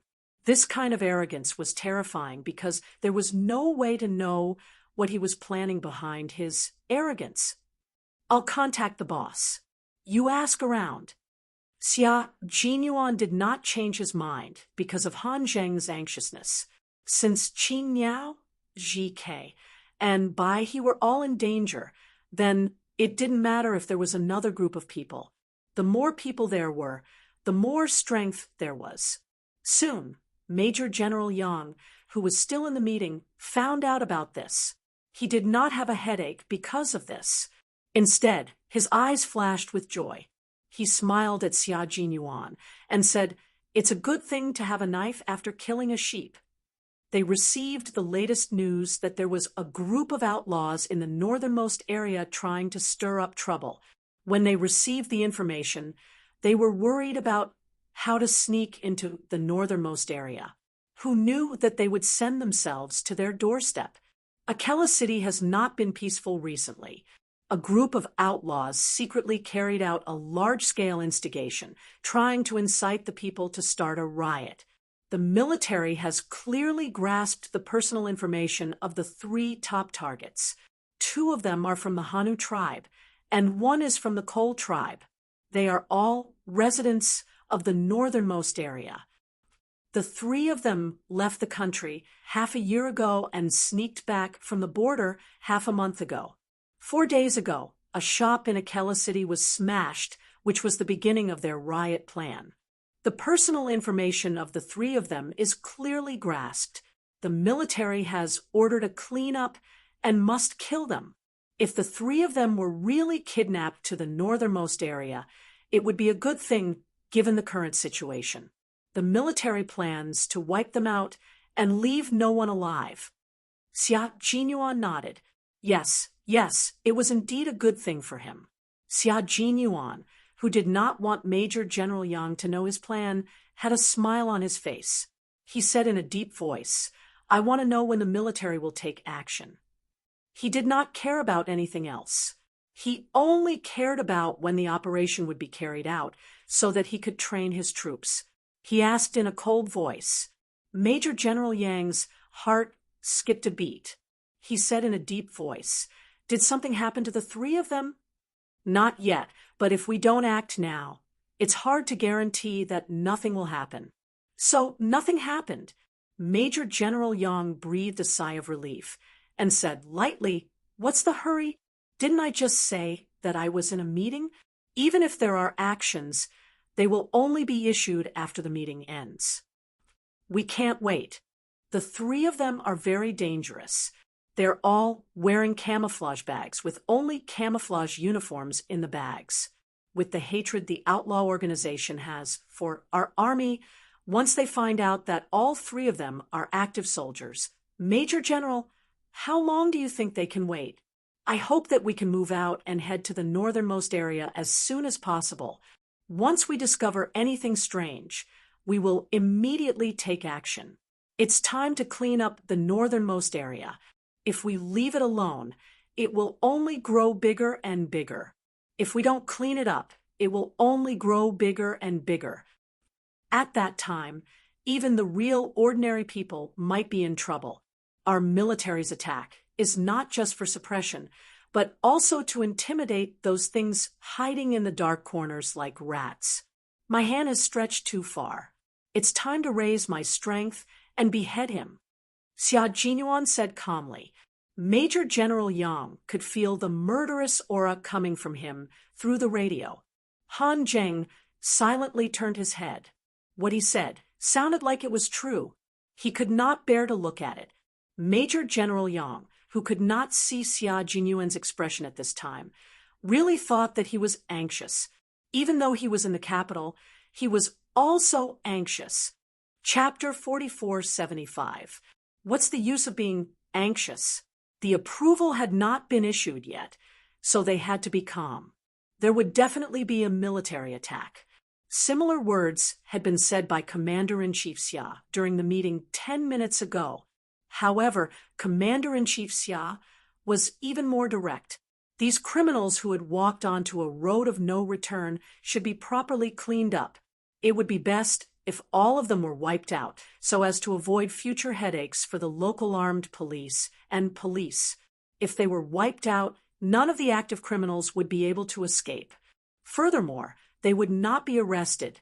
They would be wiped out on sight to declare their country's determination to eliminate terrorists. Since they had already started causing trouble, if they did not take action to clean them up, they would really think that the military would not dare to do anything to them. However, these decisions had not been issued in the form of documents, so Major General Yang naturally could not announce it immediately. He said calmly, "Don't be impatient, Colonel Xia.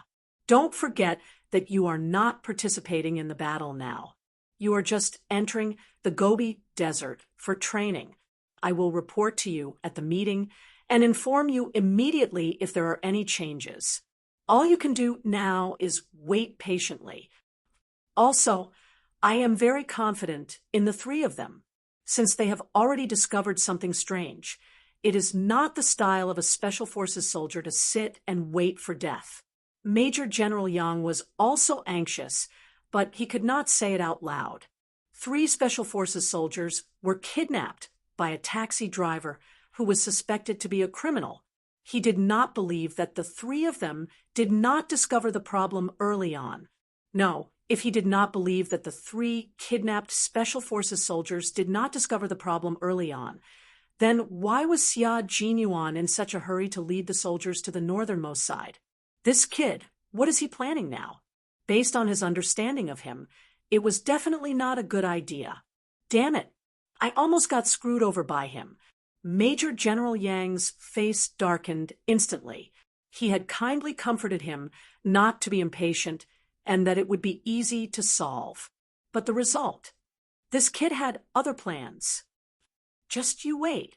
Major General Yang gritted his teeth and said ruthlessly, "The next time we go to the capital, see how I will deal with you. You are digging traps for me every day." Colonel Xia, who had set a trap for his chief, did not feel guilty at all. He only sighed that his chief was becoming more and more slippery and difficult to trick. "You have given us a good opportunity to plan. I don't want to waste it. Whether we can succeed or not depends on you. Go back and continue to attend the meeting. I will wait for your orders." Colonel Xia ended the call. Whether or not he would participate in this operation, he was 50% confident, which was enough. Digging traps for the boss every day. You're also a talent. Han Zheng, who had been watching the whole time, gave the bold captain a thumbs up. Boss didn't get a heart attack because of you. You're strong enough. He suddenly understood why Commander-in-Chief Xia did not stop his only son from joining the Special Forces. It was definitely a wise move. Since he had a headache from being harmed, he might as well chase them out to harm others. Thus, the boss became the victim. Xia Jinyuan lifted his leg to kick his comrade, who was teasing him. Seeing this, Han Zheng laughed and said, "I'll dodge." Then he nimbly dodged. You only want to train the troops. You have to see if the higher-ups agree. If the higher-ups don't agree, it's all wishful thinking. 50% is enough. Xia Jinyuan licked his lips, which had been dried by the sun, and sneered viciously. Everyone says they are the best. Let's see how far they can run. Go, keep an eye on the three of them. Don't let them run off without knowing where they are. Han Zheng continued with his words. Xia Jinyuan turned on the wireless communication and said to the veterans nearby, there will probably be a new operation. Pack up and leave immediately once the order is given. Chapter 4476. What's the latest operation? Vice Captain G3's voice came first. Xia Jinyuan walked out of the camouflage tent and answered as he walked, suppressing bandits. Where are they? Location. I have something to discuss with you. The veterans who had accompanied the new recruits in their training recently had a few layers of skin on their shoulders and backs peeling off from the sun. They were clearly suffering, but when they heard that there was a new operation, one or two of them were like withered trees that had been given a new lease of life. They were so happy that it was as if they were singing and dancing vigorously. The special forces who were training were also very excited. They had been in the Gobi Desert for more than half a month. Every day, besides being chased by the veterans, they were still chased by the veterans. They didn't seem to have learned any other skills, but their ability to escape had improved a lot. Last night, they were chased by the veterans. The captain, who had always been like the king of hell, descended from the sky and stood on a weathered stone. He looked down at them coldly, like a wolf. When you're on the battlefield, the first thing you have to do is to survive. If you're alive, everything will be easy. The soldiers don't King think about sacrificing all day. If you sacrifice yourselves, wouldn't it be a waste of resources? Remember, even if you know you can't do it, don't do it. Running away is also a strategy. But if I see you abandoning your comrades or running away like a headless fly, even if you can come back alive, you may not be able to leave alive from my hands. Running away is a strategy. The bottom line is not being afraid of death, not running away before the battle, not abandoning your comrades. For the first time, this wolf-like captain was speaking to them in a pleasant manner. Behind him, there was a red round sunset, bursting out a bloody glow. He was wearing desert combat camouflage and standing high on a weathered stone that might collapse at any time. The Type 95 rifle pressed against the instep of his feet and supported it with one hand. With the sun blurring his facial features, he was like a demon that walked out of a sea of blood. He was so fierce, but he made them feel very at ease. Although they felt at ease, they felt a little awkward. Why did he always speak so harshly? It was as if he thought that there would be cowards among them who would abandon their comrades and run for their lives. On the spot, the comrade with the codename 27 risked being severely punished and said loudly, "I swear to live and die with my comrades. I will never do something like abandoning my comrades. That's right. I will never do something like that. Don't look down on us. Q King, just you wait." Their captain had personally told them not to call him captain because they were not qualified to call him captain yet. The reason was simple. None of them had been personally recognized by him. None of them were official Special Forces soldiers in the brigade. They were all trainees. F***CK. He had been training in the team for more than 2 years, but in the end, he was still an intern. He could only resign himself to his fate. Those who had not been on the battlefield and had not really fought with real guns and bullets could not be considered his soldiers. The reality was very cruel, and they had nothing to say. Now, there was a new mission, a chance to prove that they had the ability to stay and become a real member of the Snowfield Brigade. The veterans were overjoyed, and the Special Forces soldiers who were still trainees were even more surprised. They had been dealt a blow by Xia Jinyuan every day. Q King, what about us? Should we wait for further orders? Someone cautiously and expectantly asked, in the channel. As soon as this was said, the entire channel instantly went silent. The sun was shining brightly in the Gobi Desert, and the wind was strong as well. The strong wind brushed against her face, and it hurt a little. Even when the wind and sand blurred her eyes, she didn't raise her hand to wipe her eyes. She just waited for Q King's reply. Chapter 4477. A very soft and cold laugh came from the silent channel. The captain, who had already shown them his power, said calmly, "Are you afraid of death?" "I'm afraid of death, but I'm more afraid of letting down this camouflage uniform." A trainee answered Xia Jinyuan on behalf of himself. He answered honestly, "No one is not afraid of death. I believe in Q King, and I believe that the veterans are the same. We're afraid of death, so we have to come back alive every time. Just like Q King said, we can't waste resources." G3 looked at the captain, who stood beside him a few seconds ago, and saw a satisfied smile in his cold expression. He got up and disappeared in the blink of an eye. "Not bad. You have some awareness." Xia Jinyuan answered this group of trainees. They were all soldiers in his team and his comrades. Sacrifice was very close to them, and he only wanted them to live until they retired and had many children and grandchildren.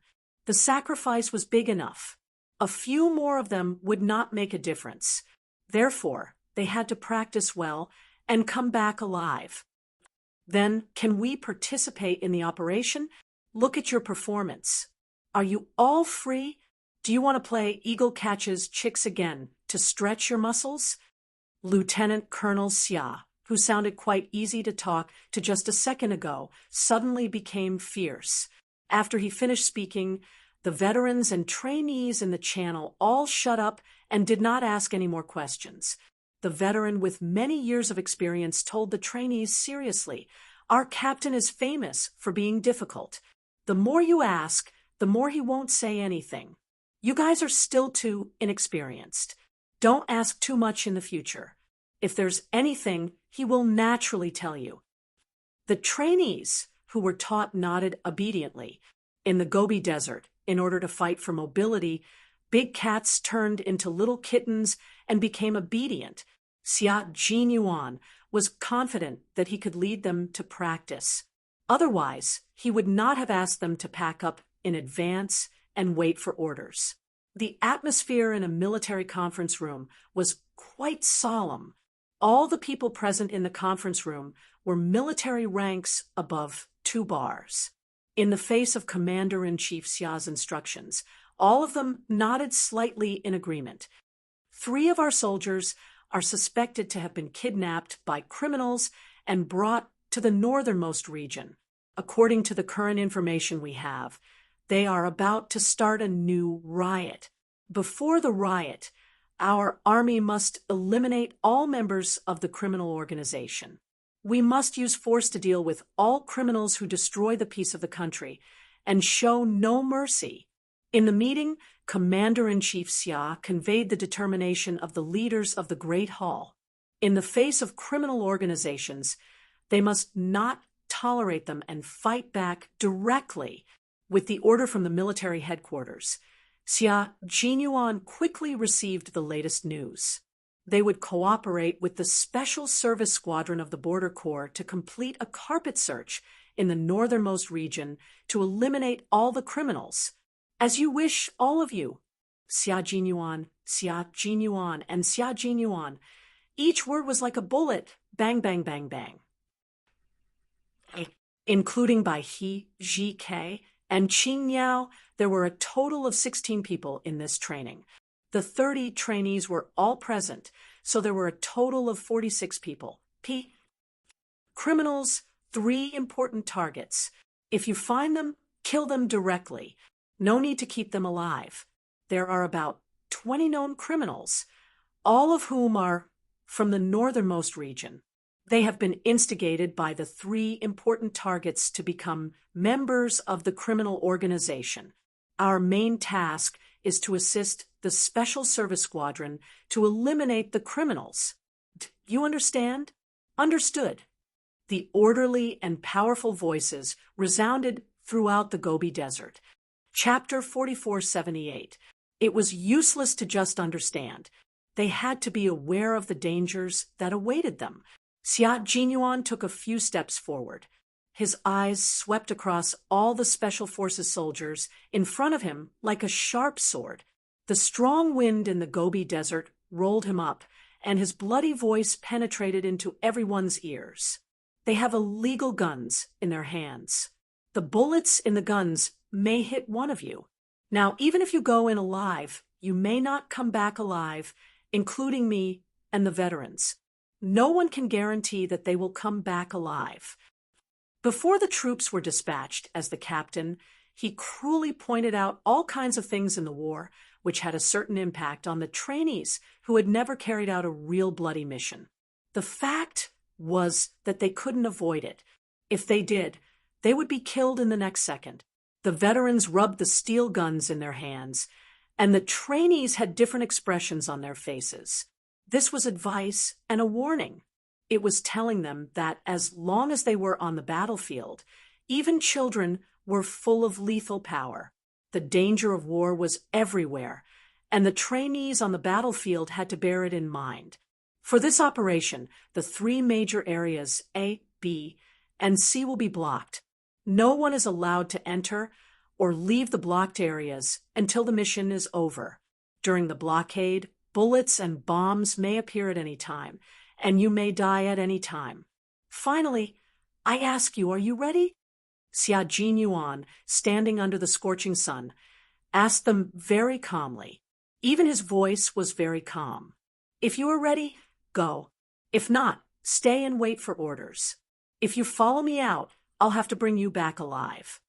That day became the most unforgettable day for the trainees.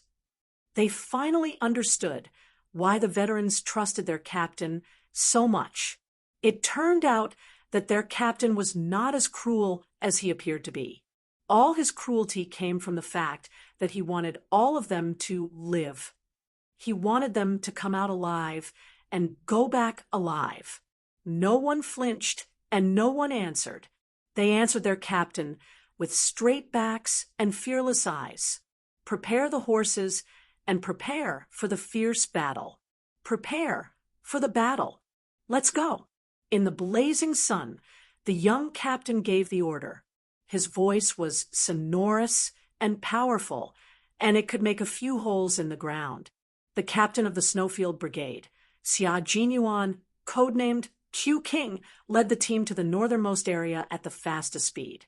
At the same time, the Special Service Squadron of the 6th Detachment of Akela City set off. The Special Service Squadron of the 6th Detachment in Akela City was a special squadron. All the officers and soldiers were on the front line all year round. Now, they couldn't remember how many major terrorist incidents they had dealt with. This was a group of heroes, and it was also the group with the highest sacrifice rate. Every time they sent out their troops, it was a matter of life and death. The military order was issued to the Snowfield Brigade that was training in the Gobi Desert. At the same time, the officers and soldiers of the 6th Detachment Special Service Squadron in Akela City also received the latest order. They knew before the Snowfield Brigade that there was going to be a fierce battle. Gripping their loaded guns tightly, every special agent ran up and jumped into the bulletproof troop carrier, heading north. This time, 50 people were dispatched, and it was a first-class operation. Not long after they boarded the bulletproof troop carrier, The platoon leader received the latest news that 3 Special Forces soldiers from a certain unit had been kidnapped by an outlaw disguised as a taxi and taken to the northernmost part of the country. Now, the 3 captured Special Forces soldiers had become 3 pairs of eyes for this operation, reporting the latest news to the outside world at any time. At the same time, they learned that a special force that had entered the Gobi Desert for training half a month ago had assisted them in completing this mission. Chapter 4479. The platoon leader had his reservations at first. He was afraid that these Special Forces soldiers didn't have actual combat experience. But after learning that they were all Special Forces soldiers who had fought on the front lines and had blood on their hands, the platoon leader was relieved. Reinforcements were a good thing, but he was afraid that reinforcements would be inexperienced. The 2 groups of soldiers headed north. Yi Qian, GK, and Baihe were still moving forward. The scenery on both sides was getting more and more desolate. Finally, there was no road. The car finally stopped. The taxi driver took out a pistol and pointed it at Baihe, who was sitting in the passenger seat. He no longer hid his cold and fierce gaze. "Get out." Baihe pressed himself against the car door. The tall man revealed a panic that made Yi Qian try his best to hold back his laughter. The Snowfield Brigade was a very special force. Not only could all the Special Forces soldiers carry guns and kill enemies, but when it came to acting, they were all graduates of film schools and were professional actors. Baihe's acting was very vivid. He acted out the horror of an ordinary person facing a gun. It started with his eyes wide open, followed by his facial expression, and then his body language. He pressed himself against the car door like a startled bird. At the same time, he tried to form a sentence that sounded like he was leaking air. Gun, gun, gun, F***CK. At the same time, GK also shouted, F***CK. Gun, in horror. Then she was so scared that she didn't say anything else. Yi Jian didn't know how to react in the face of her 2 comrades who were suspected to have graduated from the film academy. Acting like them, she would be even more unnatural. She had already died once. She really didn't know how to act. She was better at being expressionless. Then she would be expressionless. She hugged her head with both hands and asked GK shakily, "What's wrong? Where are we?" Don't forget, she was sleeping in the car. It was normal for her to ask where they were now. There were messy footsteps outside the car. Then someone pulled open the car door. It was very rough and violent. "Get out, get out. All of you get out."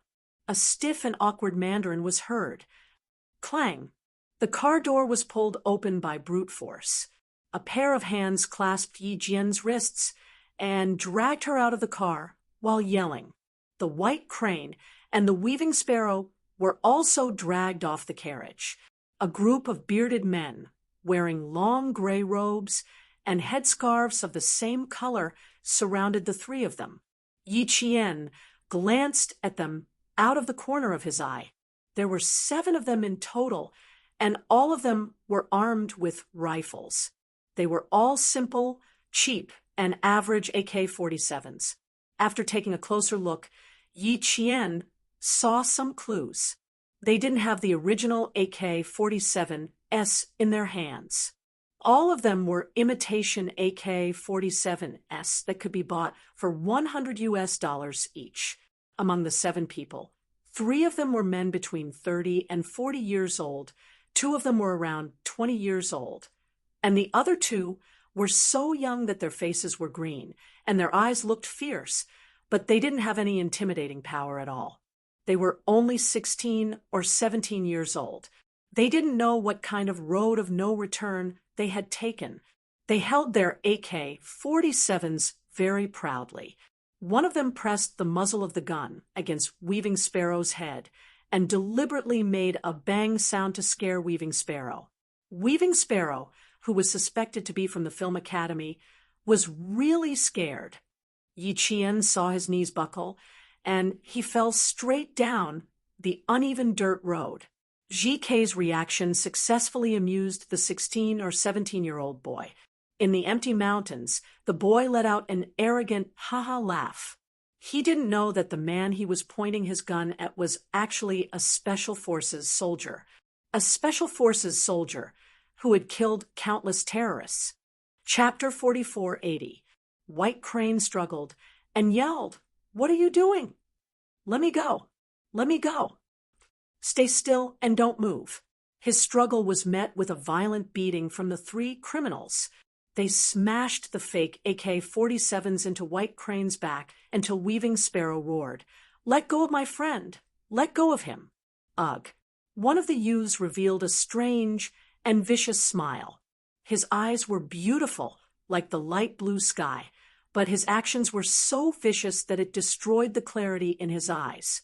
He used the muzzle of his gun to hit Weaving Sparrow's abdomen, not once, but repeatedly. "Shut up, you disgusting bastard." He spoke fiercely in the local language until GK's entire body tensed up and she cried out in pain. Only then did he reluctantly withdraw his hand. A middle-aged man with a long beard beside him laughed and patted the assailant on the shoulder. He muttered a few words and took out a handful of money and handed it to the assailant.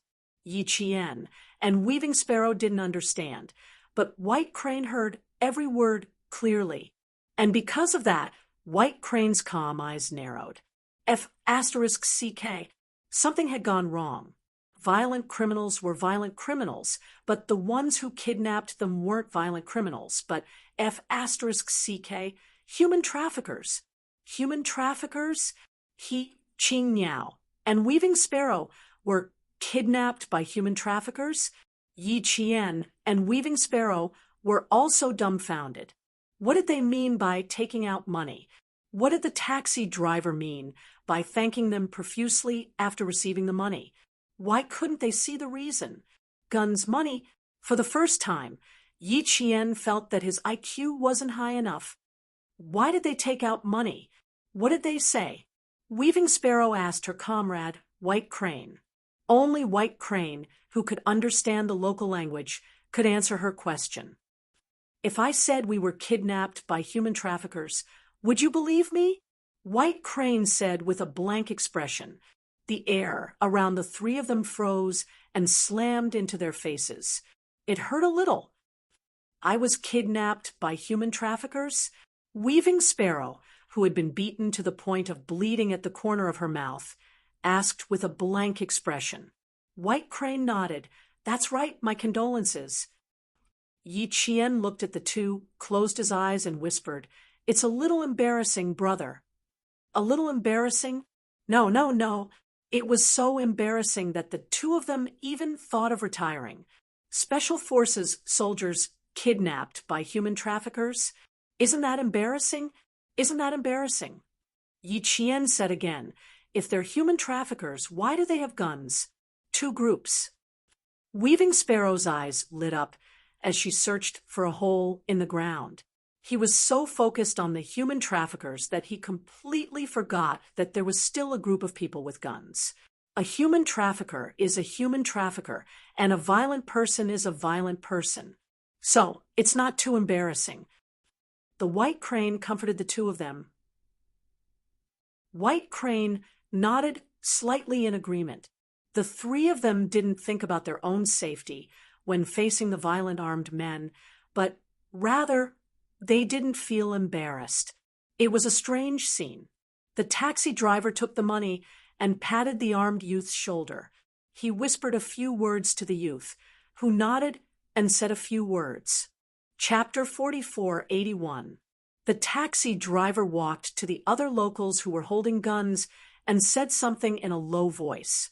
They all nodded to show that they understood. The taxi driver didn't stay for long.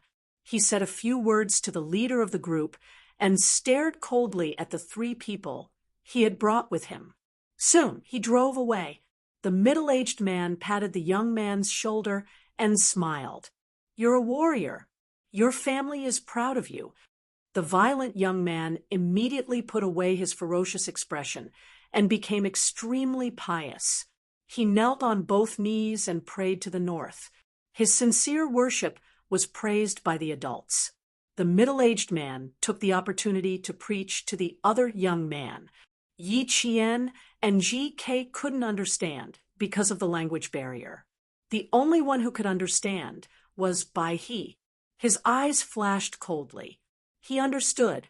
The middle-aged man was preaching to them that everything they were doing was doing good to stop evil. Everything was right in the guise of preaching hypocrisy. In order to achieve unspeakable goals, they would bewitch the young people anytime and anywhere to use violence and slaughter as a pass to enter heaven, so that the young people would become their tools and commit heinous crimes without any scruples. They didn't do good, nor did they stop evil. They were brainwashed by extreme ideologies and became mindless machines that could kill at any time. The young man's sky was no longer carefree and clear. It was only gray and blood red, and he was proud of it. But he narrowed his eyes and clenched his fists. He remembered the middle-aged man who had tempted the young man. In order to prove that he had a brave heart, the educated young man kicked Ji-Ke, who resisted the most fiercely. He used punches and kicks to prove himself to the middle-aged man. Ji-Ke didn't fight back. His hands were pinned behind his back. He arched his back and allowed the young man to attack him. His fists hit his face, and blood trickled from the corner of his mouth. His legs kicked his legs and abdomen again and again. Just by listening to the sound, one could tell how much strength was used. He didn't resist and only struggled to avoid being hit. His lowered head in pain hid the bloodthirst of a Special Forces soldier, making everyone think that the three of them were ordinary tourists. As for the camouflage bags in their hands, they had thrown them on the ground before boarding the car. They didn't even bring them with them. Yi Qian looked at the youth who had completely lost his conscience. Her dark eyes were bone-chilling. She was the victim in this deal and also a witness to the crime. Now, she was going to be the executor of the crime. The violent youth beat the weaver sparrow for at least 5 minutes before he was stopped by the middle-aged man. At this moment, the weaver sparrow and the white crane seemed to be frightened and did not dare to struggle. There was no turning back. Since they had arrived, they had to walk all the way. They were willing to step on thorns all the way. Yi Qian's chin was forcefully pinched, and she was forced to raise her head. She saw in the other party's eyes that she was like a product being sized up, waiting for the best price to be sold. It should be worth quite a bit. The other party nodded in satisfaction and said a lot to the two people who were holding her down. She became the only one who was not beaten up. The white crane, whose hands were tied behind her back, touched Yi Qian's hands, and its slender fingers gently wrote on her fingers. They kidnapped us for another deal. Before the deal is completed, we shouldn't be in any danger. Don't worry, Ji-Ke, and I will be fine. Chapter 44:82. Yi Qian listened to these people speaking in a language she couldn't understand, but she understood what they were saying through Bai He's translation. Her fingers moved slightly, and she wrote to Bai He, "We'll be fine. They'll be fine. The ones in trouble are these criminals." One of the armed criminals left, and Unworthy drove an old pickup truck. After the three of them got into the pickup truck, they continued to head north. Further north, they entered the hinterland of the north and continued north until they reached the border of another country. The hinterland of the north didn't have a dirt road for cars to pass through. Along the weathered dirt road, they entered the hinterland of the north into the dangerous heart of the hidden mountains. There was almost no greenery in the northernmost part of the mountain. All that could be seen were gray mountains. The trees that grew in the mountains were short and sparse. Even their leaves were gray. The clear sky and the gray mountains were two completely different colors, yet they outlined the most beautiful scenery. The three of them were tied up like animals and sat in the middle of the back seat. The criminals with guns sat around them, their cold eyes glancing at them from time to time to prevent them from escaping.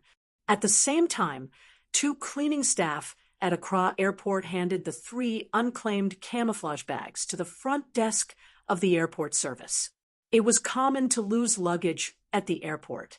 Without thinking much, the staff at the front desk opened them as ordinary camouflage bags, trying to find the information of the passengers who lost their luggage.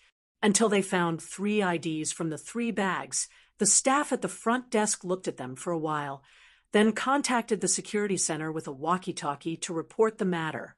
2 military IDs, 1 military academy ID, 3 sets of desert combat camouflage uniforms, 3 pairs of desert combat rubber canvas boots, and 3 plane tickets. The highly vigilant staff at the security center immediately handed them to the airport police. As soldiers, they couldn't be careless enough to lose their own luggage, let alone 3 people losing their luggage at the same time. If it wasn't intentional, then it was intentional. Why was it intentional? The police recognized the 3 people on the IDs and asked where they found them. They quickly retrieved the surveillance footage to look for clues. Recently, Accra City was not very peaceful. Almost all the police were mobilized, and even the armed police were patrolling in plain clothes, especially in places with high traffic. Now that 3 soldiers suddenly lost their luggage at the same time, the police immediately knew there was a problem when they saw the luggage. The surveillance footage was quickly retrieved. The 3 of them first met in the airport lobby, then walked out of the lobby together. Get the surveillance camera number 6. When the person in charge of the security center saw the 2 of them walk out of the hall, he immediately knew which surveillance camera was closer. Number SIXS surveillance footage was immediately pulled out. In less than a minute, 3 figures could be seen. A taxi stopped. When the door was opened for the first time, the taxi door was not opened. Through the surveillance footage, it could be seen that the 3 people were obviously a little confused. However, the taxi didn't drive off immediately. After about 10 seconds, the door opened again. This time, they could get in the car. At this moment, the man who pulled open the door to the front passenger seat moved his right hand. The male and female soldiers who were sitting in the back almost nodded their heads at the same time. They seemed to have communicated with each other. They should have noticed something strange. The officer in the co-pilot seat reminded his comrades. They are very vigilant, but why are they still attacking when they know that there is a problem? If only we had informed the duty officer at that time, we could have controlled the driver immediately. They were clearly controlling the driver, but they didn't do anything, nor did they ask for help. It's very likely that they noticed something and got into the car normally. Chapter 4483. Looking at the monitor, several police officers with serious expressions lowered their heads and discussed, getting in the car and closing the door. The luggage that was supposed to be in the car was all put aside. They really weren't worried about being taken away at all. Through the video, it was certain that the 3 soldiers had noticed something was wrong with the driver. 3 seconds before getting in the car, they had secretly communicated with each other with hand gestures. Immediately pull up the driver's personal information and contact the traffic police to lock onto the car and track it all over the city. Several police officers immediately took action after watching the monitor. There was no time to waste. The Iraq City Police, who were already very efficient during this special period, were even faster this time. It took less than half an hour to lock onto the car's information and find out that the car was heading to the northernmost area. The police in charge of this matter felt a chill in their hearts. The northernmost, a forbidden place. It didn't take long for the police to receive the latest news. A special service squadron had already taken action, and the 3 soldiers had indeed deliberately boarded the car. The military had also taken action. The police officers who received the latest news were all relieved. They really didn't want another wave of trouble to arise. Now, they had the guts to drive to the airport and kidnap 3 soldiers. Their arrogance wouldn't last long. At most, there would be results in 3 days. The intentionally lost luggage was handed over to the police and would be returned when the 3 soldiers returned. It was 12 o'clock in the afternoon, and the sun was scorching their arms. 5 bulletproof personnel carriers were bumping along the gravel road. The wheels rolled up clouds of dust, and in the blink of an eye, they were dozens of meters away. The drivers were all veterans of the Snowfield Brigade, and their driving skills were superb. They could even drive through the Tibetan area's heavenly moat road, not to mention the border. The bulletproof personnel carriers had good performance and were far more comfortable than trucks. 13 veterans led 30 recruits all the way to the northernmost area. They followed the location provided by Weaving Sparrow the whole time, and the direction was quite accurate. The Special Police Squadron of Iraq City's 6th Detachment also moved forward according to the location provided by Weaving Sparrow. The 2 teams headed to the rendezvous point at the fastest speed. The terrain of the northernmost area was particularly complicated. Gray mountains and steep ridges rose and fell like a dormant dragon. During the day, the mountains and rivers were magnificent and shocking. At night, the starry sky was vast, and every star seemed to have been scrubbed clean, incomparably bright. There were very few people here, and the traffic was blocked. The ethnic minorities living here were almost completely cut off from the rest of the world. They had also become a fat piece of meat in the eyes of foreign forces. Inside the car, Xia Jinyuan seemed to have fallen asleep.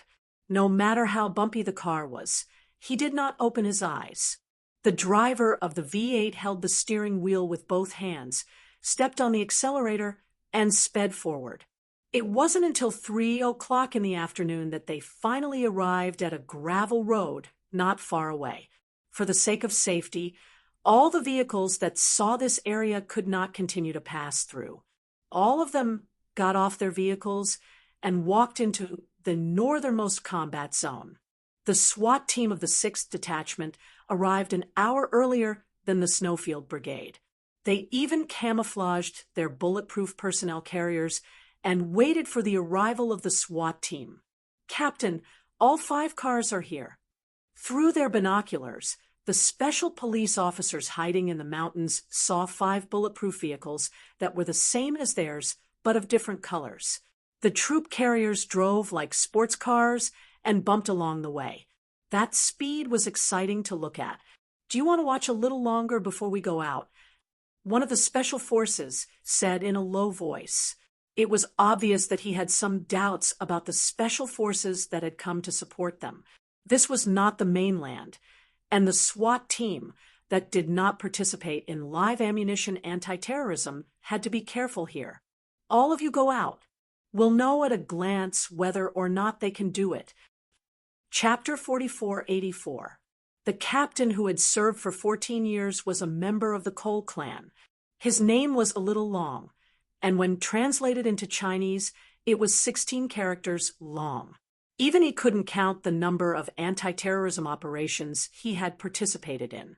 Half of the special forces in the 6 detachments were locals. This time, almost half of the 50 people were dispatched, and there were as many as 35 local special forces. Out of the 50 people, 5 stayed on guard, while the other 45 walked out of their hiding spots as the 5 bulletproof vehicles approached. They stood in 2 lines and waited for the special forces to get out of the vehicles.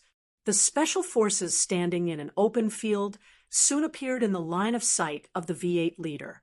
They stared at the figure in front of them and called out to Xia Jinyuan, who had been resting with his eyes closed. "Q King, a group of heroes. You live up to your name." They were still 100 meters away, but he could already feel the murderous aura. Xia Jinyuan opened his eyes and sat up straight. As the vehicles got closer and closer to the formation in front, as the captain, he also felt the murderous aura from his brothers in different systems. This Special Forces squadron was indeed admirable.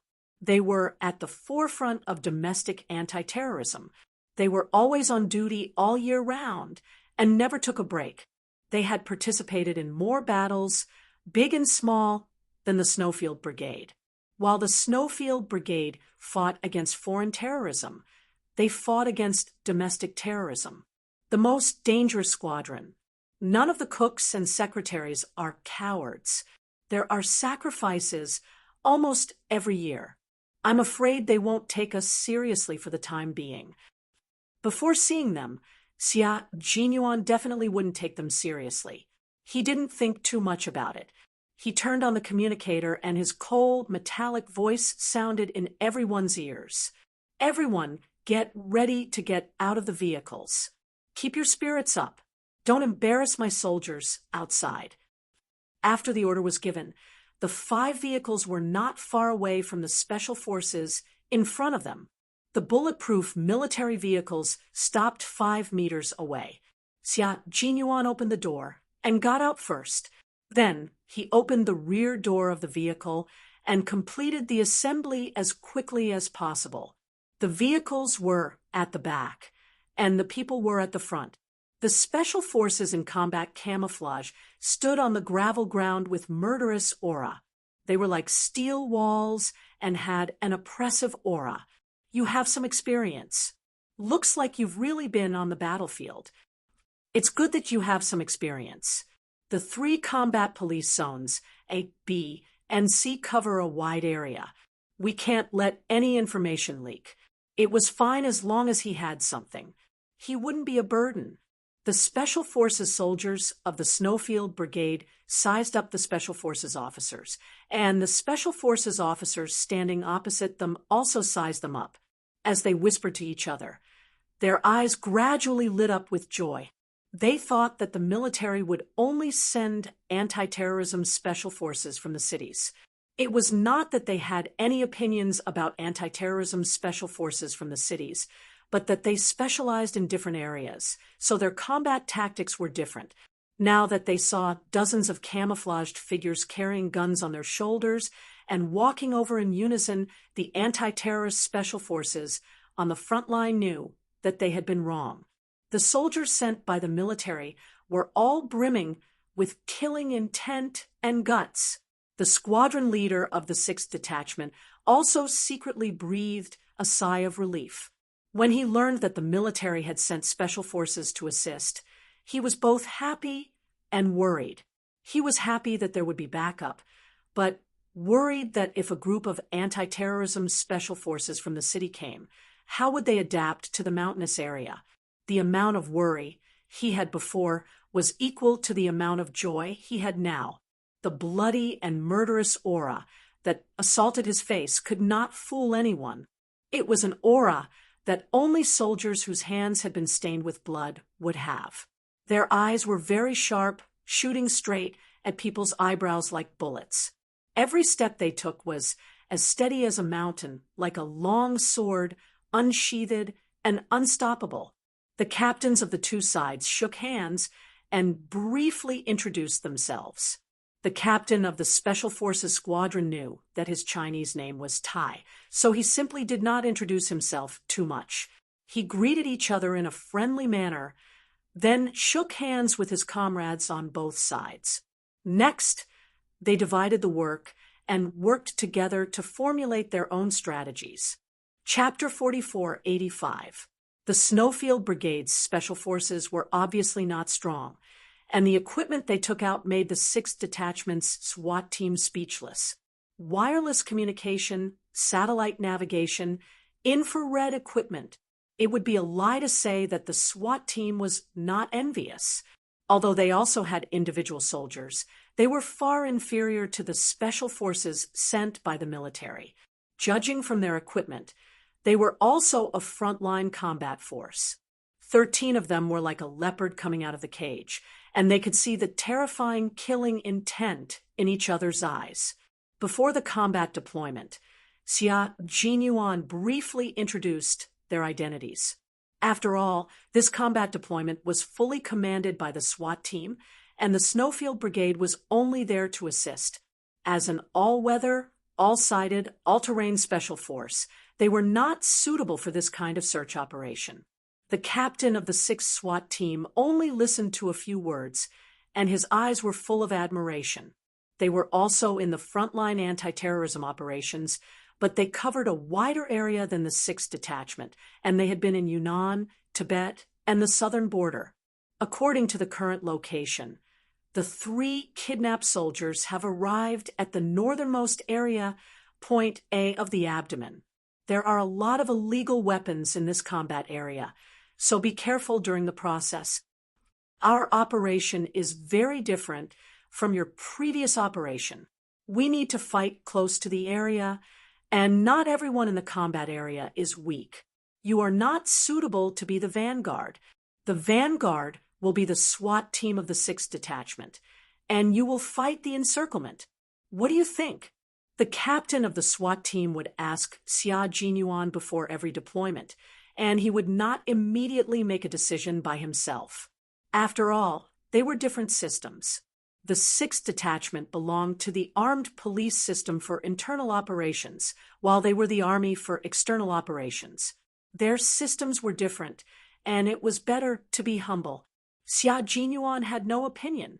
The Snowfield Brigade was inexperienced in internal anti-terrorism, and he brought the trainees here to practice, so he would not be the host during the whole process. He nodded and said, "No opinion. Our team will follow the arrangement." "Okay, then I will be in full command. Thank you very much for your cooperation." The captain of the platoon saw this with a serious expression and showed a very shallow smile. It would save a lot of trouble for the army brothers to follow their arrangement. The captain's Mandarin was not very standard, but it did not affect communication. The local special police officers on the mission could speak Mandarin. They were all locals who joined the army for peace and stability and were not afraid of death. The map was spread out, and the platoon leaders started to arrange it as quickly as possible. Z7 Han Zheng kept a close eye on Weaver Sparrow's position. The 3 major combat zones were a lockdown operation.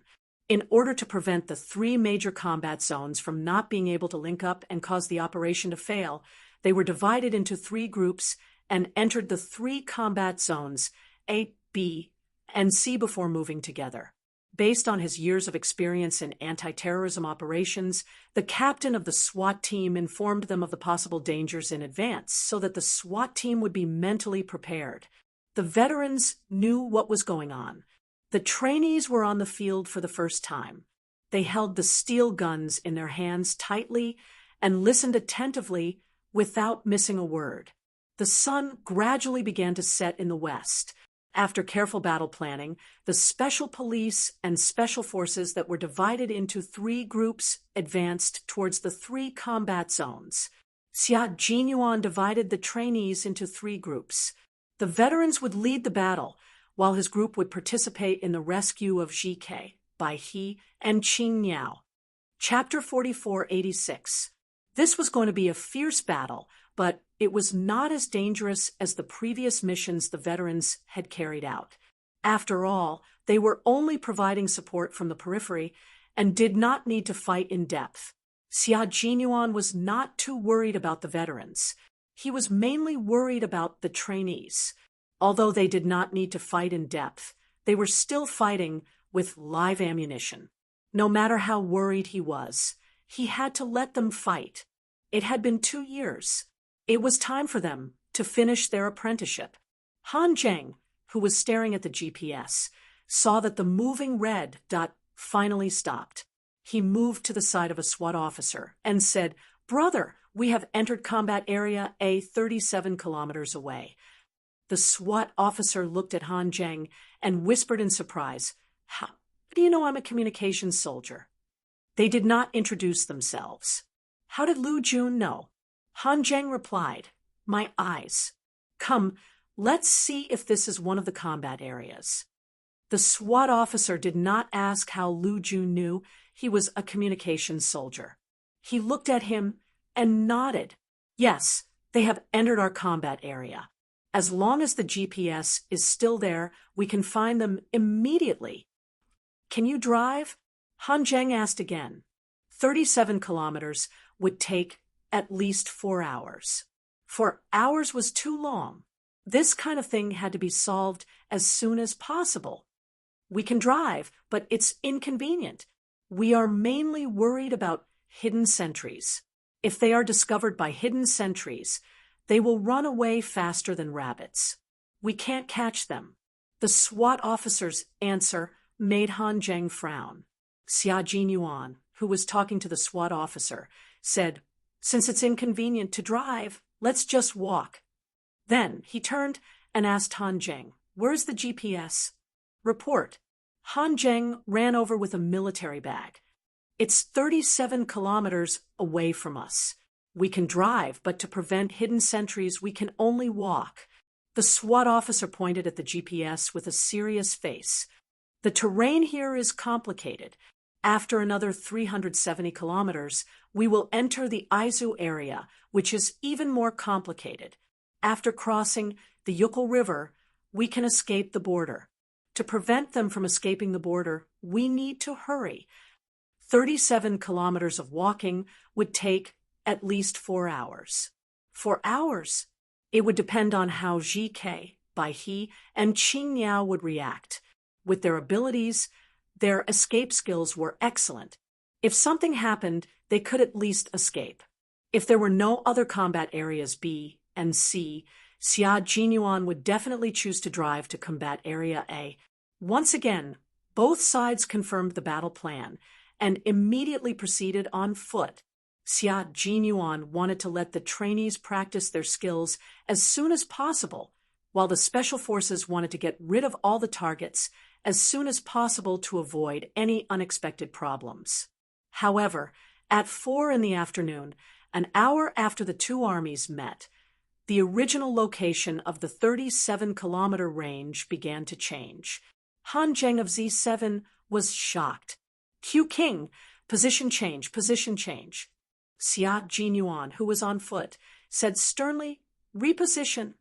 Xia Jinyuan was worried that the battle within the borders of other countries would become a battle outside their borders if they were to go another 370 kilometers deeper. The sudden change caught everyone off guard. No one had expected such a thing to happen. Looking at the rapidly changing position north, the armed police, who were only responsible for internal anti-terrorism, began to frown.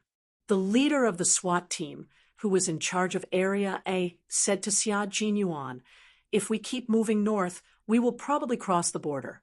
We can't fight across borders. Once we enter the territory of another country, the rescue will be up to you." If he was surrounded by veterans of the Snowfield Brigade, fighting outside the borders would not be a big deal.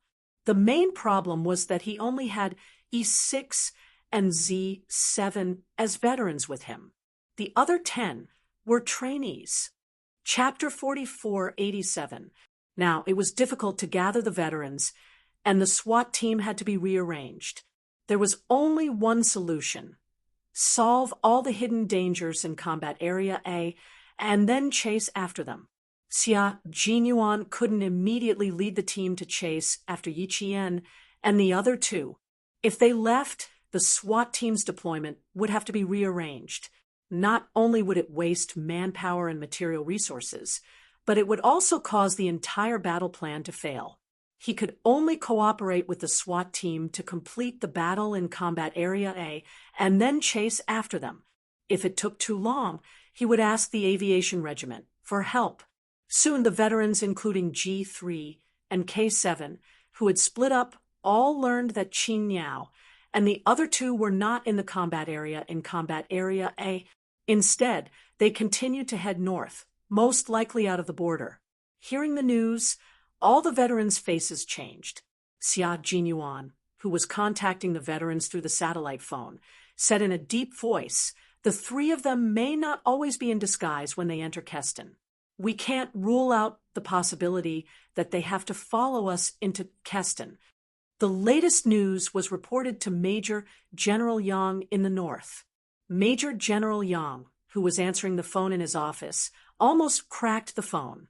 Okay, you will assist the SWAT team to complete the battle. I will coordinate with the aviation regiment first. After you assist in the mission, immediately catch up with the 3 of them in a helicopter. The military will contact all the border posts to complete the interception. If they were to enter Gistan, the 3 of them would be walking into a tiger's den without any weapons on them. Without any backup, the danger level would skyrocket. They could not be allowed to proceed any further and had to be stopped. However, there was still another problem. If the 3 Special Forces soldiers chose to continue to follow the extremists into Gistan, even though they had the conditions to escape, Major General Yang, who had ended the call, looked uncertain. If that was the case, the 3 of them must have found clues that were closely related to their country. Then, should the border guards complete the interception? Major General Yang, who was halfway through the call, slowly put down the phone and contacted Xia Jinyuan again. He told him the problems he had just analyzed. Xia Jinyuan, who was still on the move, was silent for a while. His eyes were as sharp as a knife. If that's the case, our border guards don't have to complete the interception or even let them pass.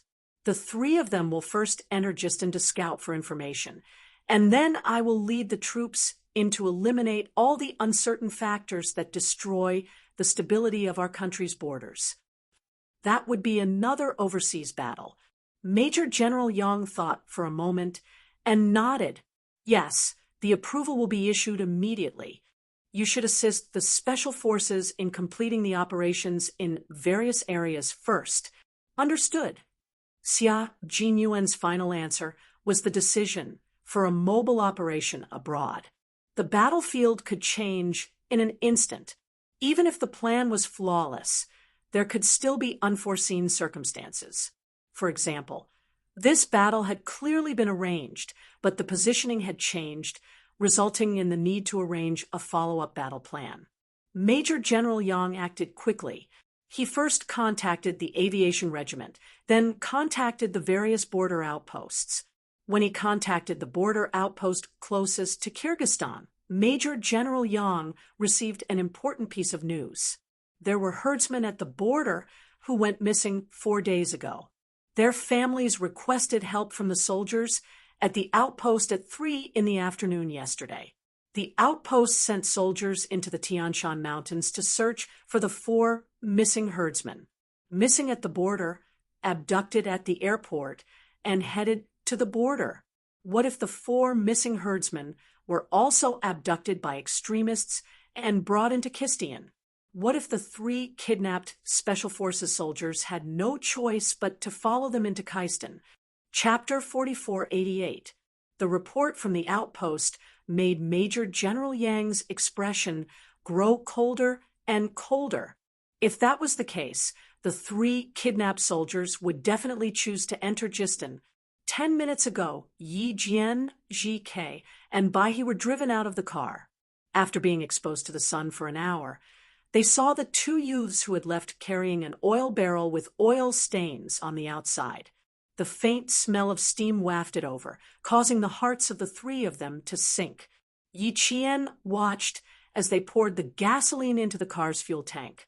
The corners of his mouth were dry and cracked from the sun. It seems that we need to continue driving. If we continue north, we won't be far from the border. What are they trying to do by kidnapping us to the border? Now that things had developed to this point, Yi Qian couldn't figure it out. Should we continue to pretend? Ji-K didn't want to accompany them anymore. It was fine if they knew what they were trying to do, but now they were completely clueless. Moreover, they were accompanied by female soldiers, Qing Niao. If they continued, he was worried that things would get worse and worse. We have to follow them closely. They won't just kidnap the 3 of us. There must be others. We have to figure out what they are trying to do. He didn't plan to give up. The more confused they were, the more serious the problem was. Human traffickers, kidnappers, violent people, money transactions. It was like a giant invisible net.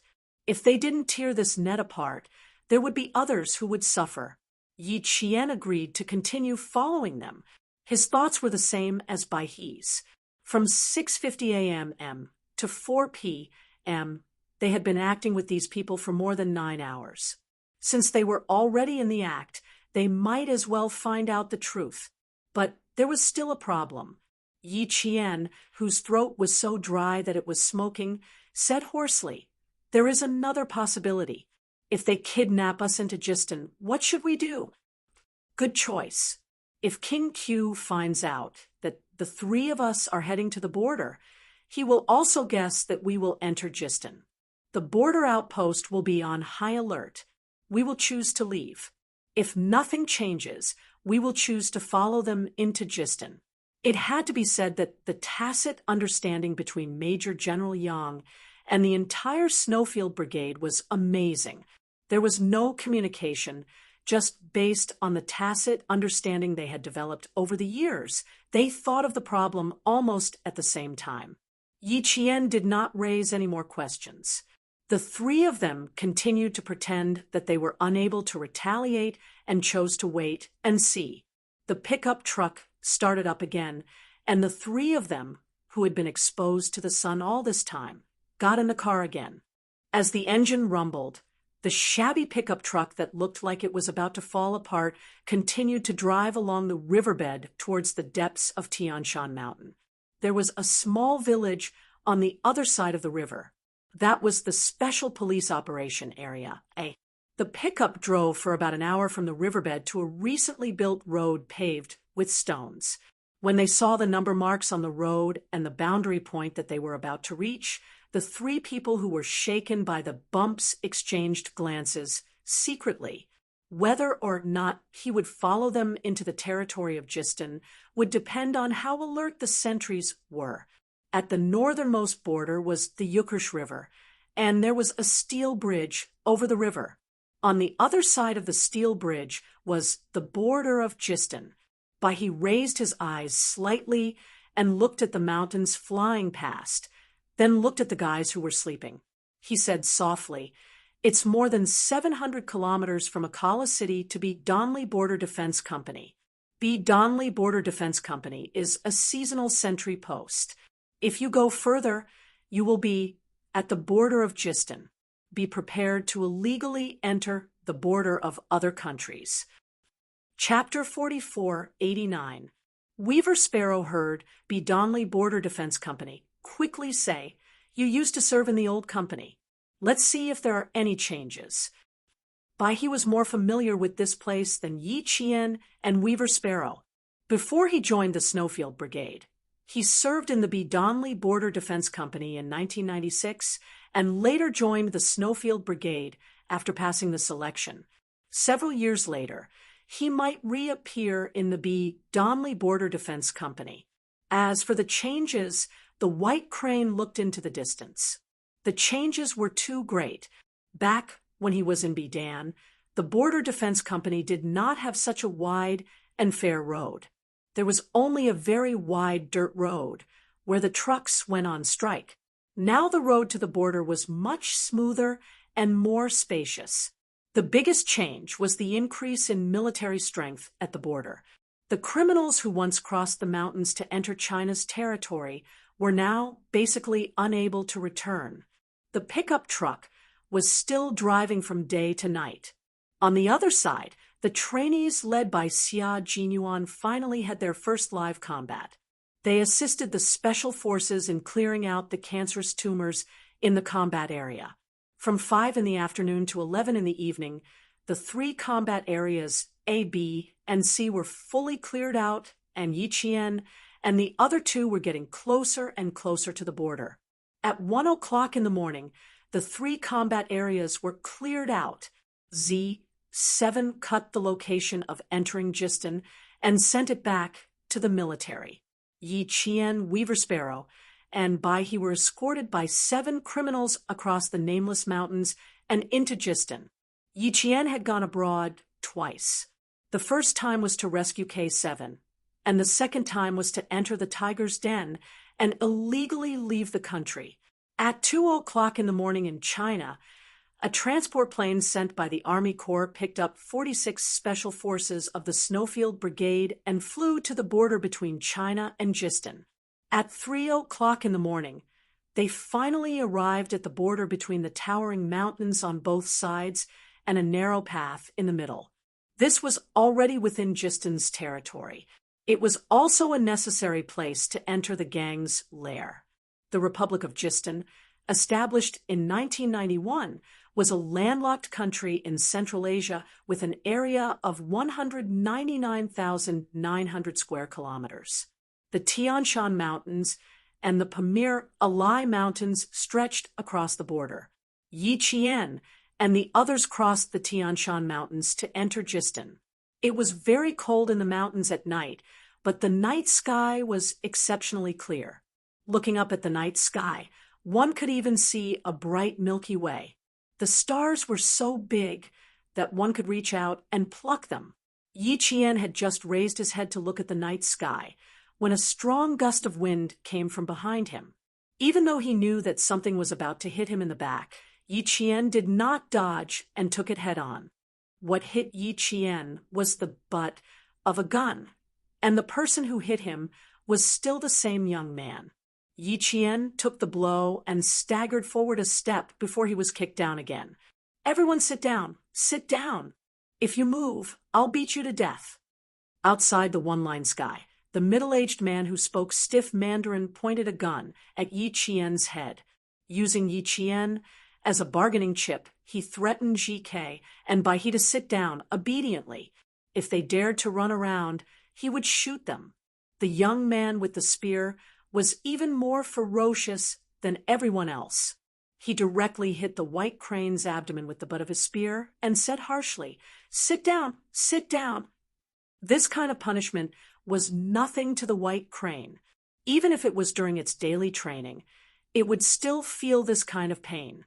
After walking until they arrived, the 3 people who were sweating profusely sat down in a triangle with their backs facing each other. They deliberately moved closer to each other so that it would be easier for them to communicate. They said that "We're here. It seems that this is the gang's lair." Bai He was the first to speak. "Among the 7 people, there's a Jistani. The middle-aged man who led the whole journey might be an extreme criminal in Jistin." Chapter 4490. I was wondering why they were kneeling and kowtowing. GK gritted her teeth and looked at Yi Qian worriedly. "How's your back? Are there any major problems?"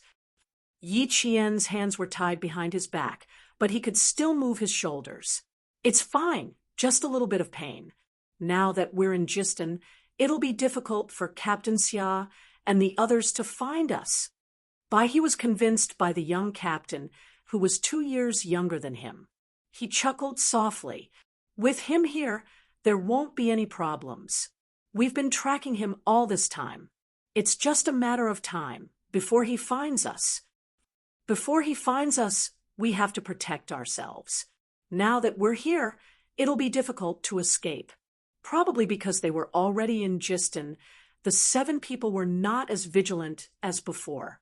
They stood about 3 meters apart, making it easier for the 3 to communicate secretly. "I don't want to escape now. I just want to find out why they kidnapped us from so far away." GK frowned. Her light voice was filled with hostility. "To kidnap us out of the country. How big of a game are they playing?" The Republic of Jistin was a country with many extreme outlaws. From time to time, they would cause riots in the cities, especially during the election of a new president. Election. GK's eyes narrowed. She asked Yi Qian, "Have you seen the election of a new president?" "I have. It's still in progress. There are major riots in several cities because of the election. Military school students paid attention to such news, and Yi Qian was no exception. Yi Qian seemed to understand something. He frowned. "You're saying that kidnapping us has something to do with the election? The connection is far-fetched. If the middle-aged man is an extreme outlaw and kidnapped us to create a riot, and in the end slandered our country, then it's not that far-fetched." After years of tacit understanding, Bai He immediately grasped the point that GK wanted to express. The creation of a dispute could not be just a dispute. There were often political factors involved. The extreme outlaws of the Republic of Jistin had always wanted to infiltrate our country, but they had been caught and killed by our country. After a long time, they had long been resentful.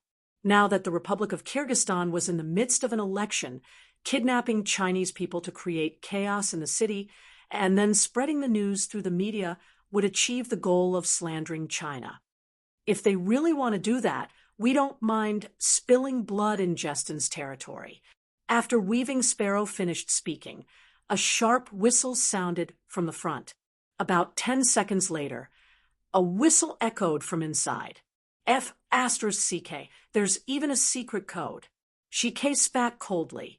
Immediately after, the three of them felt a gun pointed at their heads again. They got up and walked towards the one-line sky. Yi Qian saw a brightly lit village at the foot of the mountain. It was the border village of the Republic of Kyrgyzstan, not much different from the border villages of China. The people living at the border of the two countries are the Hanu and Kokor tribes. They speak the same language and even drink the water from the Tian Shan Mountains. Their living habits and religious beliefs are exactly the same. In the 1950s, the Hanu and Kokor tribes in our country could still enter here to graze and intermarry. It looked close from the top of the mountain to the foot of the mountain, but there was still some distance.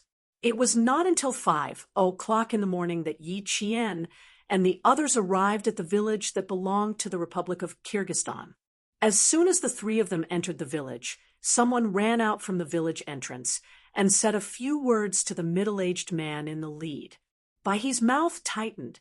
They wanted to lock up Qing Niao alone. Chapter 44, 91.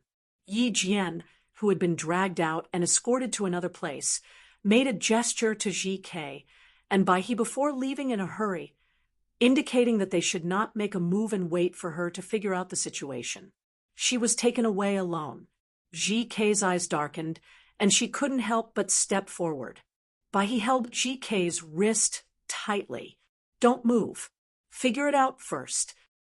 She's been separated from us. Don't let anything happen to her." GK was anxious. It was fine if the three of them were together, but now Qing Niao was separated. He was worried that if something happened to Qing Niao, they wouldn't be able to help her in time. Bai He lowered her head and whispered, "They want to use her to threaten us. As long as we listen, she will be fine." These people thought that the three kidnapped people couldn't understand what they were saying. They never thought of avoiding them when they communicated. It was very convenient for Bai He to keep getting useful information, including why they had to separate Qing Niao. GK was slightly relieved. Yi Qian, who was alone, memorized the way into the village under the starlight. After walking for about 15 minutes, she was brought to a small courtyard and pushed into a mud house with a welded iron door. The iron door opened with a bang. Before Yi Qian entered, she heard a few screams from inside. They were the screams of young girls. Yi Qian, whose hands were tied, was startled. Besides the three of them, could there be other Chinese tourists who were kidnapped to Kyrgyzstan? "Go in." With a hard push, Yi Qian fell into the dark mud house without any sunlight. The iron door closed again with a bang. Yi Qian took a while to adapt to the darkness of the mud house. It wasn't completely dark. At the top of the mud wall, there was a small window that only children could crawl through. The sunlight refracted through the small window and cast a trapezoidal light on the ground. It was this small light that brought a trace of light to the dark mud house. allowing Yi Qian to see the situation inside. Besides her, there were several young girls around 16 or 17 years old. They had big eyes and high noses. They were all Geesden girls. They were very scared. Their eyes were full of fear. When they saw Yi Qian enter, they huddled together and shivered. He didn't know how long he had been locked up, but the room was filled with a nauseating smell. It was the smell of excrement. Yi Qian wanted to approach the 6 young girls, but as soon as she took a step, the 6 girls screamed again, scaring Yi Qian into standing still. She thought for a moment, then said softly and clearly, "Don't be afraid. Don't be afraid. I'm not a bad person. I'm also a student who was captured by them. Can you understand what I'm saying? Can we communicate?" If they weren't Chinese tourists, then they definitely wouldn't understand what she was saying. She spoke softly.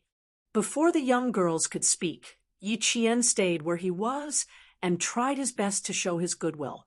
These girls had been traumatized, which was why they were so scared.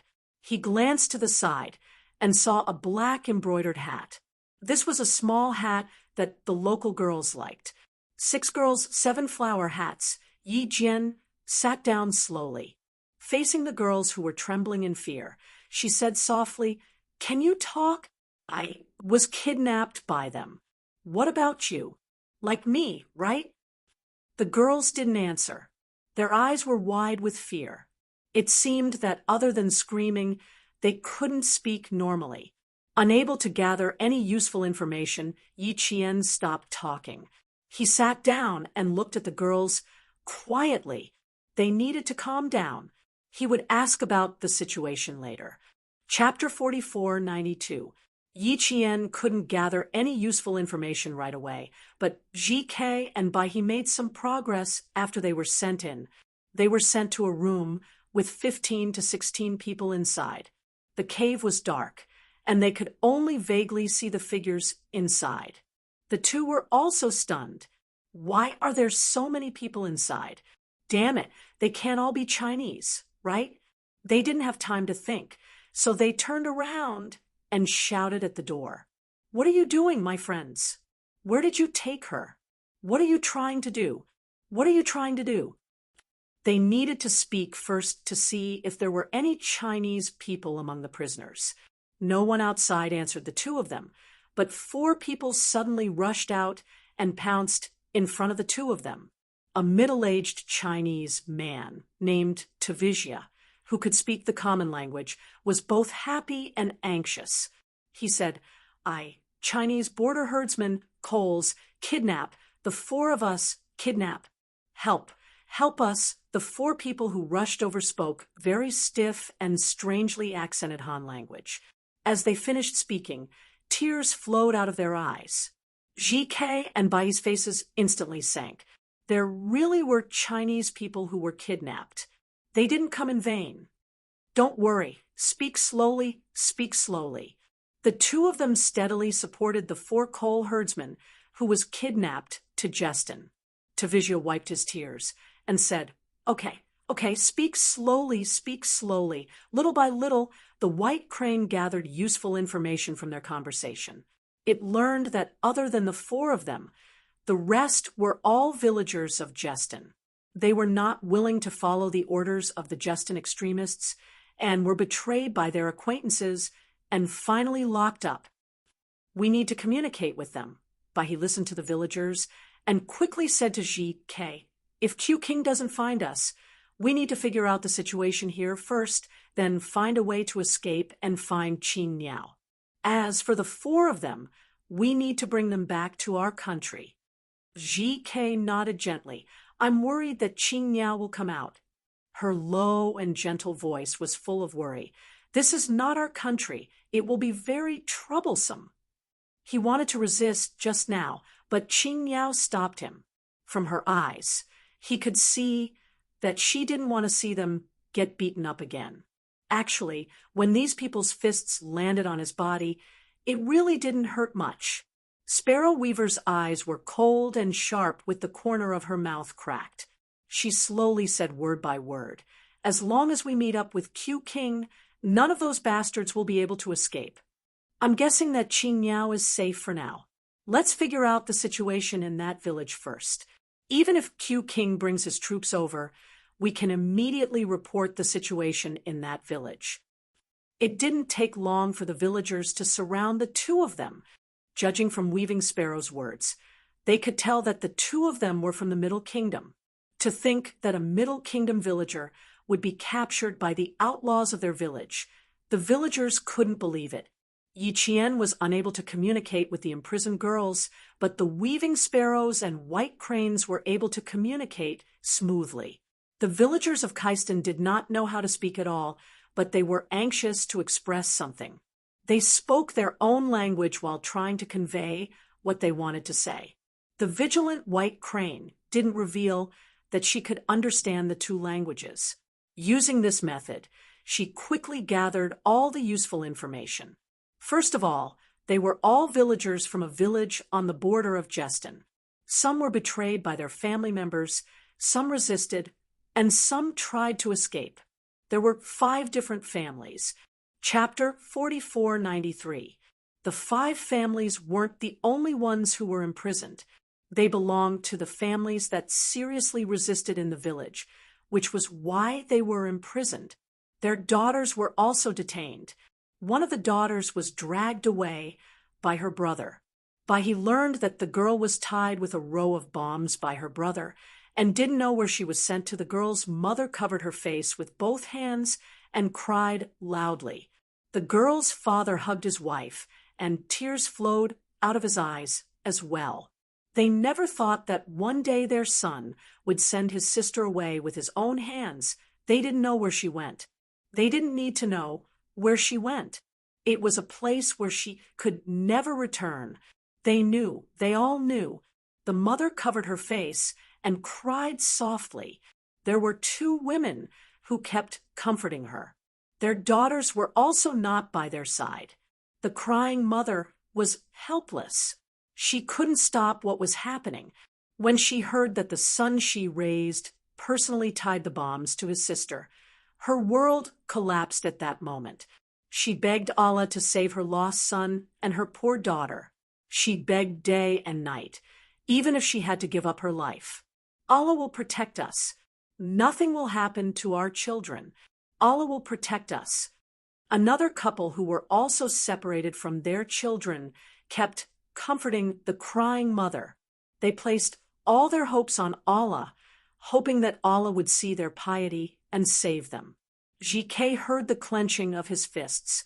These bastards! These bastards! Wherever they went, they would bring nightmares. Although the injured in front of him were villagers of Jeston, GK was still angry. King Bulsh T about doing good and stopping evil. They were clearly doing evil and destroying human nature. Such a big thing happened, but the Jeston military didn't take any action. Didn't they send troops to deal with it? GK spat out a mouthful of bloody foam and said fiercely, "Let's stabilize this place first. Don't give the game away. Just you wait, bastards. Kill them all. We have to deal with them. Don't let them harm the countries." But he said softly. The veins on the back of his hand were bulging as if they were about to burst out of his skin. He spent a lot of effort to suppress the anger in his heart.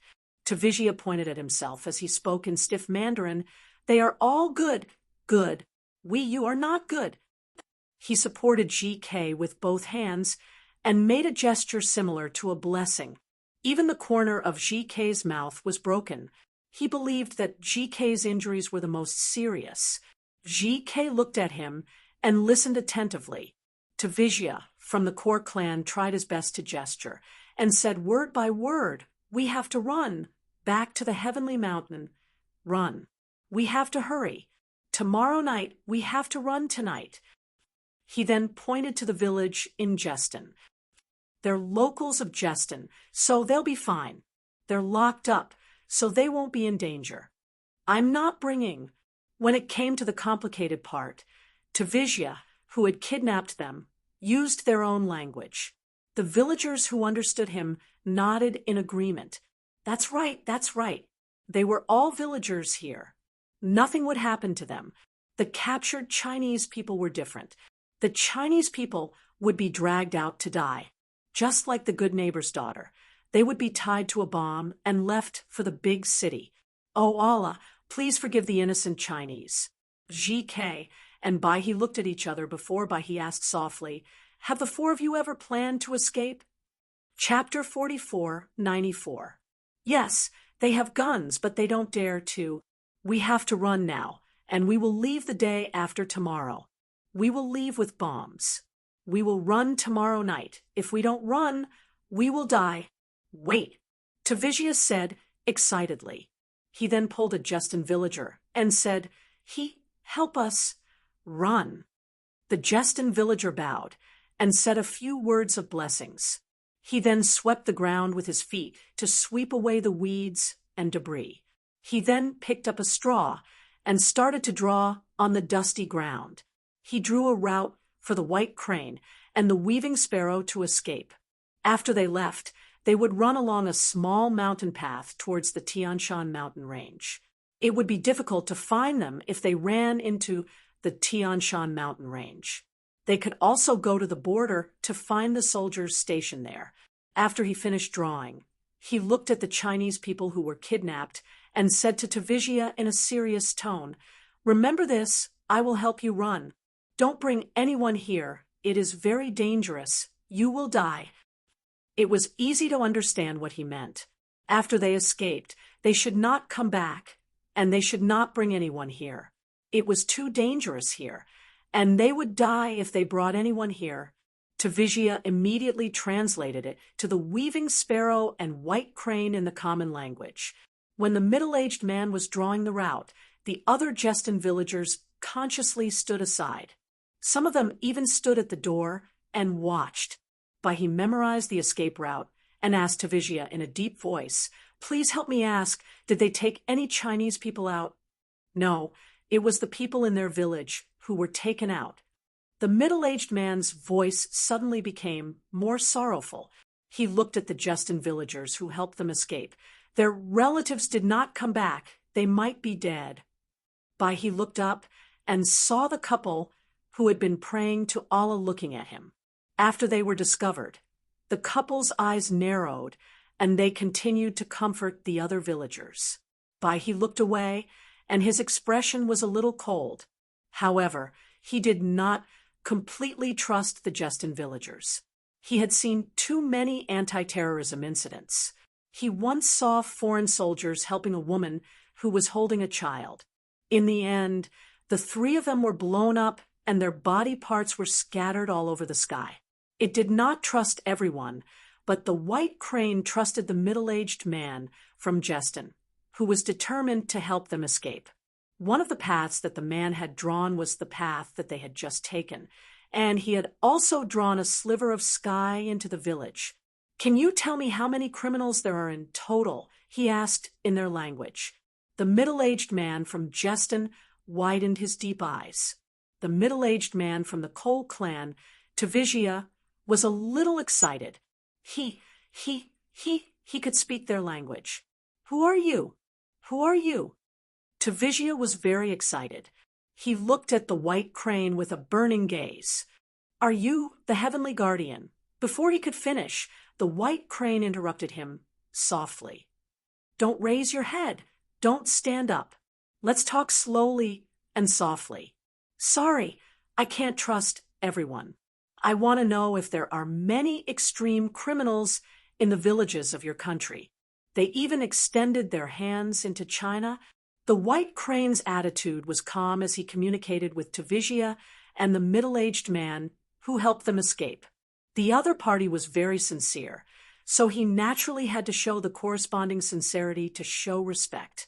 The middle-aged man from Justin's side. He sat down and leaned against the white crane. He spoke very close to the white crane. "We have many extreme criminals here. They all say that they are warriors. Most of them are young people. My son was not one, but he changed. My brother was not one, but he changed too." Chapter 44:95. The middle-aged man lowered his head, and his voice was even lower. No one can escape from here, and no one dares to come in here. The same goes for the kidnapped Chinese. You will be taken away the day after tomorrow. I know you want to live, and I want to help you leave here. Run to the depths of Tian Shan Mountain in your country, and find the soldiers in uniform. They are all your guardians. Don't tell them what happened. You can't tell them. If you tell them, maybe your guardians will come. I know they will come. Don't let them come. They should continue to protect Tian Shan Mountain and your border. They shouldn't die here. We don't want to see them die. It's enough. It's enough. The middle-aged man's voice was getting lower and lower. A drop of water dripped onto the dusty ground. The water droplet rolled into a ball of mud, just like how they felt at the moment. Baihe's fingers trembled slightly. He said he saw people killed. Was he referring to the armed police of our country? Have they been sacrificed? He asked in a low voice, suppressing the cold sword will. No, not your guardians. They are few of my old friends. The middle-aged man wiped the tears from the corner of his eyes. The great sorrow he suppressed made his shoulders collapse. They shouldn't have died. They should have lived well. The white crane heaved a sigh of relief. The middle-aged man fumbled for a while and took out a small accessory. He held it tightly. We couldn't save them. We only took their accessories. This, please take it out for me and bury it in the direction of Tian Shan Mountain. I hope their souls can find their way home. Baihe slowly reached out and took the accessory that had been well kept. It was very light, but it was so heavy that Baihe's hands trembled. He nodded heavily and made a promise. Okay, I will take it out. I will bury it in the direction of Tian Shan Mountain. Thank you, thank you. They are lost. We can't find them. I hope the jade they wore before they died can guide them home, to heaven. The sky outside gradually darkened, but the dim sky was still so clear. It was like a mirror that couldn't hide the dirt of all things. It was so beautiful that it made one's heart calm. This was the border of Jeston. It was also a crime, but the military of Jeston did not pay much attention to this border, which made it a paradise for extreme criminals. At 6 o'clock in the morning, a vicious attack took place in a small county near the border of China. The border guards killed 12 criminals and successfully rescued a Cole tribesman from Jeston who had a bomb strapped to his body. Everything that happened at the border did not reach Iraq. They cleaned up the scene and verified the number of people until the sky turned dark. The Kiston girl who was successfully rescued was so frightened that she fainted on the spot. The military doctor diagnosed that other than the shock, there was no other problem with her body. Around 7 o'clock in the morning, the girl from Kiston woke up. The first thing she did was to crawl up from the bed and kowtow out to the doctor. The doctor was shocked. He quickly stopped the girl from doing anything and called for the sentinel on duty. Soon, the commander of the frontier defense camp arrived. Due to the language barrier, the commander specially brought a soldier from the Cole clan to the ward. Chapter 4496. 5 minutes later, the Border Defense Corps received an urgent call. Only then did they know that some herdsmen had been kidnapped by extremists from Kiston. The captain of the Border Defense Corps called the military without delay. Only then did he know that the military had taken action. The military's response was very subtle. Because they were entering the territory of another country to rescue people, they only said, "All problems will be solved." This sentence required a deep understanding of the bloody meaning behind the words. In a small village in Kyrgyzstan, a man with red eyes sat in a dark house with a corner of the wall illuminated by the morning sun, softly humming a sad song with tears in his eyes. Their loved ones were dead and would never come back. The heavenly mountain was covered in white snow. Eagles flew over the village, but their loved ones would never see the white snow of the heavenly mountain again. They would never wake up again. The low and long tone was so sad, flowing through everyone's heart like bone-chilling snow. My loved ones, you left us and went to a distant and cold place. My loved ones, the mournful tune echoed in the gloomy mud huts, and the bereaved Gistani villagers grieved like a child, clinging to one another, and weeping together. The crying was like a dark cloud shrouding everyone's heart. Even when it was dark, they still couldn't get over the sadness of their loved one's death. On the other side, the Kaisten girls who were detained also cried. Yi Qian tightly held the hands of the Kaisten girl, Aiguli, who was the only one who could speak Chinese. She had been to school for 2 years in the border village and was the only girl who could speak Chinese. Yi Qian held her hands tightly and whispered, "It's not your fault. It's not your fault. Aiguli, it's not your fault. Don't cry. It's not your fault." Aiguli, who was crying on Yi Qian's shoulder, bit his sleeve with her teeth. Only in this way could she stop herself from crying out loud. Only in this way could she suppress the sound of crying. She returned to the village where she had not returned for 2 years. She returned to her home and saw her parents who she missed so much. She saw her brother who used to love her, and her uncle. Not long after, her nightmare began. Her loved ones left one by one. Even though it had been so long, her nightmare was still going on. It would continue for the rest of her life. Yi Jian hugged the core girl from Kaisten tightly. She blamed herself for failing to commit suicide twice and comforted her softly.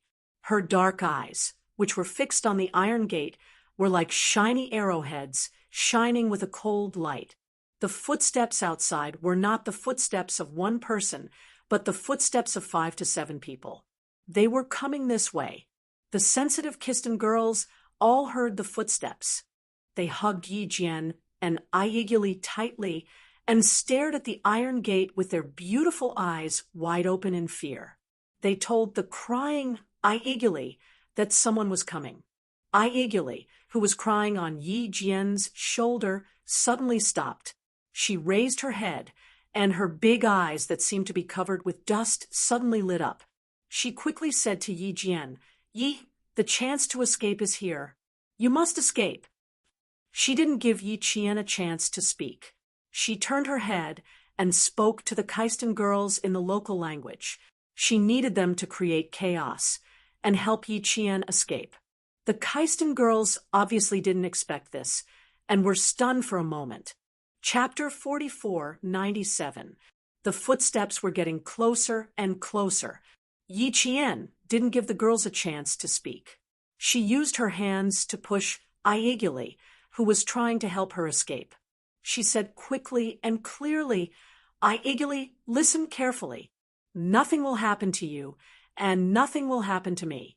Believe me, you must believe me, you must believe me, you will regain your freedom. You will be saved, and the villagers who were kidnapped with you will be saved. I swear on my life that all of us will regain our freedom." Aiguli was a stubborn girl. Otherwise, she wouldn't have refused to obey and committed suicide several times. Yi Qian, who already knew what was going to happen to her, was not afraid. She even hoped that it would come sooner so that she could have a chance to escape. But she was worried that the stubborn Aiguli would do something stupid again. She quickly comforted Aiguli before the Justin outlaws approached. Aiguli shook her head. She didn't want anyone to come and save her. She didn't want anyone to come and save her at all. If it wasn't for her, her family wouldn't have died. "Yi, after you escape, don't come back. Run to your country's Tian Shan mountain range. You will be..." Bang! The iron door was stepped open. Aiguli finished what she wanted to say at the last second. "You will meet your country's guardian in the deepest part of the Tian Shan mountain range." The dazzling white light of the flashlight swept over the girls. A boy, who was only 16 or 17 years old, was holding a replica rifle. His young face was engraved with a ruthlessness that didn't belong to his age. He spoke fiercely in the local language. His tone was very, very fast, as if he was accusing something. Yi Qian recognized the boy who spoke. He was the one who beat Weaver K during the day. He was an extreme outlaw. The boy was very angry. He accused one of the girls of being disloyal to Allah. He accused the girl of not being willing to sacrifice her life. He felt ashamed to have such a sister. Faced with her brother's accusation, the girl with red and swollen eyes roared back even more angrily. She cursed loudly and used her loudest voice and greatest strength to cry and shout until her voice was hoarse. Yi Qian could not understand what they were saying at all. The boy who was scolding fiercely was pulled to the side, and an adult man said a few words in an impatient tone. Yi Qian, who was in the middle, immediately felt himself being protected even more tightly. The silent Ai Guli screamed, "No, no, you can't take her away." She spoke in Mandarin and then screamed back in the local language, using her meager strength to fight back. The rest of the Kistian girls shielded Yi Qian tightly. They could vaguely guess what these ferocious criminals wanted to do. They wanted to stop them with their own strength. It didn't work at all. Yi Qian was dragged away from their tight embrace and was rudely dragged out of the dark mud house. Her legs were tightly held by the Kistian girls. There was also a Kistian girl who threw herself at the outlaw who was holding Yi Qian. She screamed in her throat and used her hands to hit and claw at the outlaw. The strength of the girls was undoubtedly like throwing eggs against a stone in front of the adult men. They had no power to resist.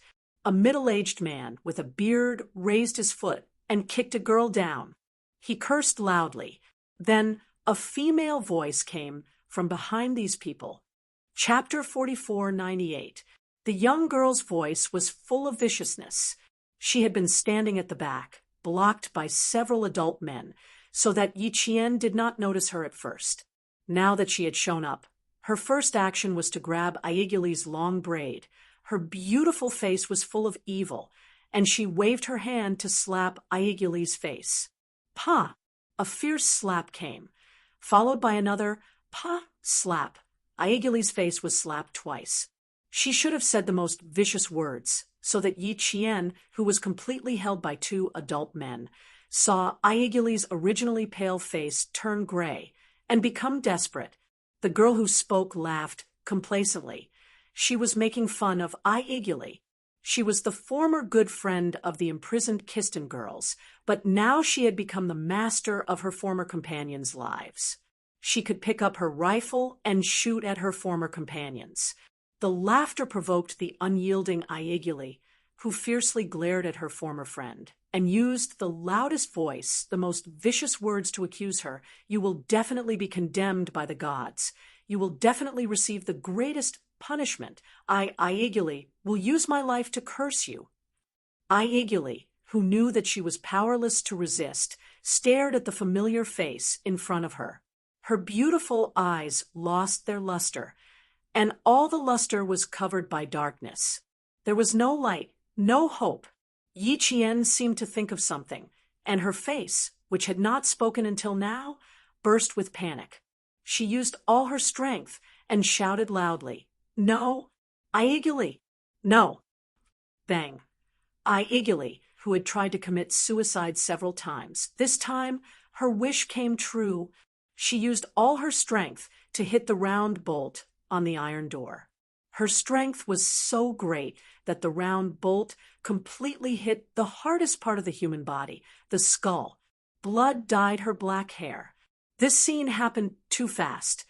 Only Yi Qian had a premonition that Aiguli would kill herself. Even if she broke free from the two adult men's restraint, it was already too late. The unyielding Aiguli leaned against the iron door and fell, her beautiful big eyes staring at Yi Qian, who was dragged outside, and ran back. Her breath was very weak. so weak that her voice was like a newborn kitten, so weak that it would break at any time. Run, Yi, run. I eagerly looked at the Chinese girl who was running towards her. Tears of blood flowed from her big eyes. Run, don't come back, run, my friend, don't come back, run, run, get her, get her. Yi Qian's struggle made the torturers angry. They didn't care about Aigili's death. She was courting death, and it had nothing to do with them. The young boy smashed Yi Qian's shoulder with the butt of his gun and cursed fiercely. He cursed Ai Guli's disloyalty and the Han girl's resistance. The entire dark room was in chaos, and the shrill voices of the Justin girls pierced everyone's heart. They pounced on Ai Guli, shouting her name loudly, and in the last second of her life, her beautiful big eyes burst forth with the fire of annihilation as she stared at these familiar faces. I curse you, enter. Your soul will enter the inferno. Aigili used the last of her strength to complete the curse on her former partner, Anner. The snow-white flashlight shone on Aigili, and the dazzling blood reflected in Yi Qian's eyes. It also reflected the red eyes of Yi Qian, who was running over. Chapter 44, 99. How painful! Beautiful Aigili. She must be in a lot of pain. Her skull must be in a lot of pain. Silly girl, silly Aigili. Why did she have to do this? Why did she have to pay with her life for this group of damned things? She said that she would escape. She would definitely take them away. Silly Aigili. Why didn't she remember? Yi Qian, whose eyes were red, only had the fallen Aigili in his eyes. The moment he smashed the butt of the gun over, his cold gaze swept towards the young boy. It was their ignorance that killed a young girl, and the young boy in front of them was one of the executioners. Aigili let Yi Qian resist. She single-handedly grabbed the imitation AK rifle that the boy threw over, grabbed the butt of the gun, and pulled it towards her. The boy didn't expect that the kidnapped hostage would resist. He didn't even realize that he had already stepped into the door of death. He even shouted loudly, "Let go of your dirty hands. You deserve to die." Yi Qian's voice was as sharp as a knife, fiercely stabbing into the other party's heart. This ignorant boy suddenly felt a great danger. He subconsciously loosened his grip on the gun. He wanted to run away. He would never have the chance to run away again. He would never have the chance to speak again. Yi Qian, who attacked at lightning speed, used his elbow to hit his throat. Killing move. It was all killing move. All close combat moves were all killing moves. The young boy, whose hands were stained with blood, left only a painful and horrified ugh in the world as he walked down the path of no return. Plop! He fell to the ground with his head raised, his pair of equally beautiful eyes, but full of ignorance and fierceness, were wide open. He never thought that his life would end like this. He was completely unprepared to die. The scene became even more chaotic. No one thought that the kidnapped hostage would resist, and resist so fiercely. They were simply caught off guard. They didn't even realize that the fallen Kariaji didn't trip, but died with his eyes open. The battlefield changed in an instant. It was impossible to follow the plan. Before Aigili killed herself, Yi Qian had a certain plan for her escape. If she was captured alone, like the girl who was sent out by her brother, then she would do it on the way. If she was taken out by these people and intended to be executed directly, she would also make her move halfway. If Captain Xia and the others came over, she would work with them from the inside and clean up all the criminals. She had many planned ifs, and each of them had a good escape plan. However, the battlefield was constantly changing, and no matter how good the plan was, it could not keep up with the sudden changes. Yi Qian took the imitation AK rifle. Before he left, he glanced coldly at the girl who had spoken to Aigili. Under the flashing flashlight, Yi Qian remembered her face. She remembered it. She would definitely demand payment from her. The Kistian girls who were holding Ai Gully cried out in grief. They kept shouting and talking, and some girls kept wiping the blood that kept flowing out. Yi Jian ran away. After snatching a rifle, she ran away like a sandstorm in the night, wreaking havoc and violence. She ran away, she ran away, she tripped Kariaji, took his gun, and ran away. Chase after him. Don't let her get away. Take the gun back from her. Quick! The extreme criminals of Kistian didn't realize that the fallen Kariaji was already dead. Yi Qian ran away so fast that they didn't have time to pull up the fallen Kariaji. They all chased after Yi Qian. Chapter 4500. The last outlaw of Jistin turned his head and shouted at the dark corner. Anner, lock them all up. Quick! Lock them all up. Don't let them escape. Anner, the girl who had cursed and made fun of Aiguli, came out from the corner again, pointed the gun in her hand at the girls, and shot at the ground with a bang. Get in. Don't let me kill you. Anner, whose conscience had long disappeared, had lost the innocence of a girl. She had become cold, ruthless, and a killing machine. The girls of Jistin stared at Anner with angry eyes.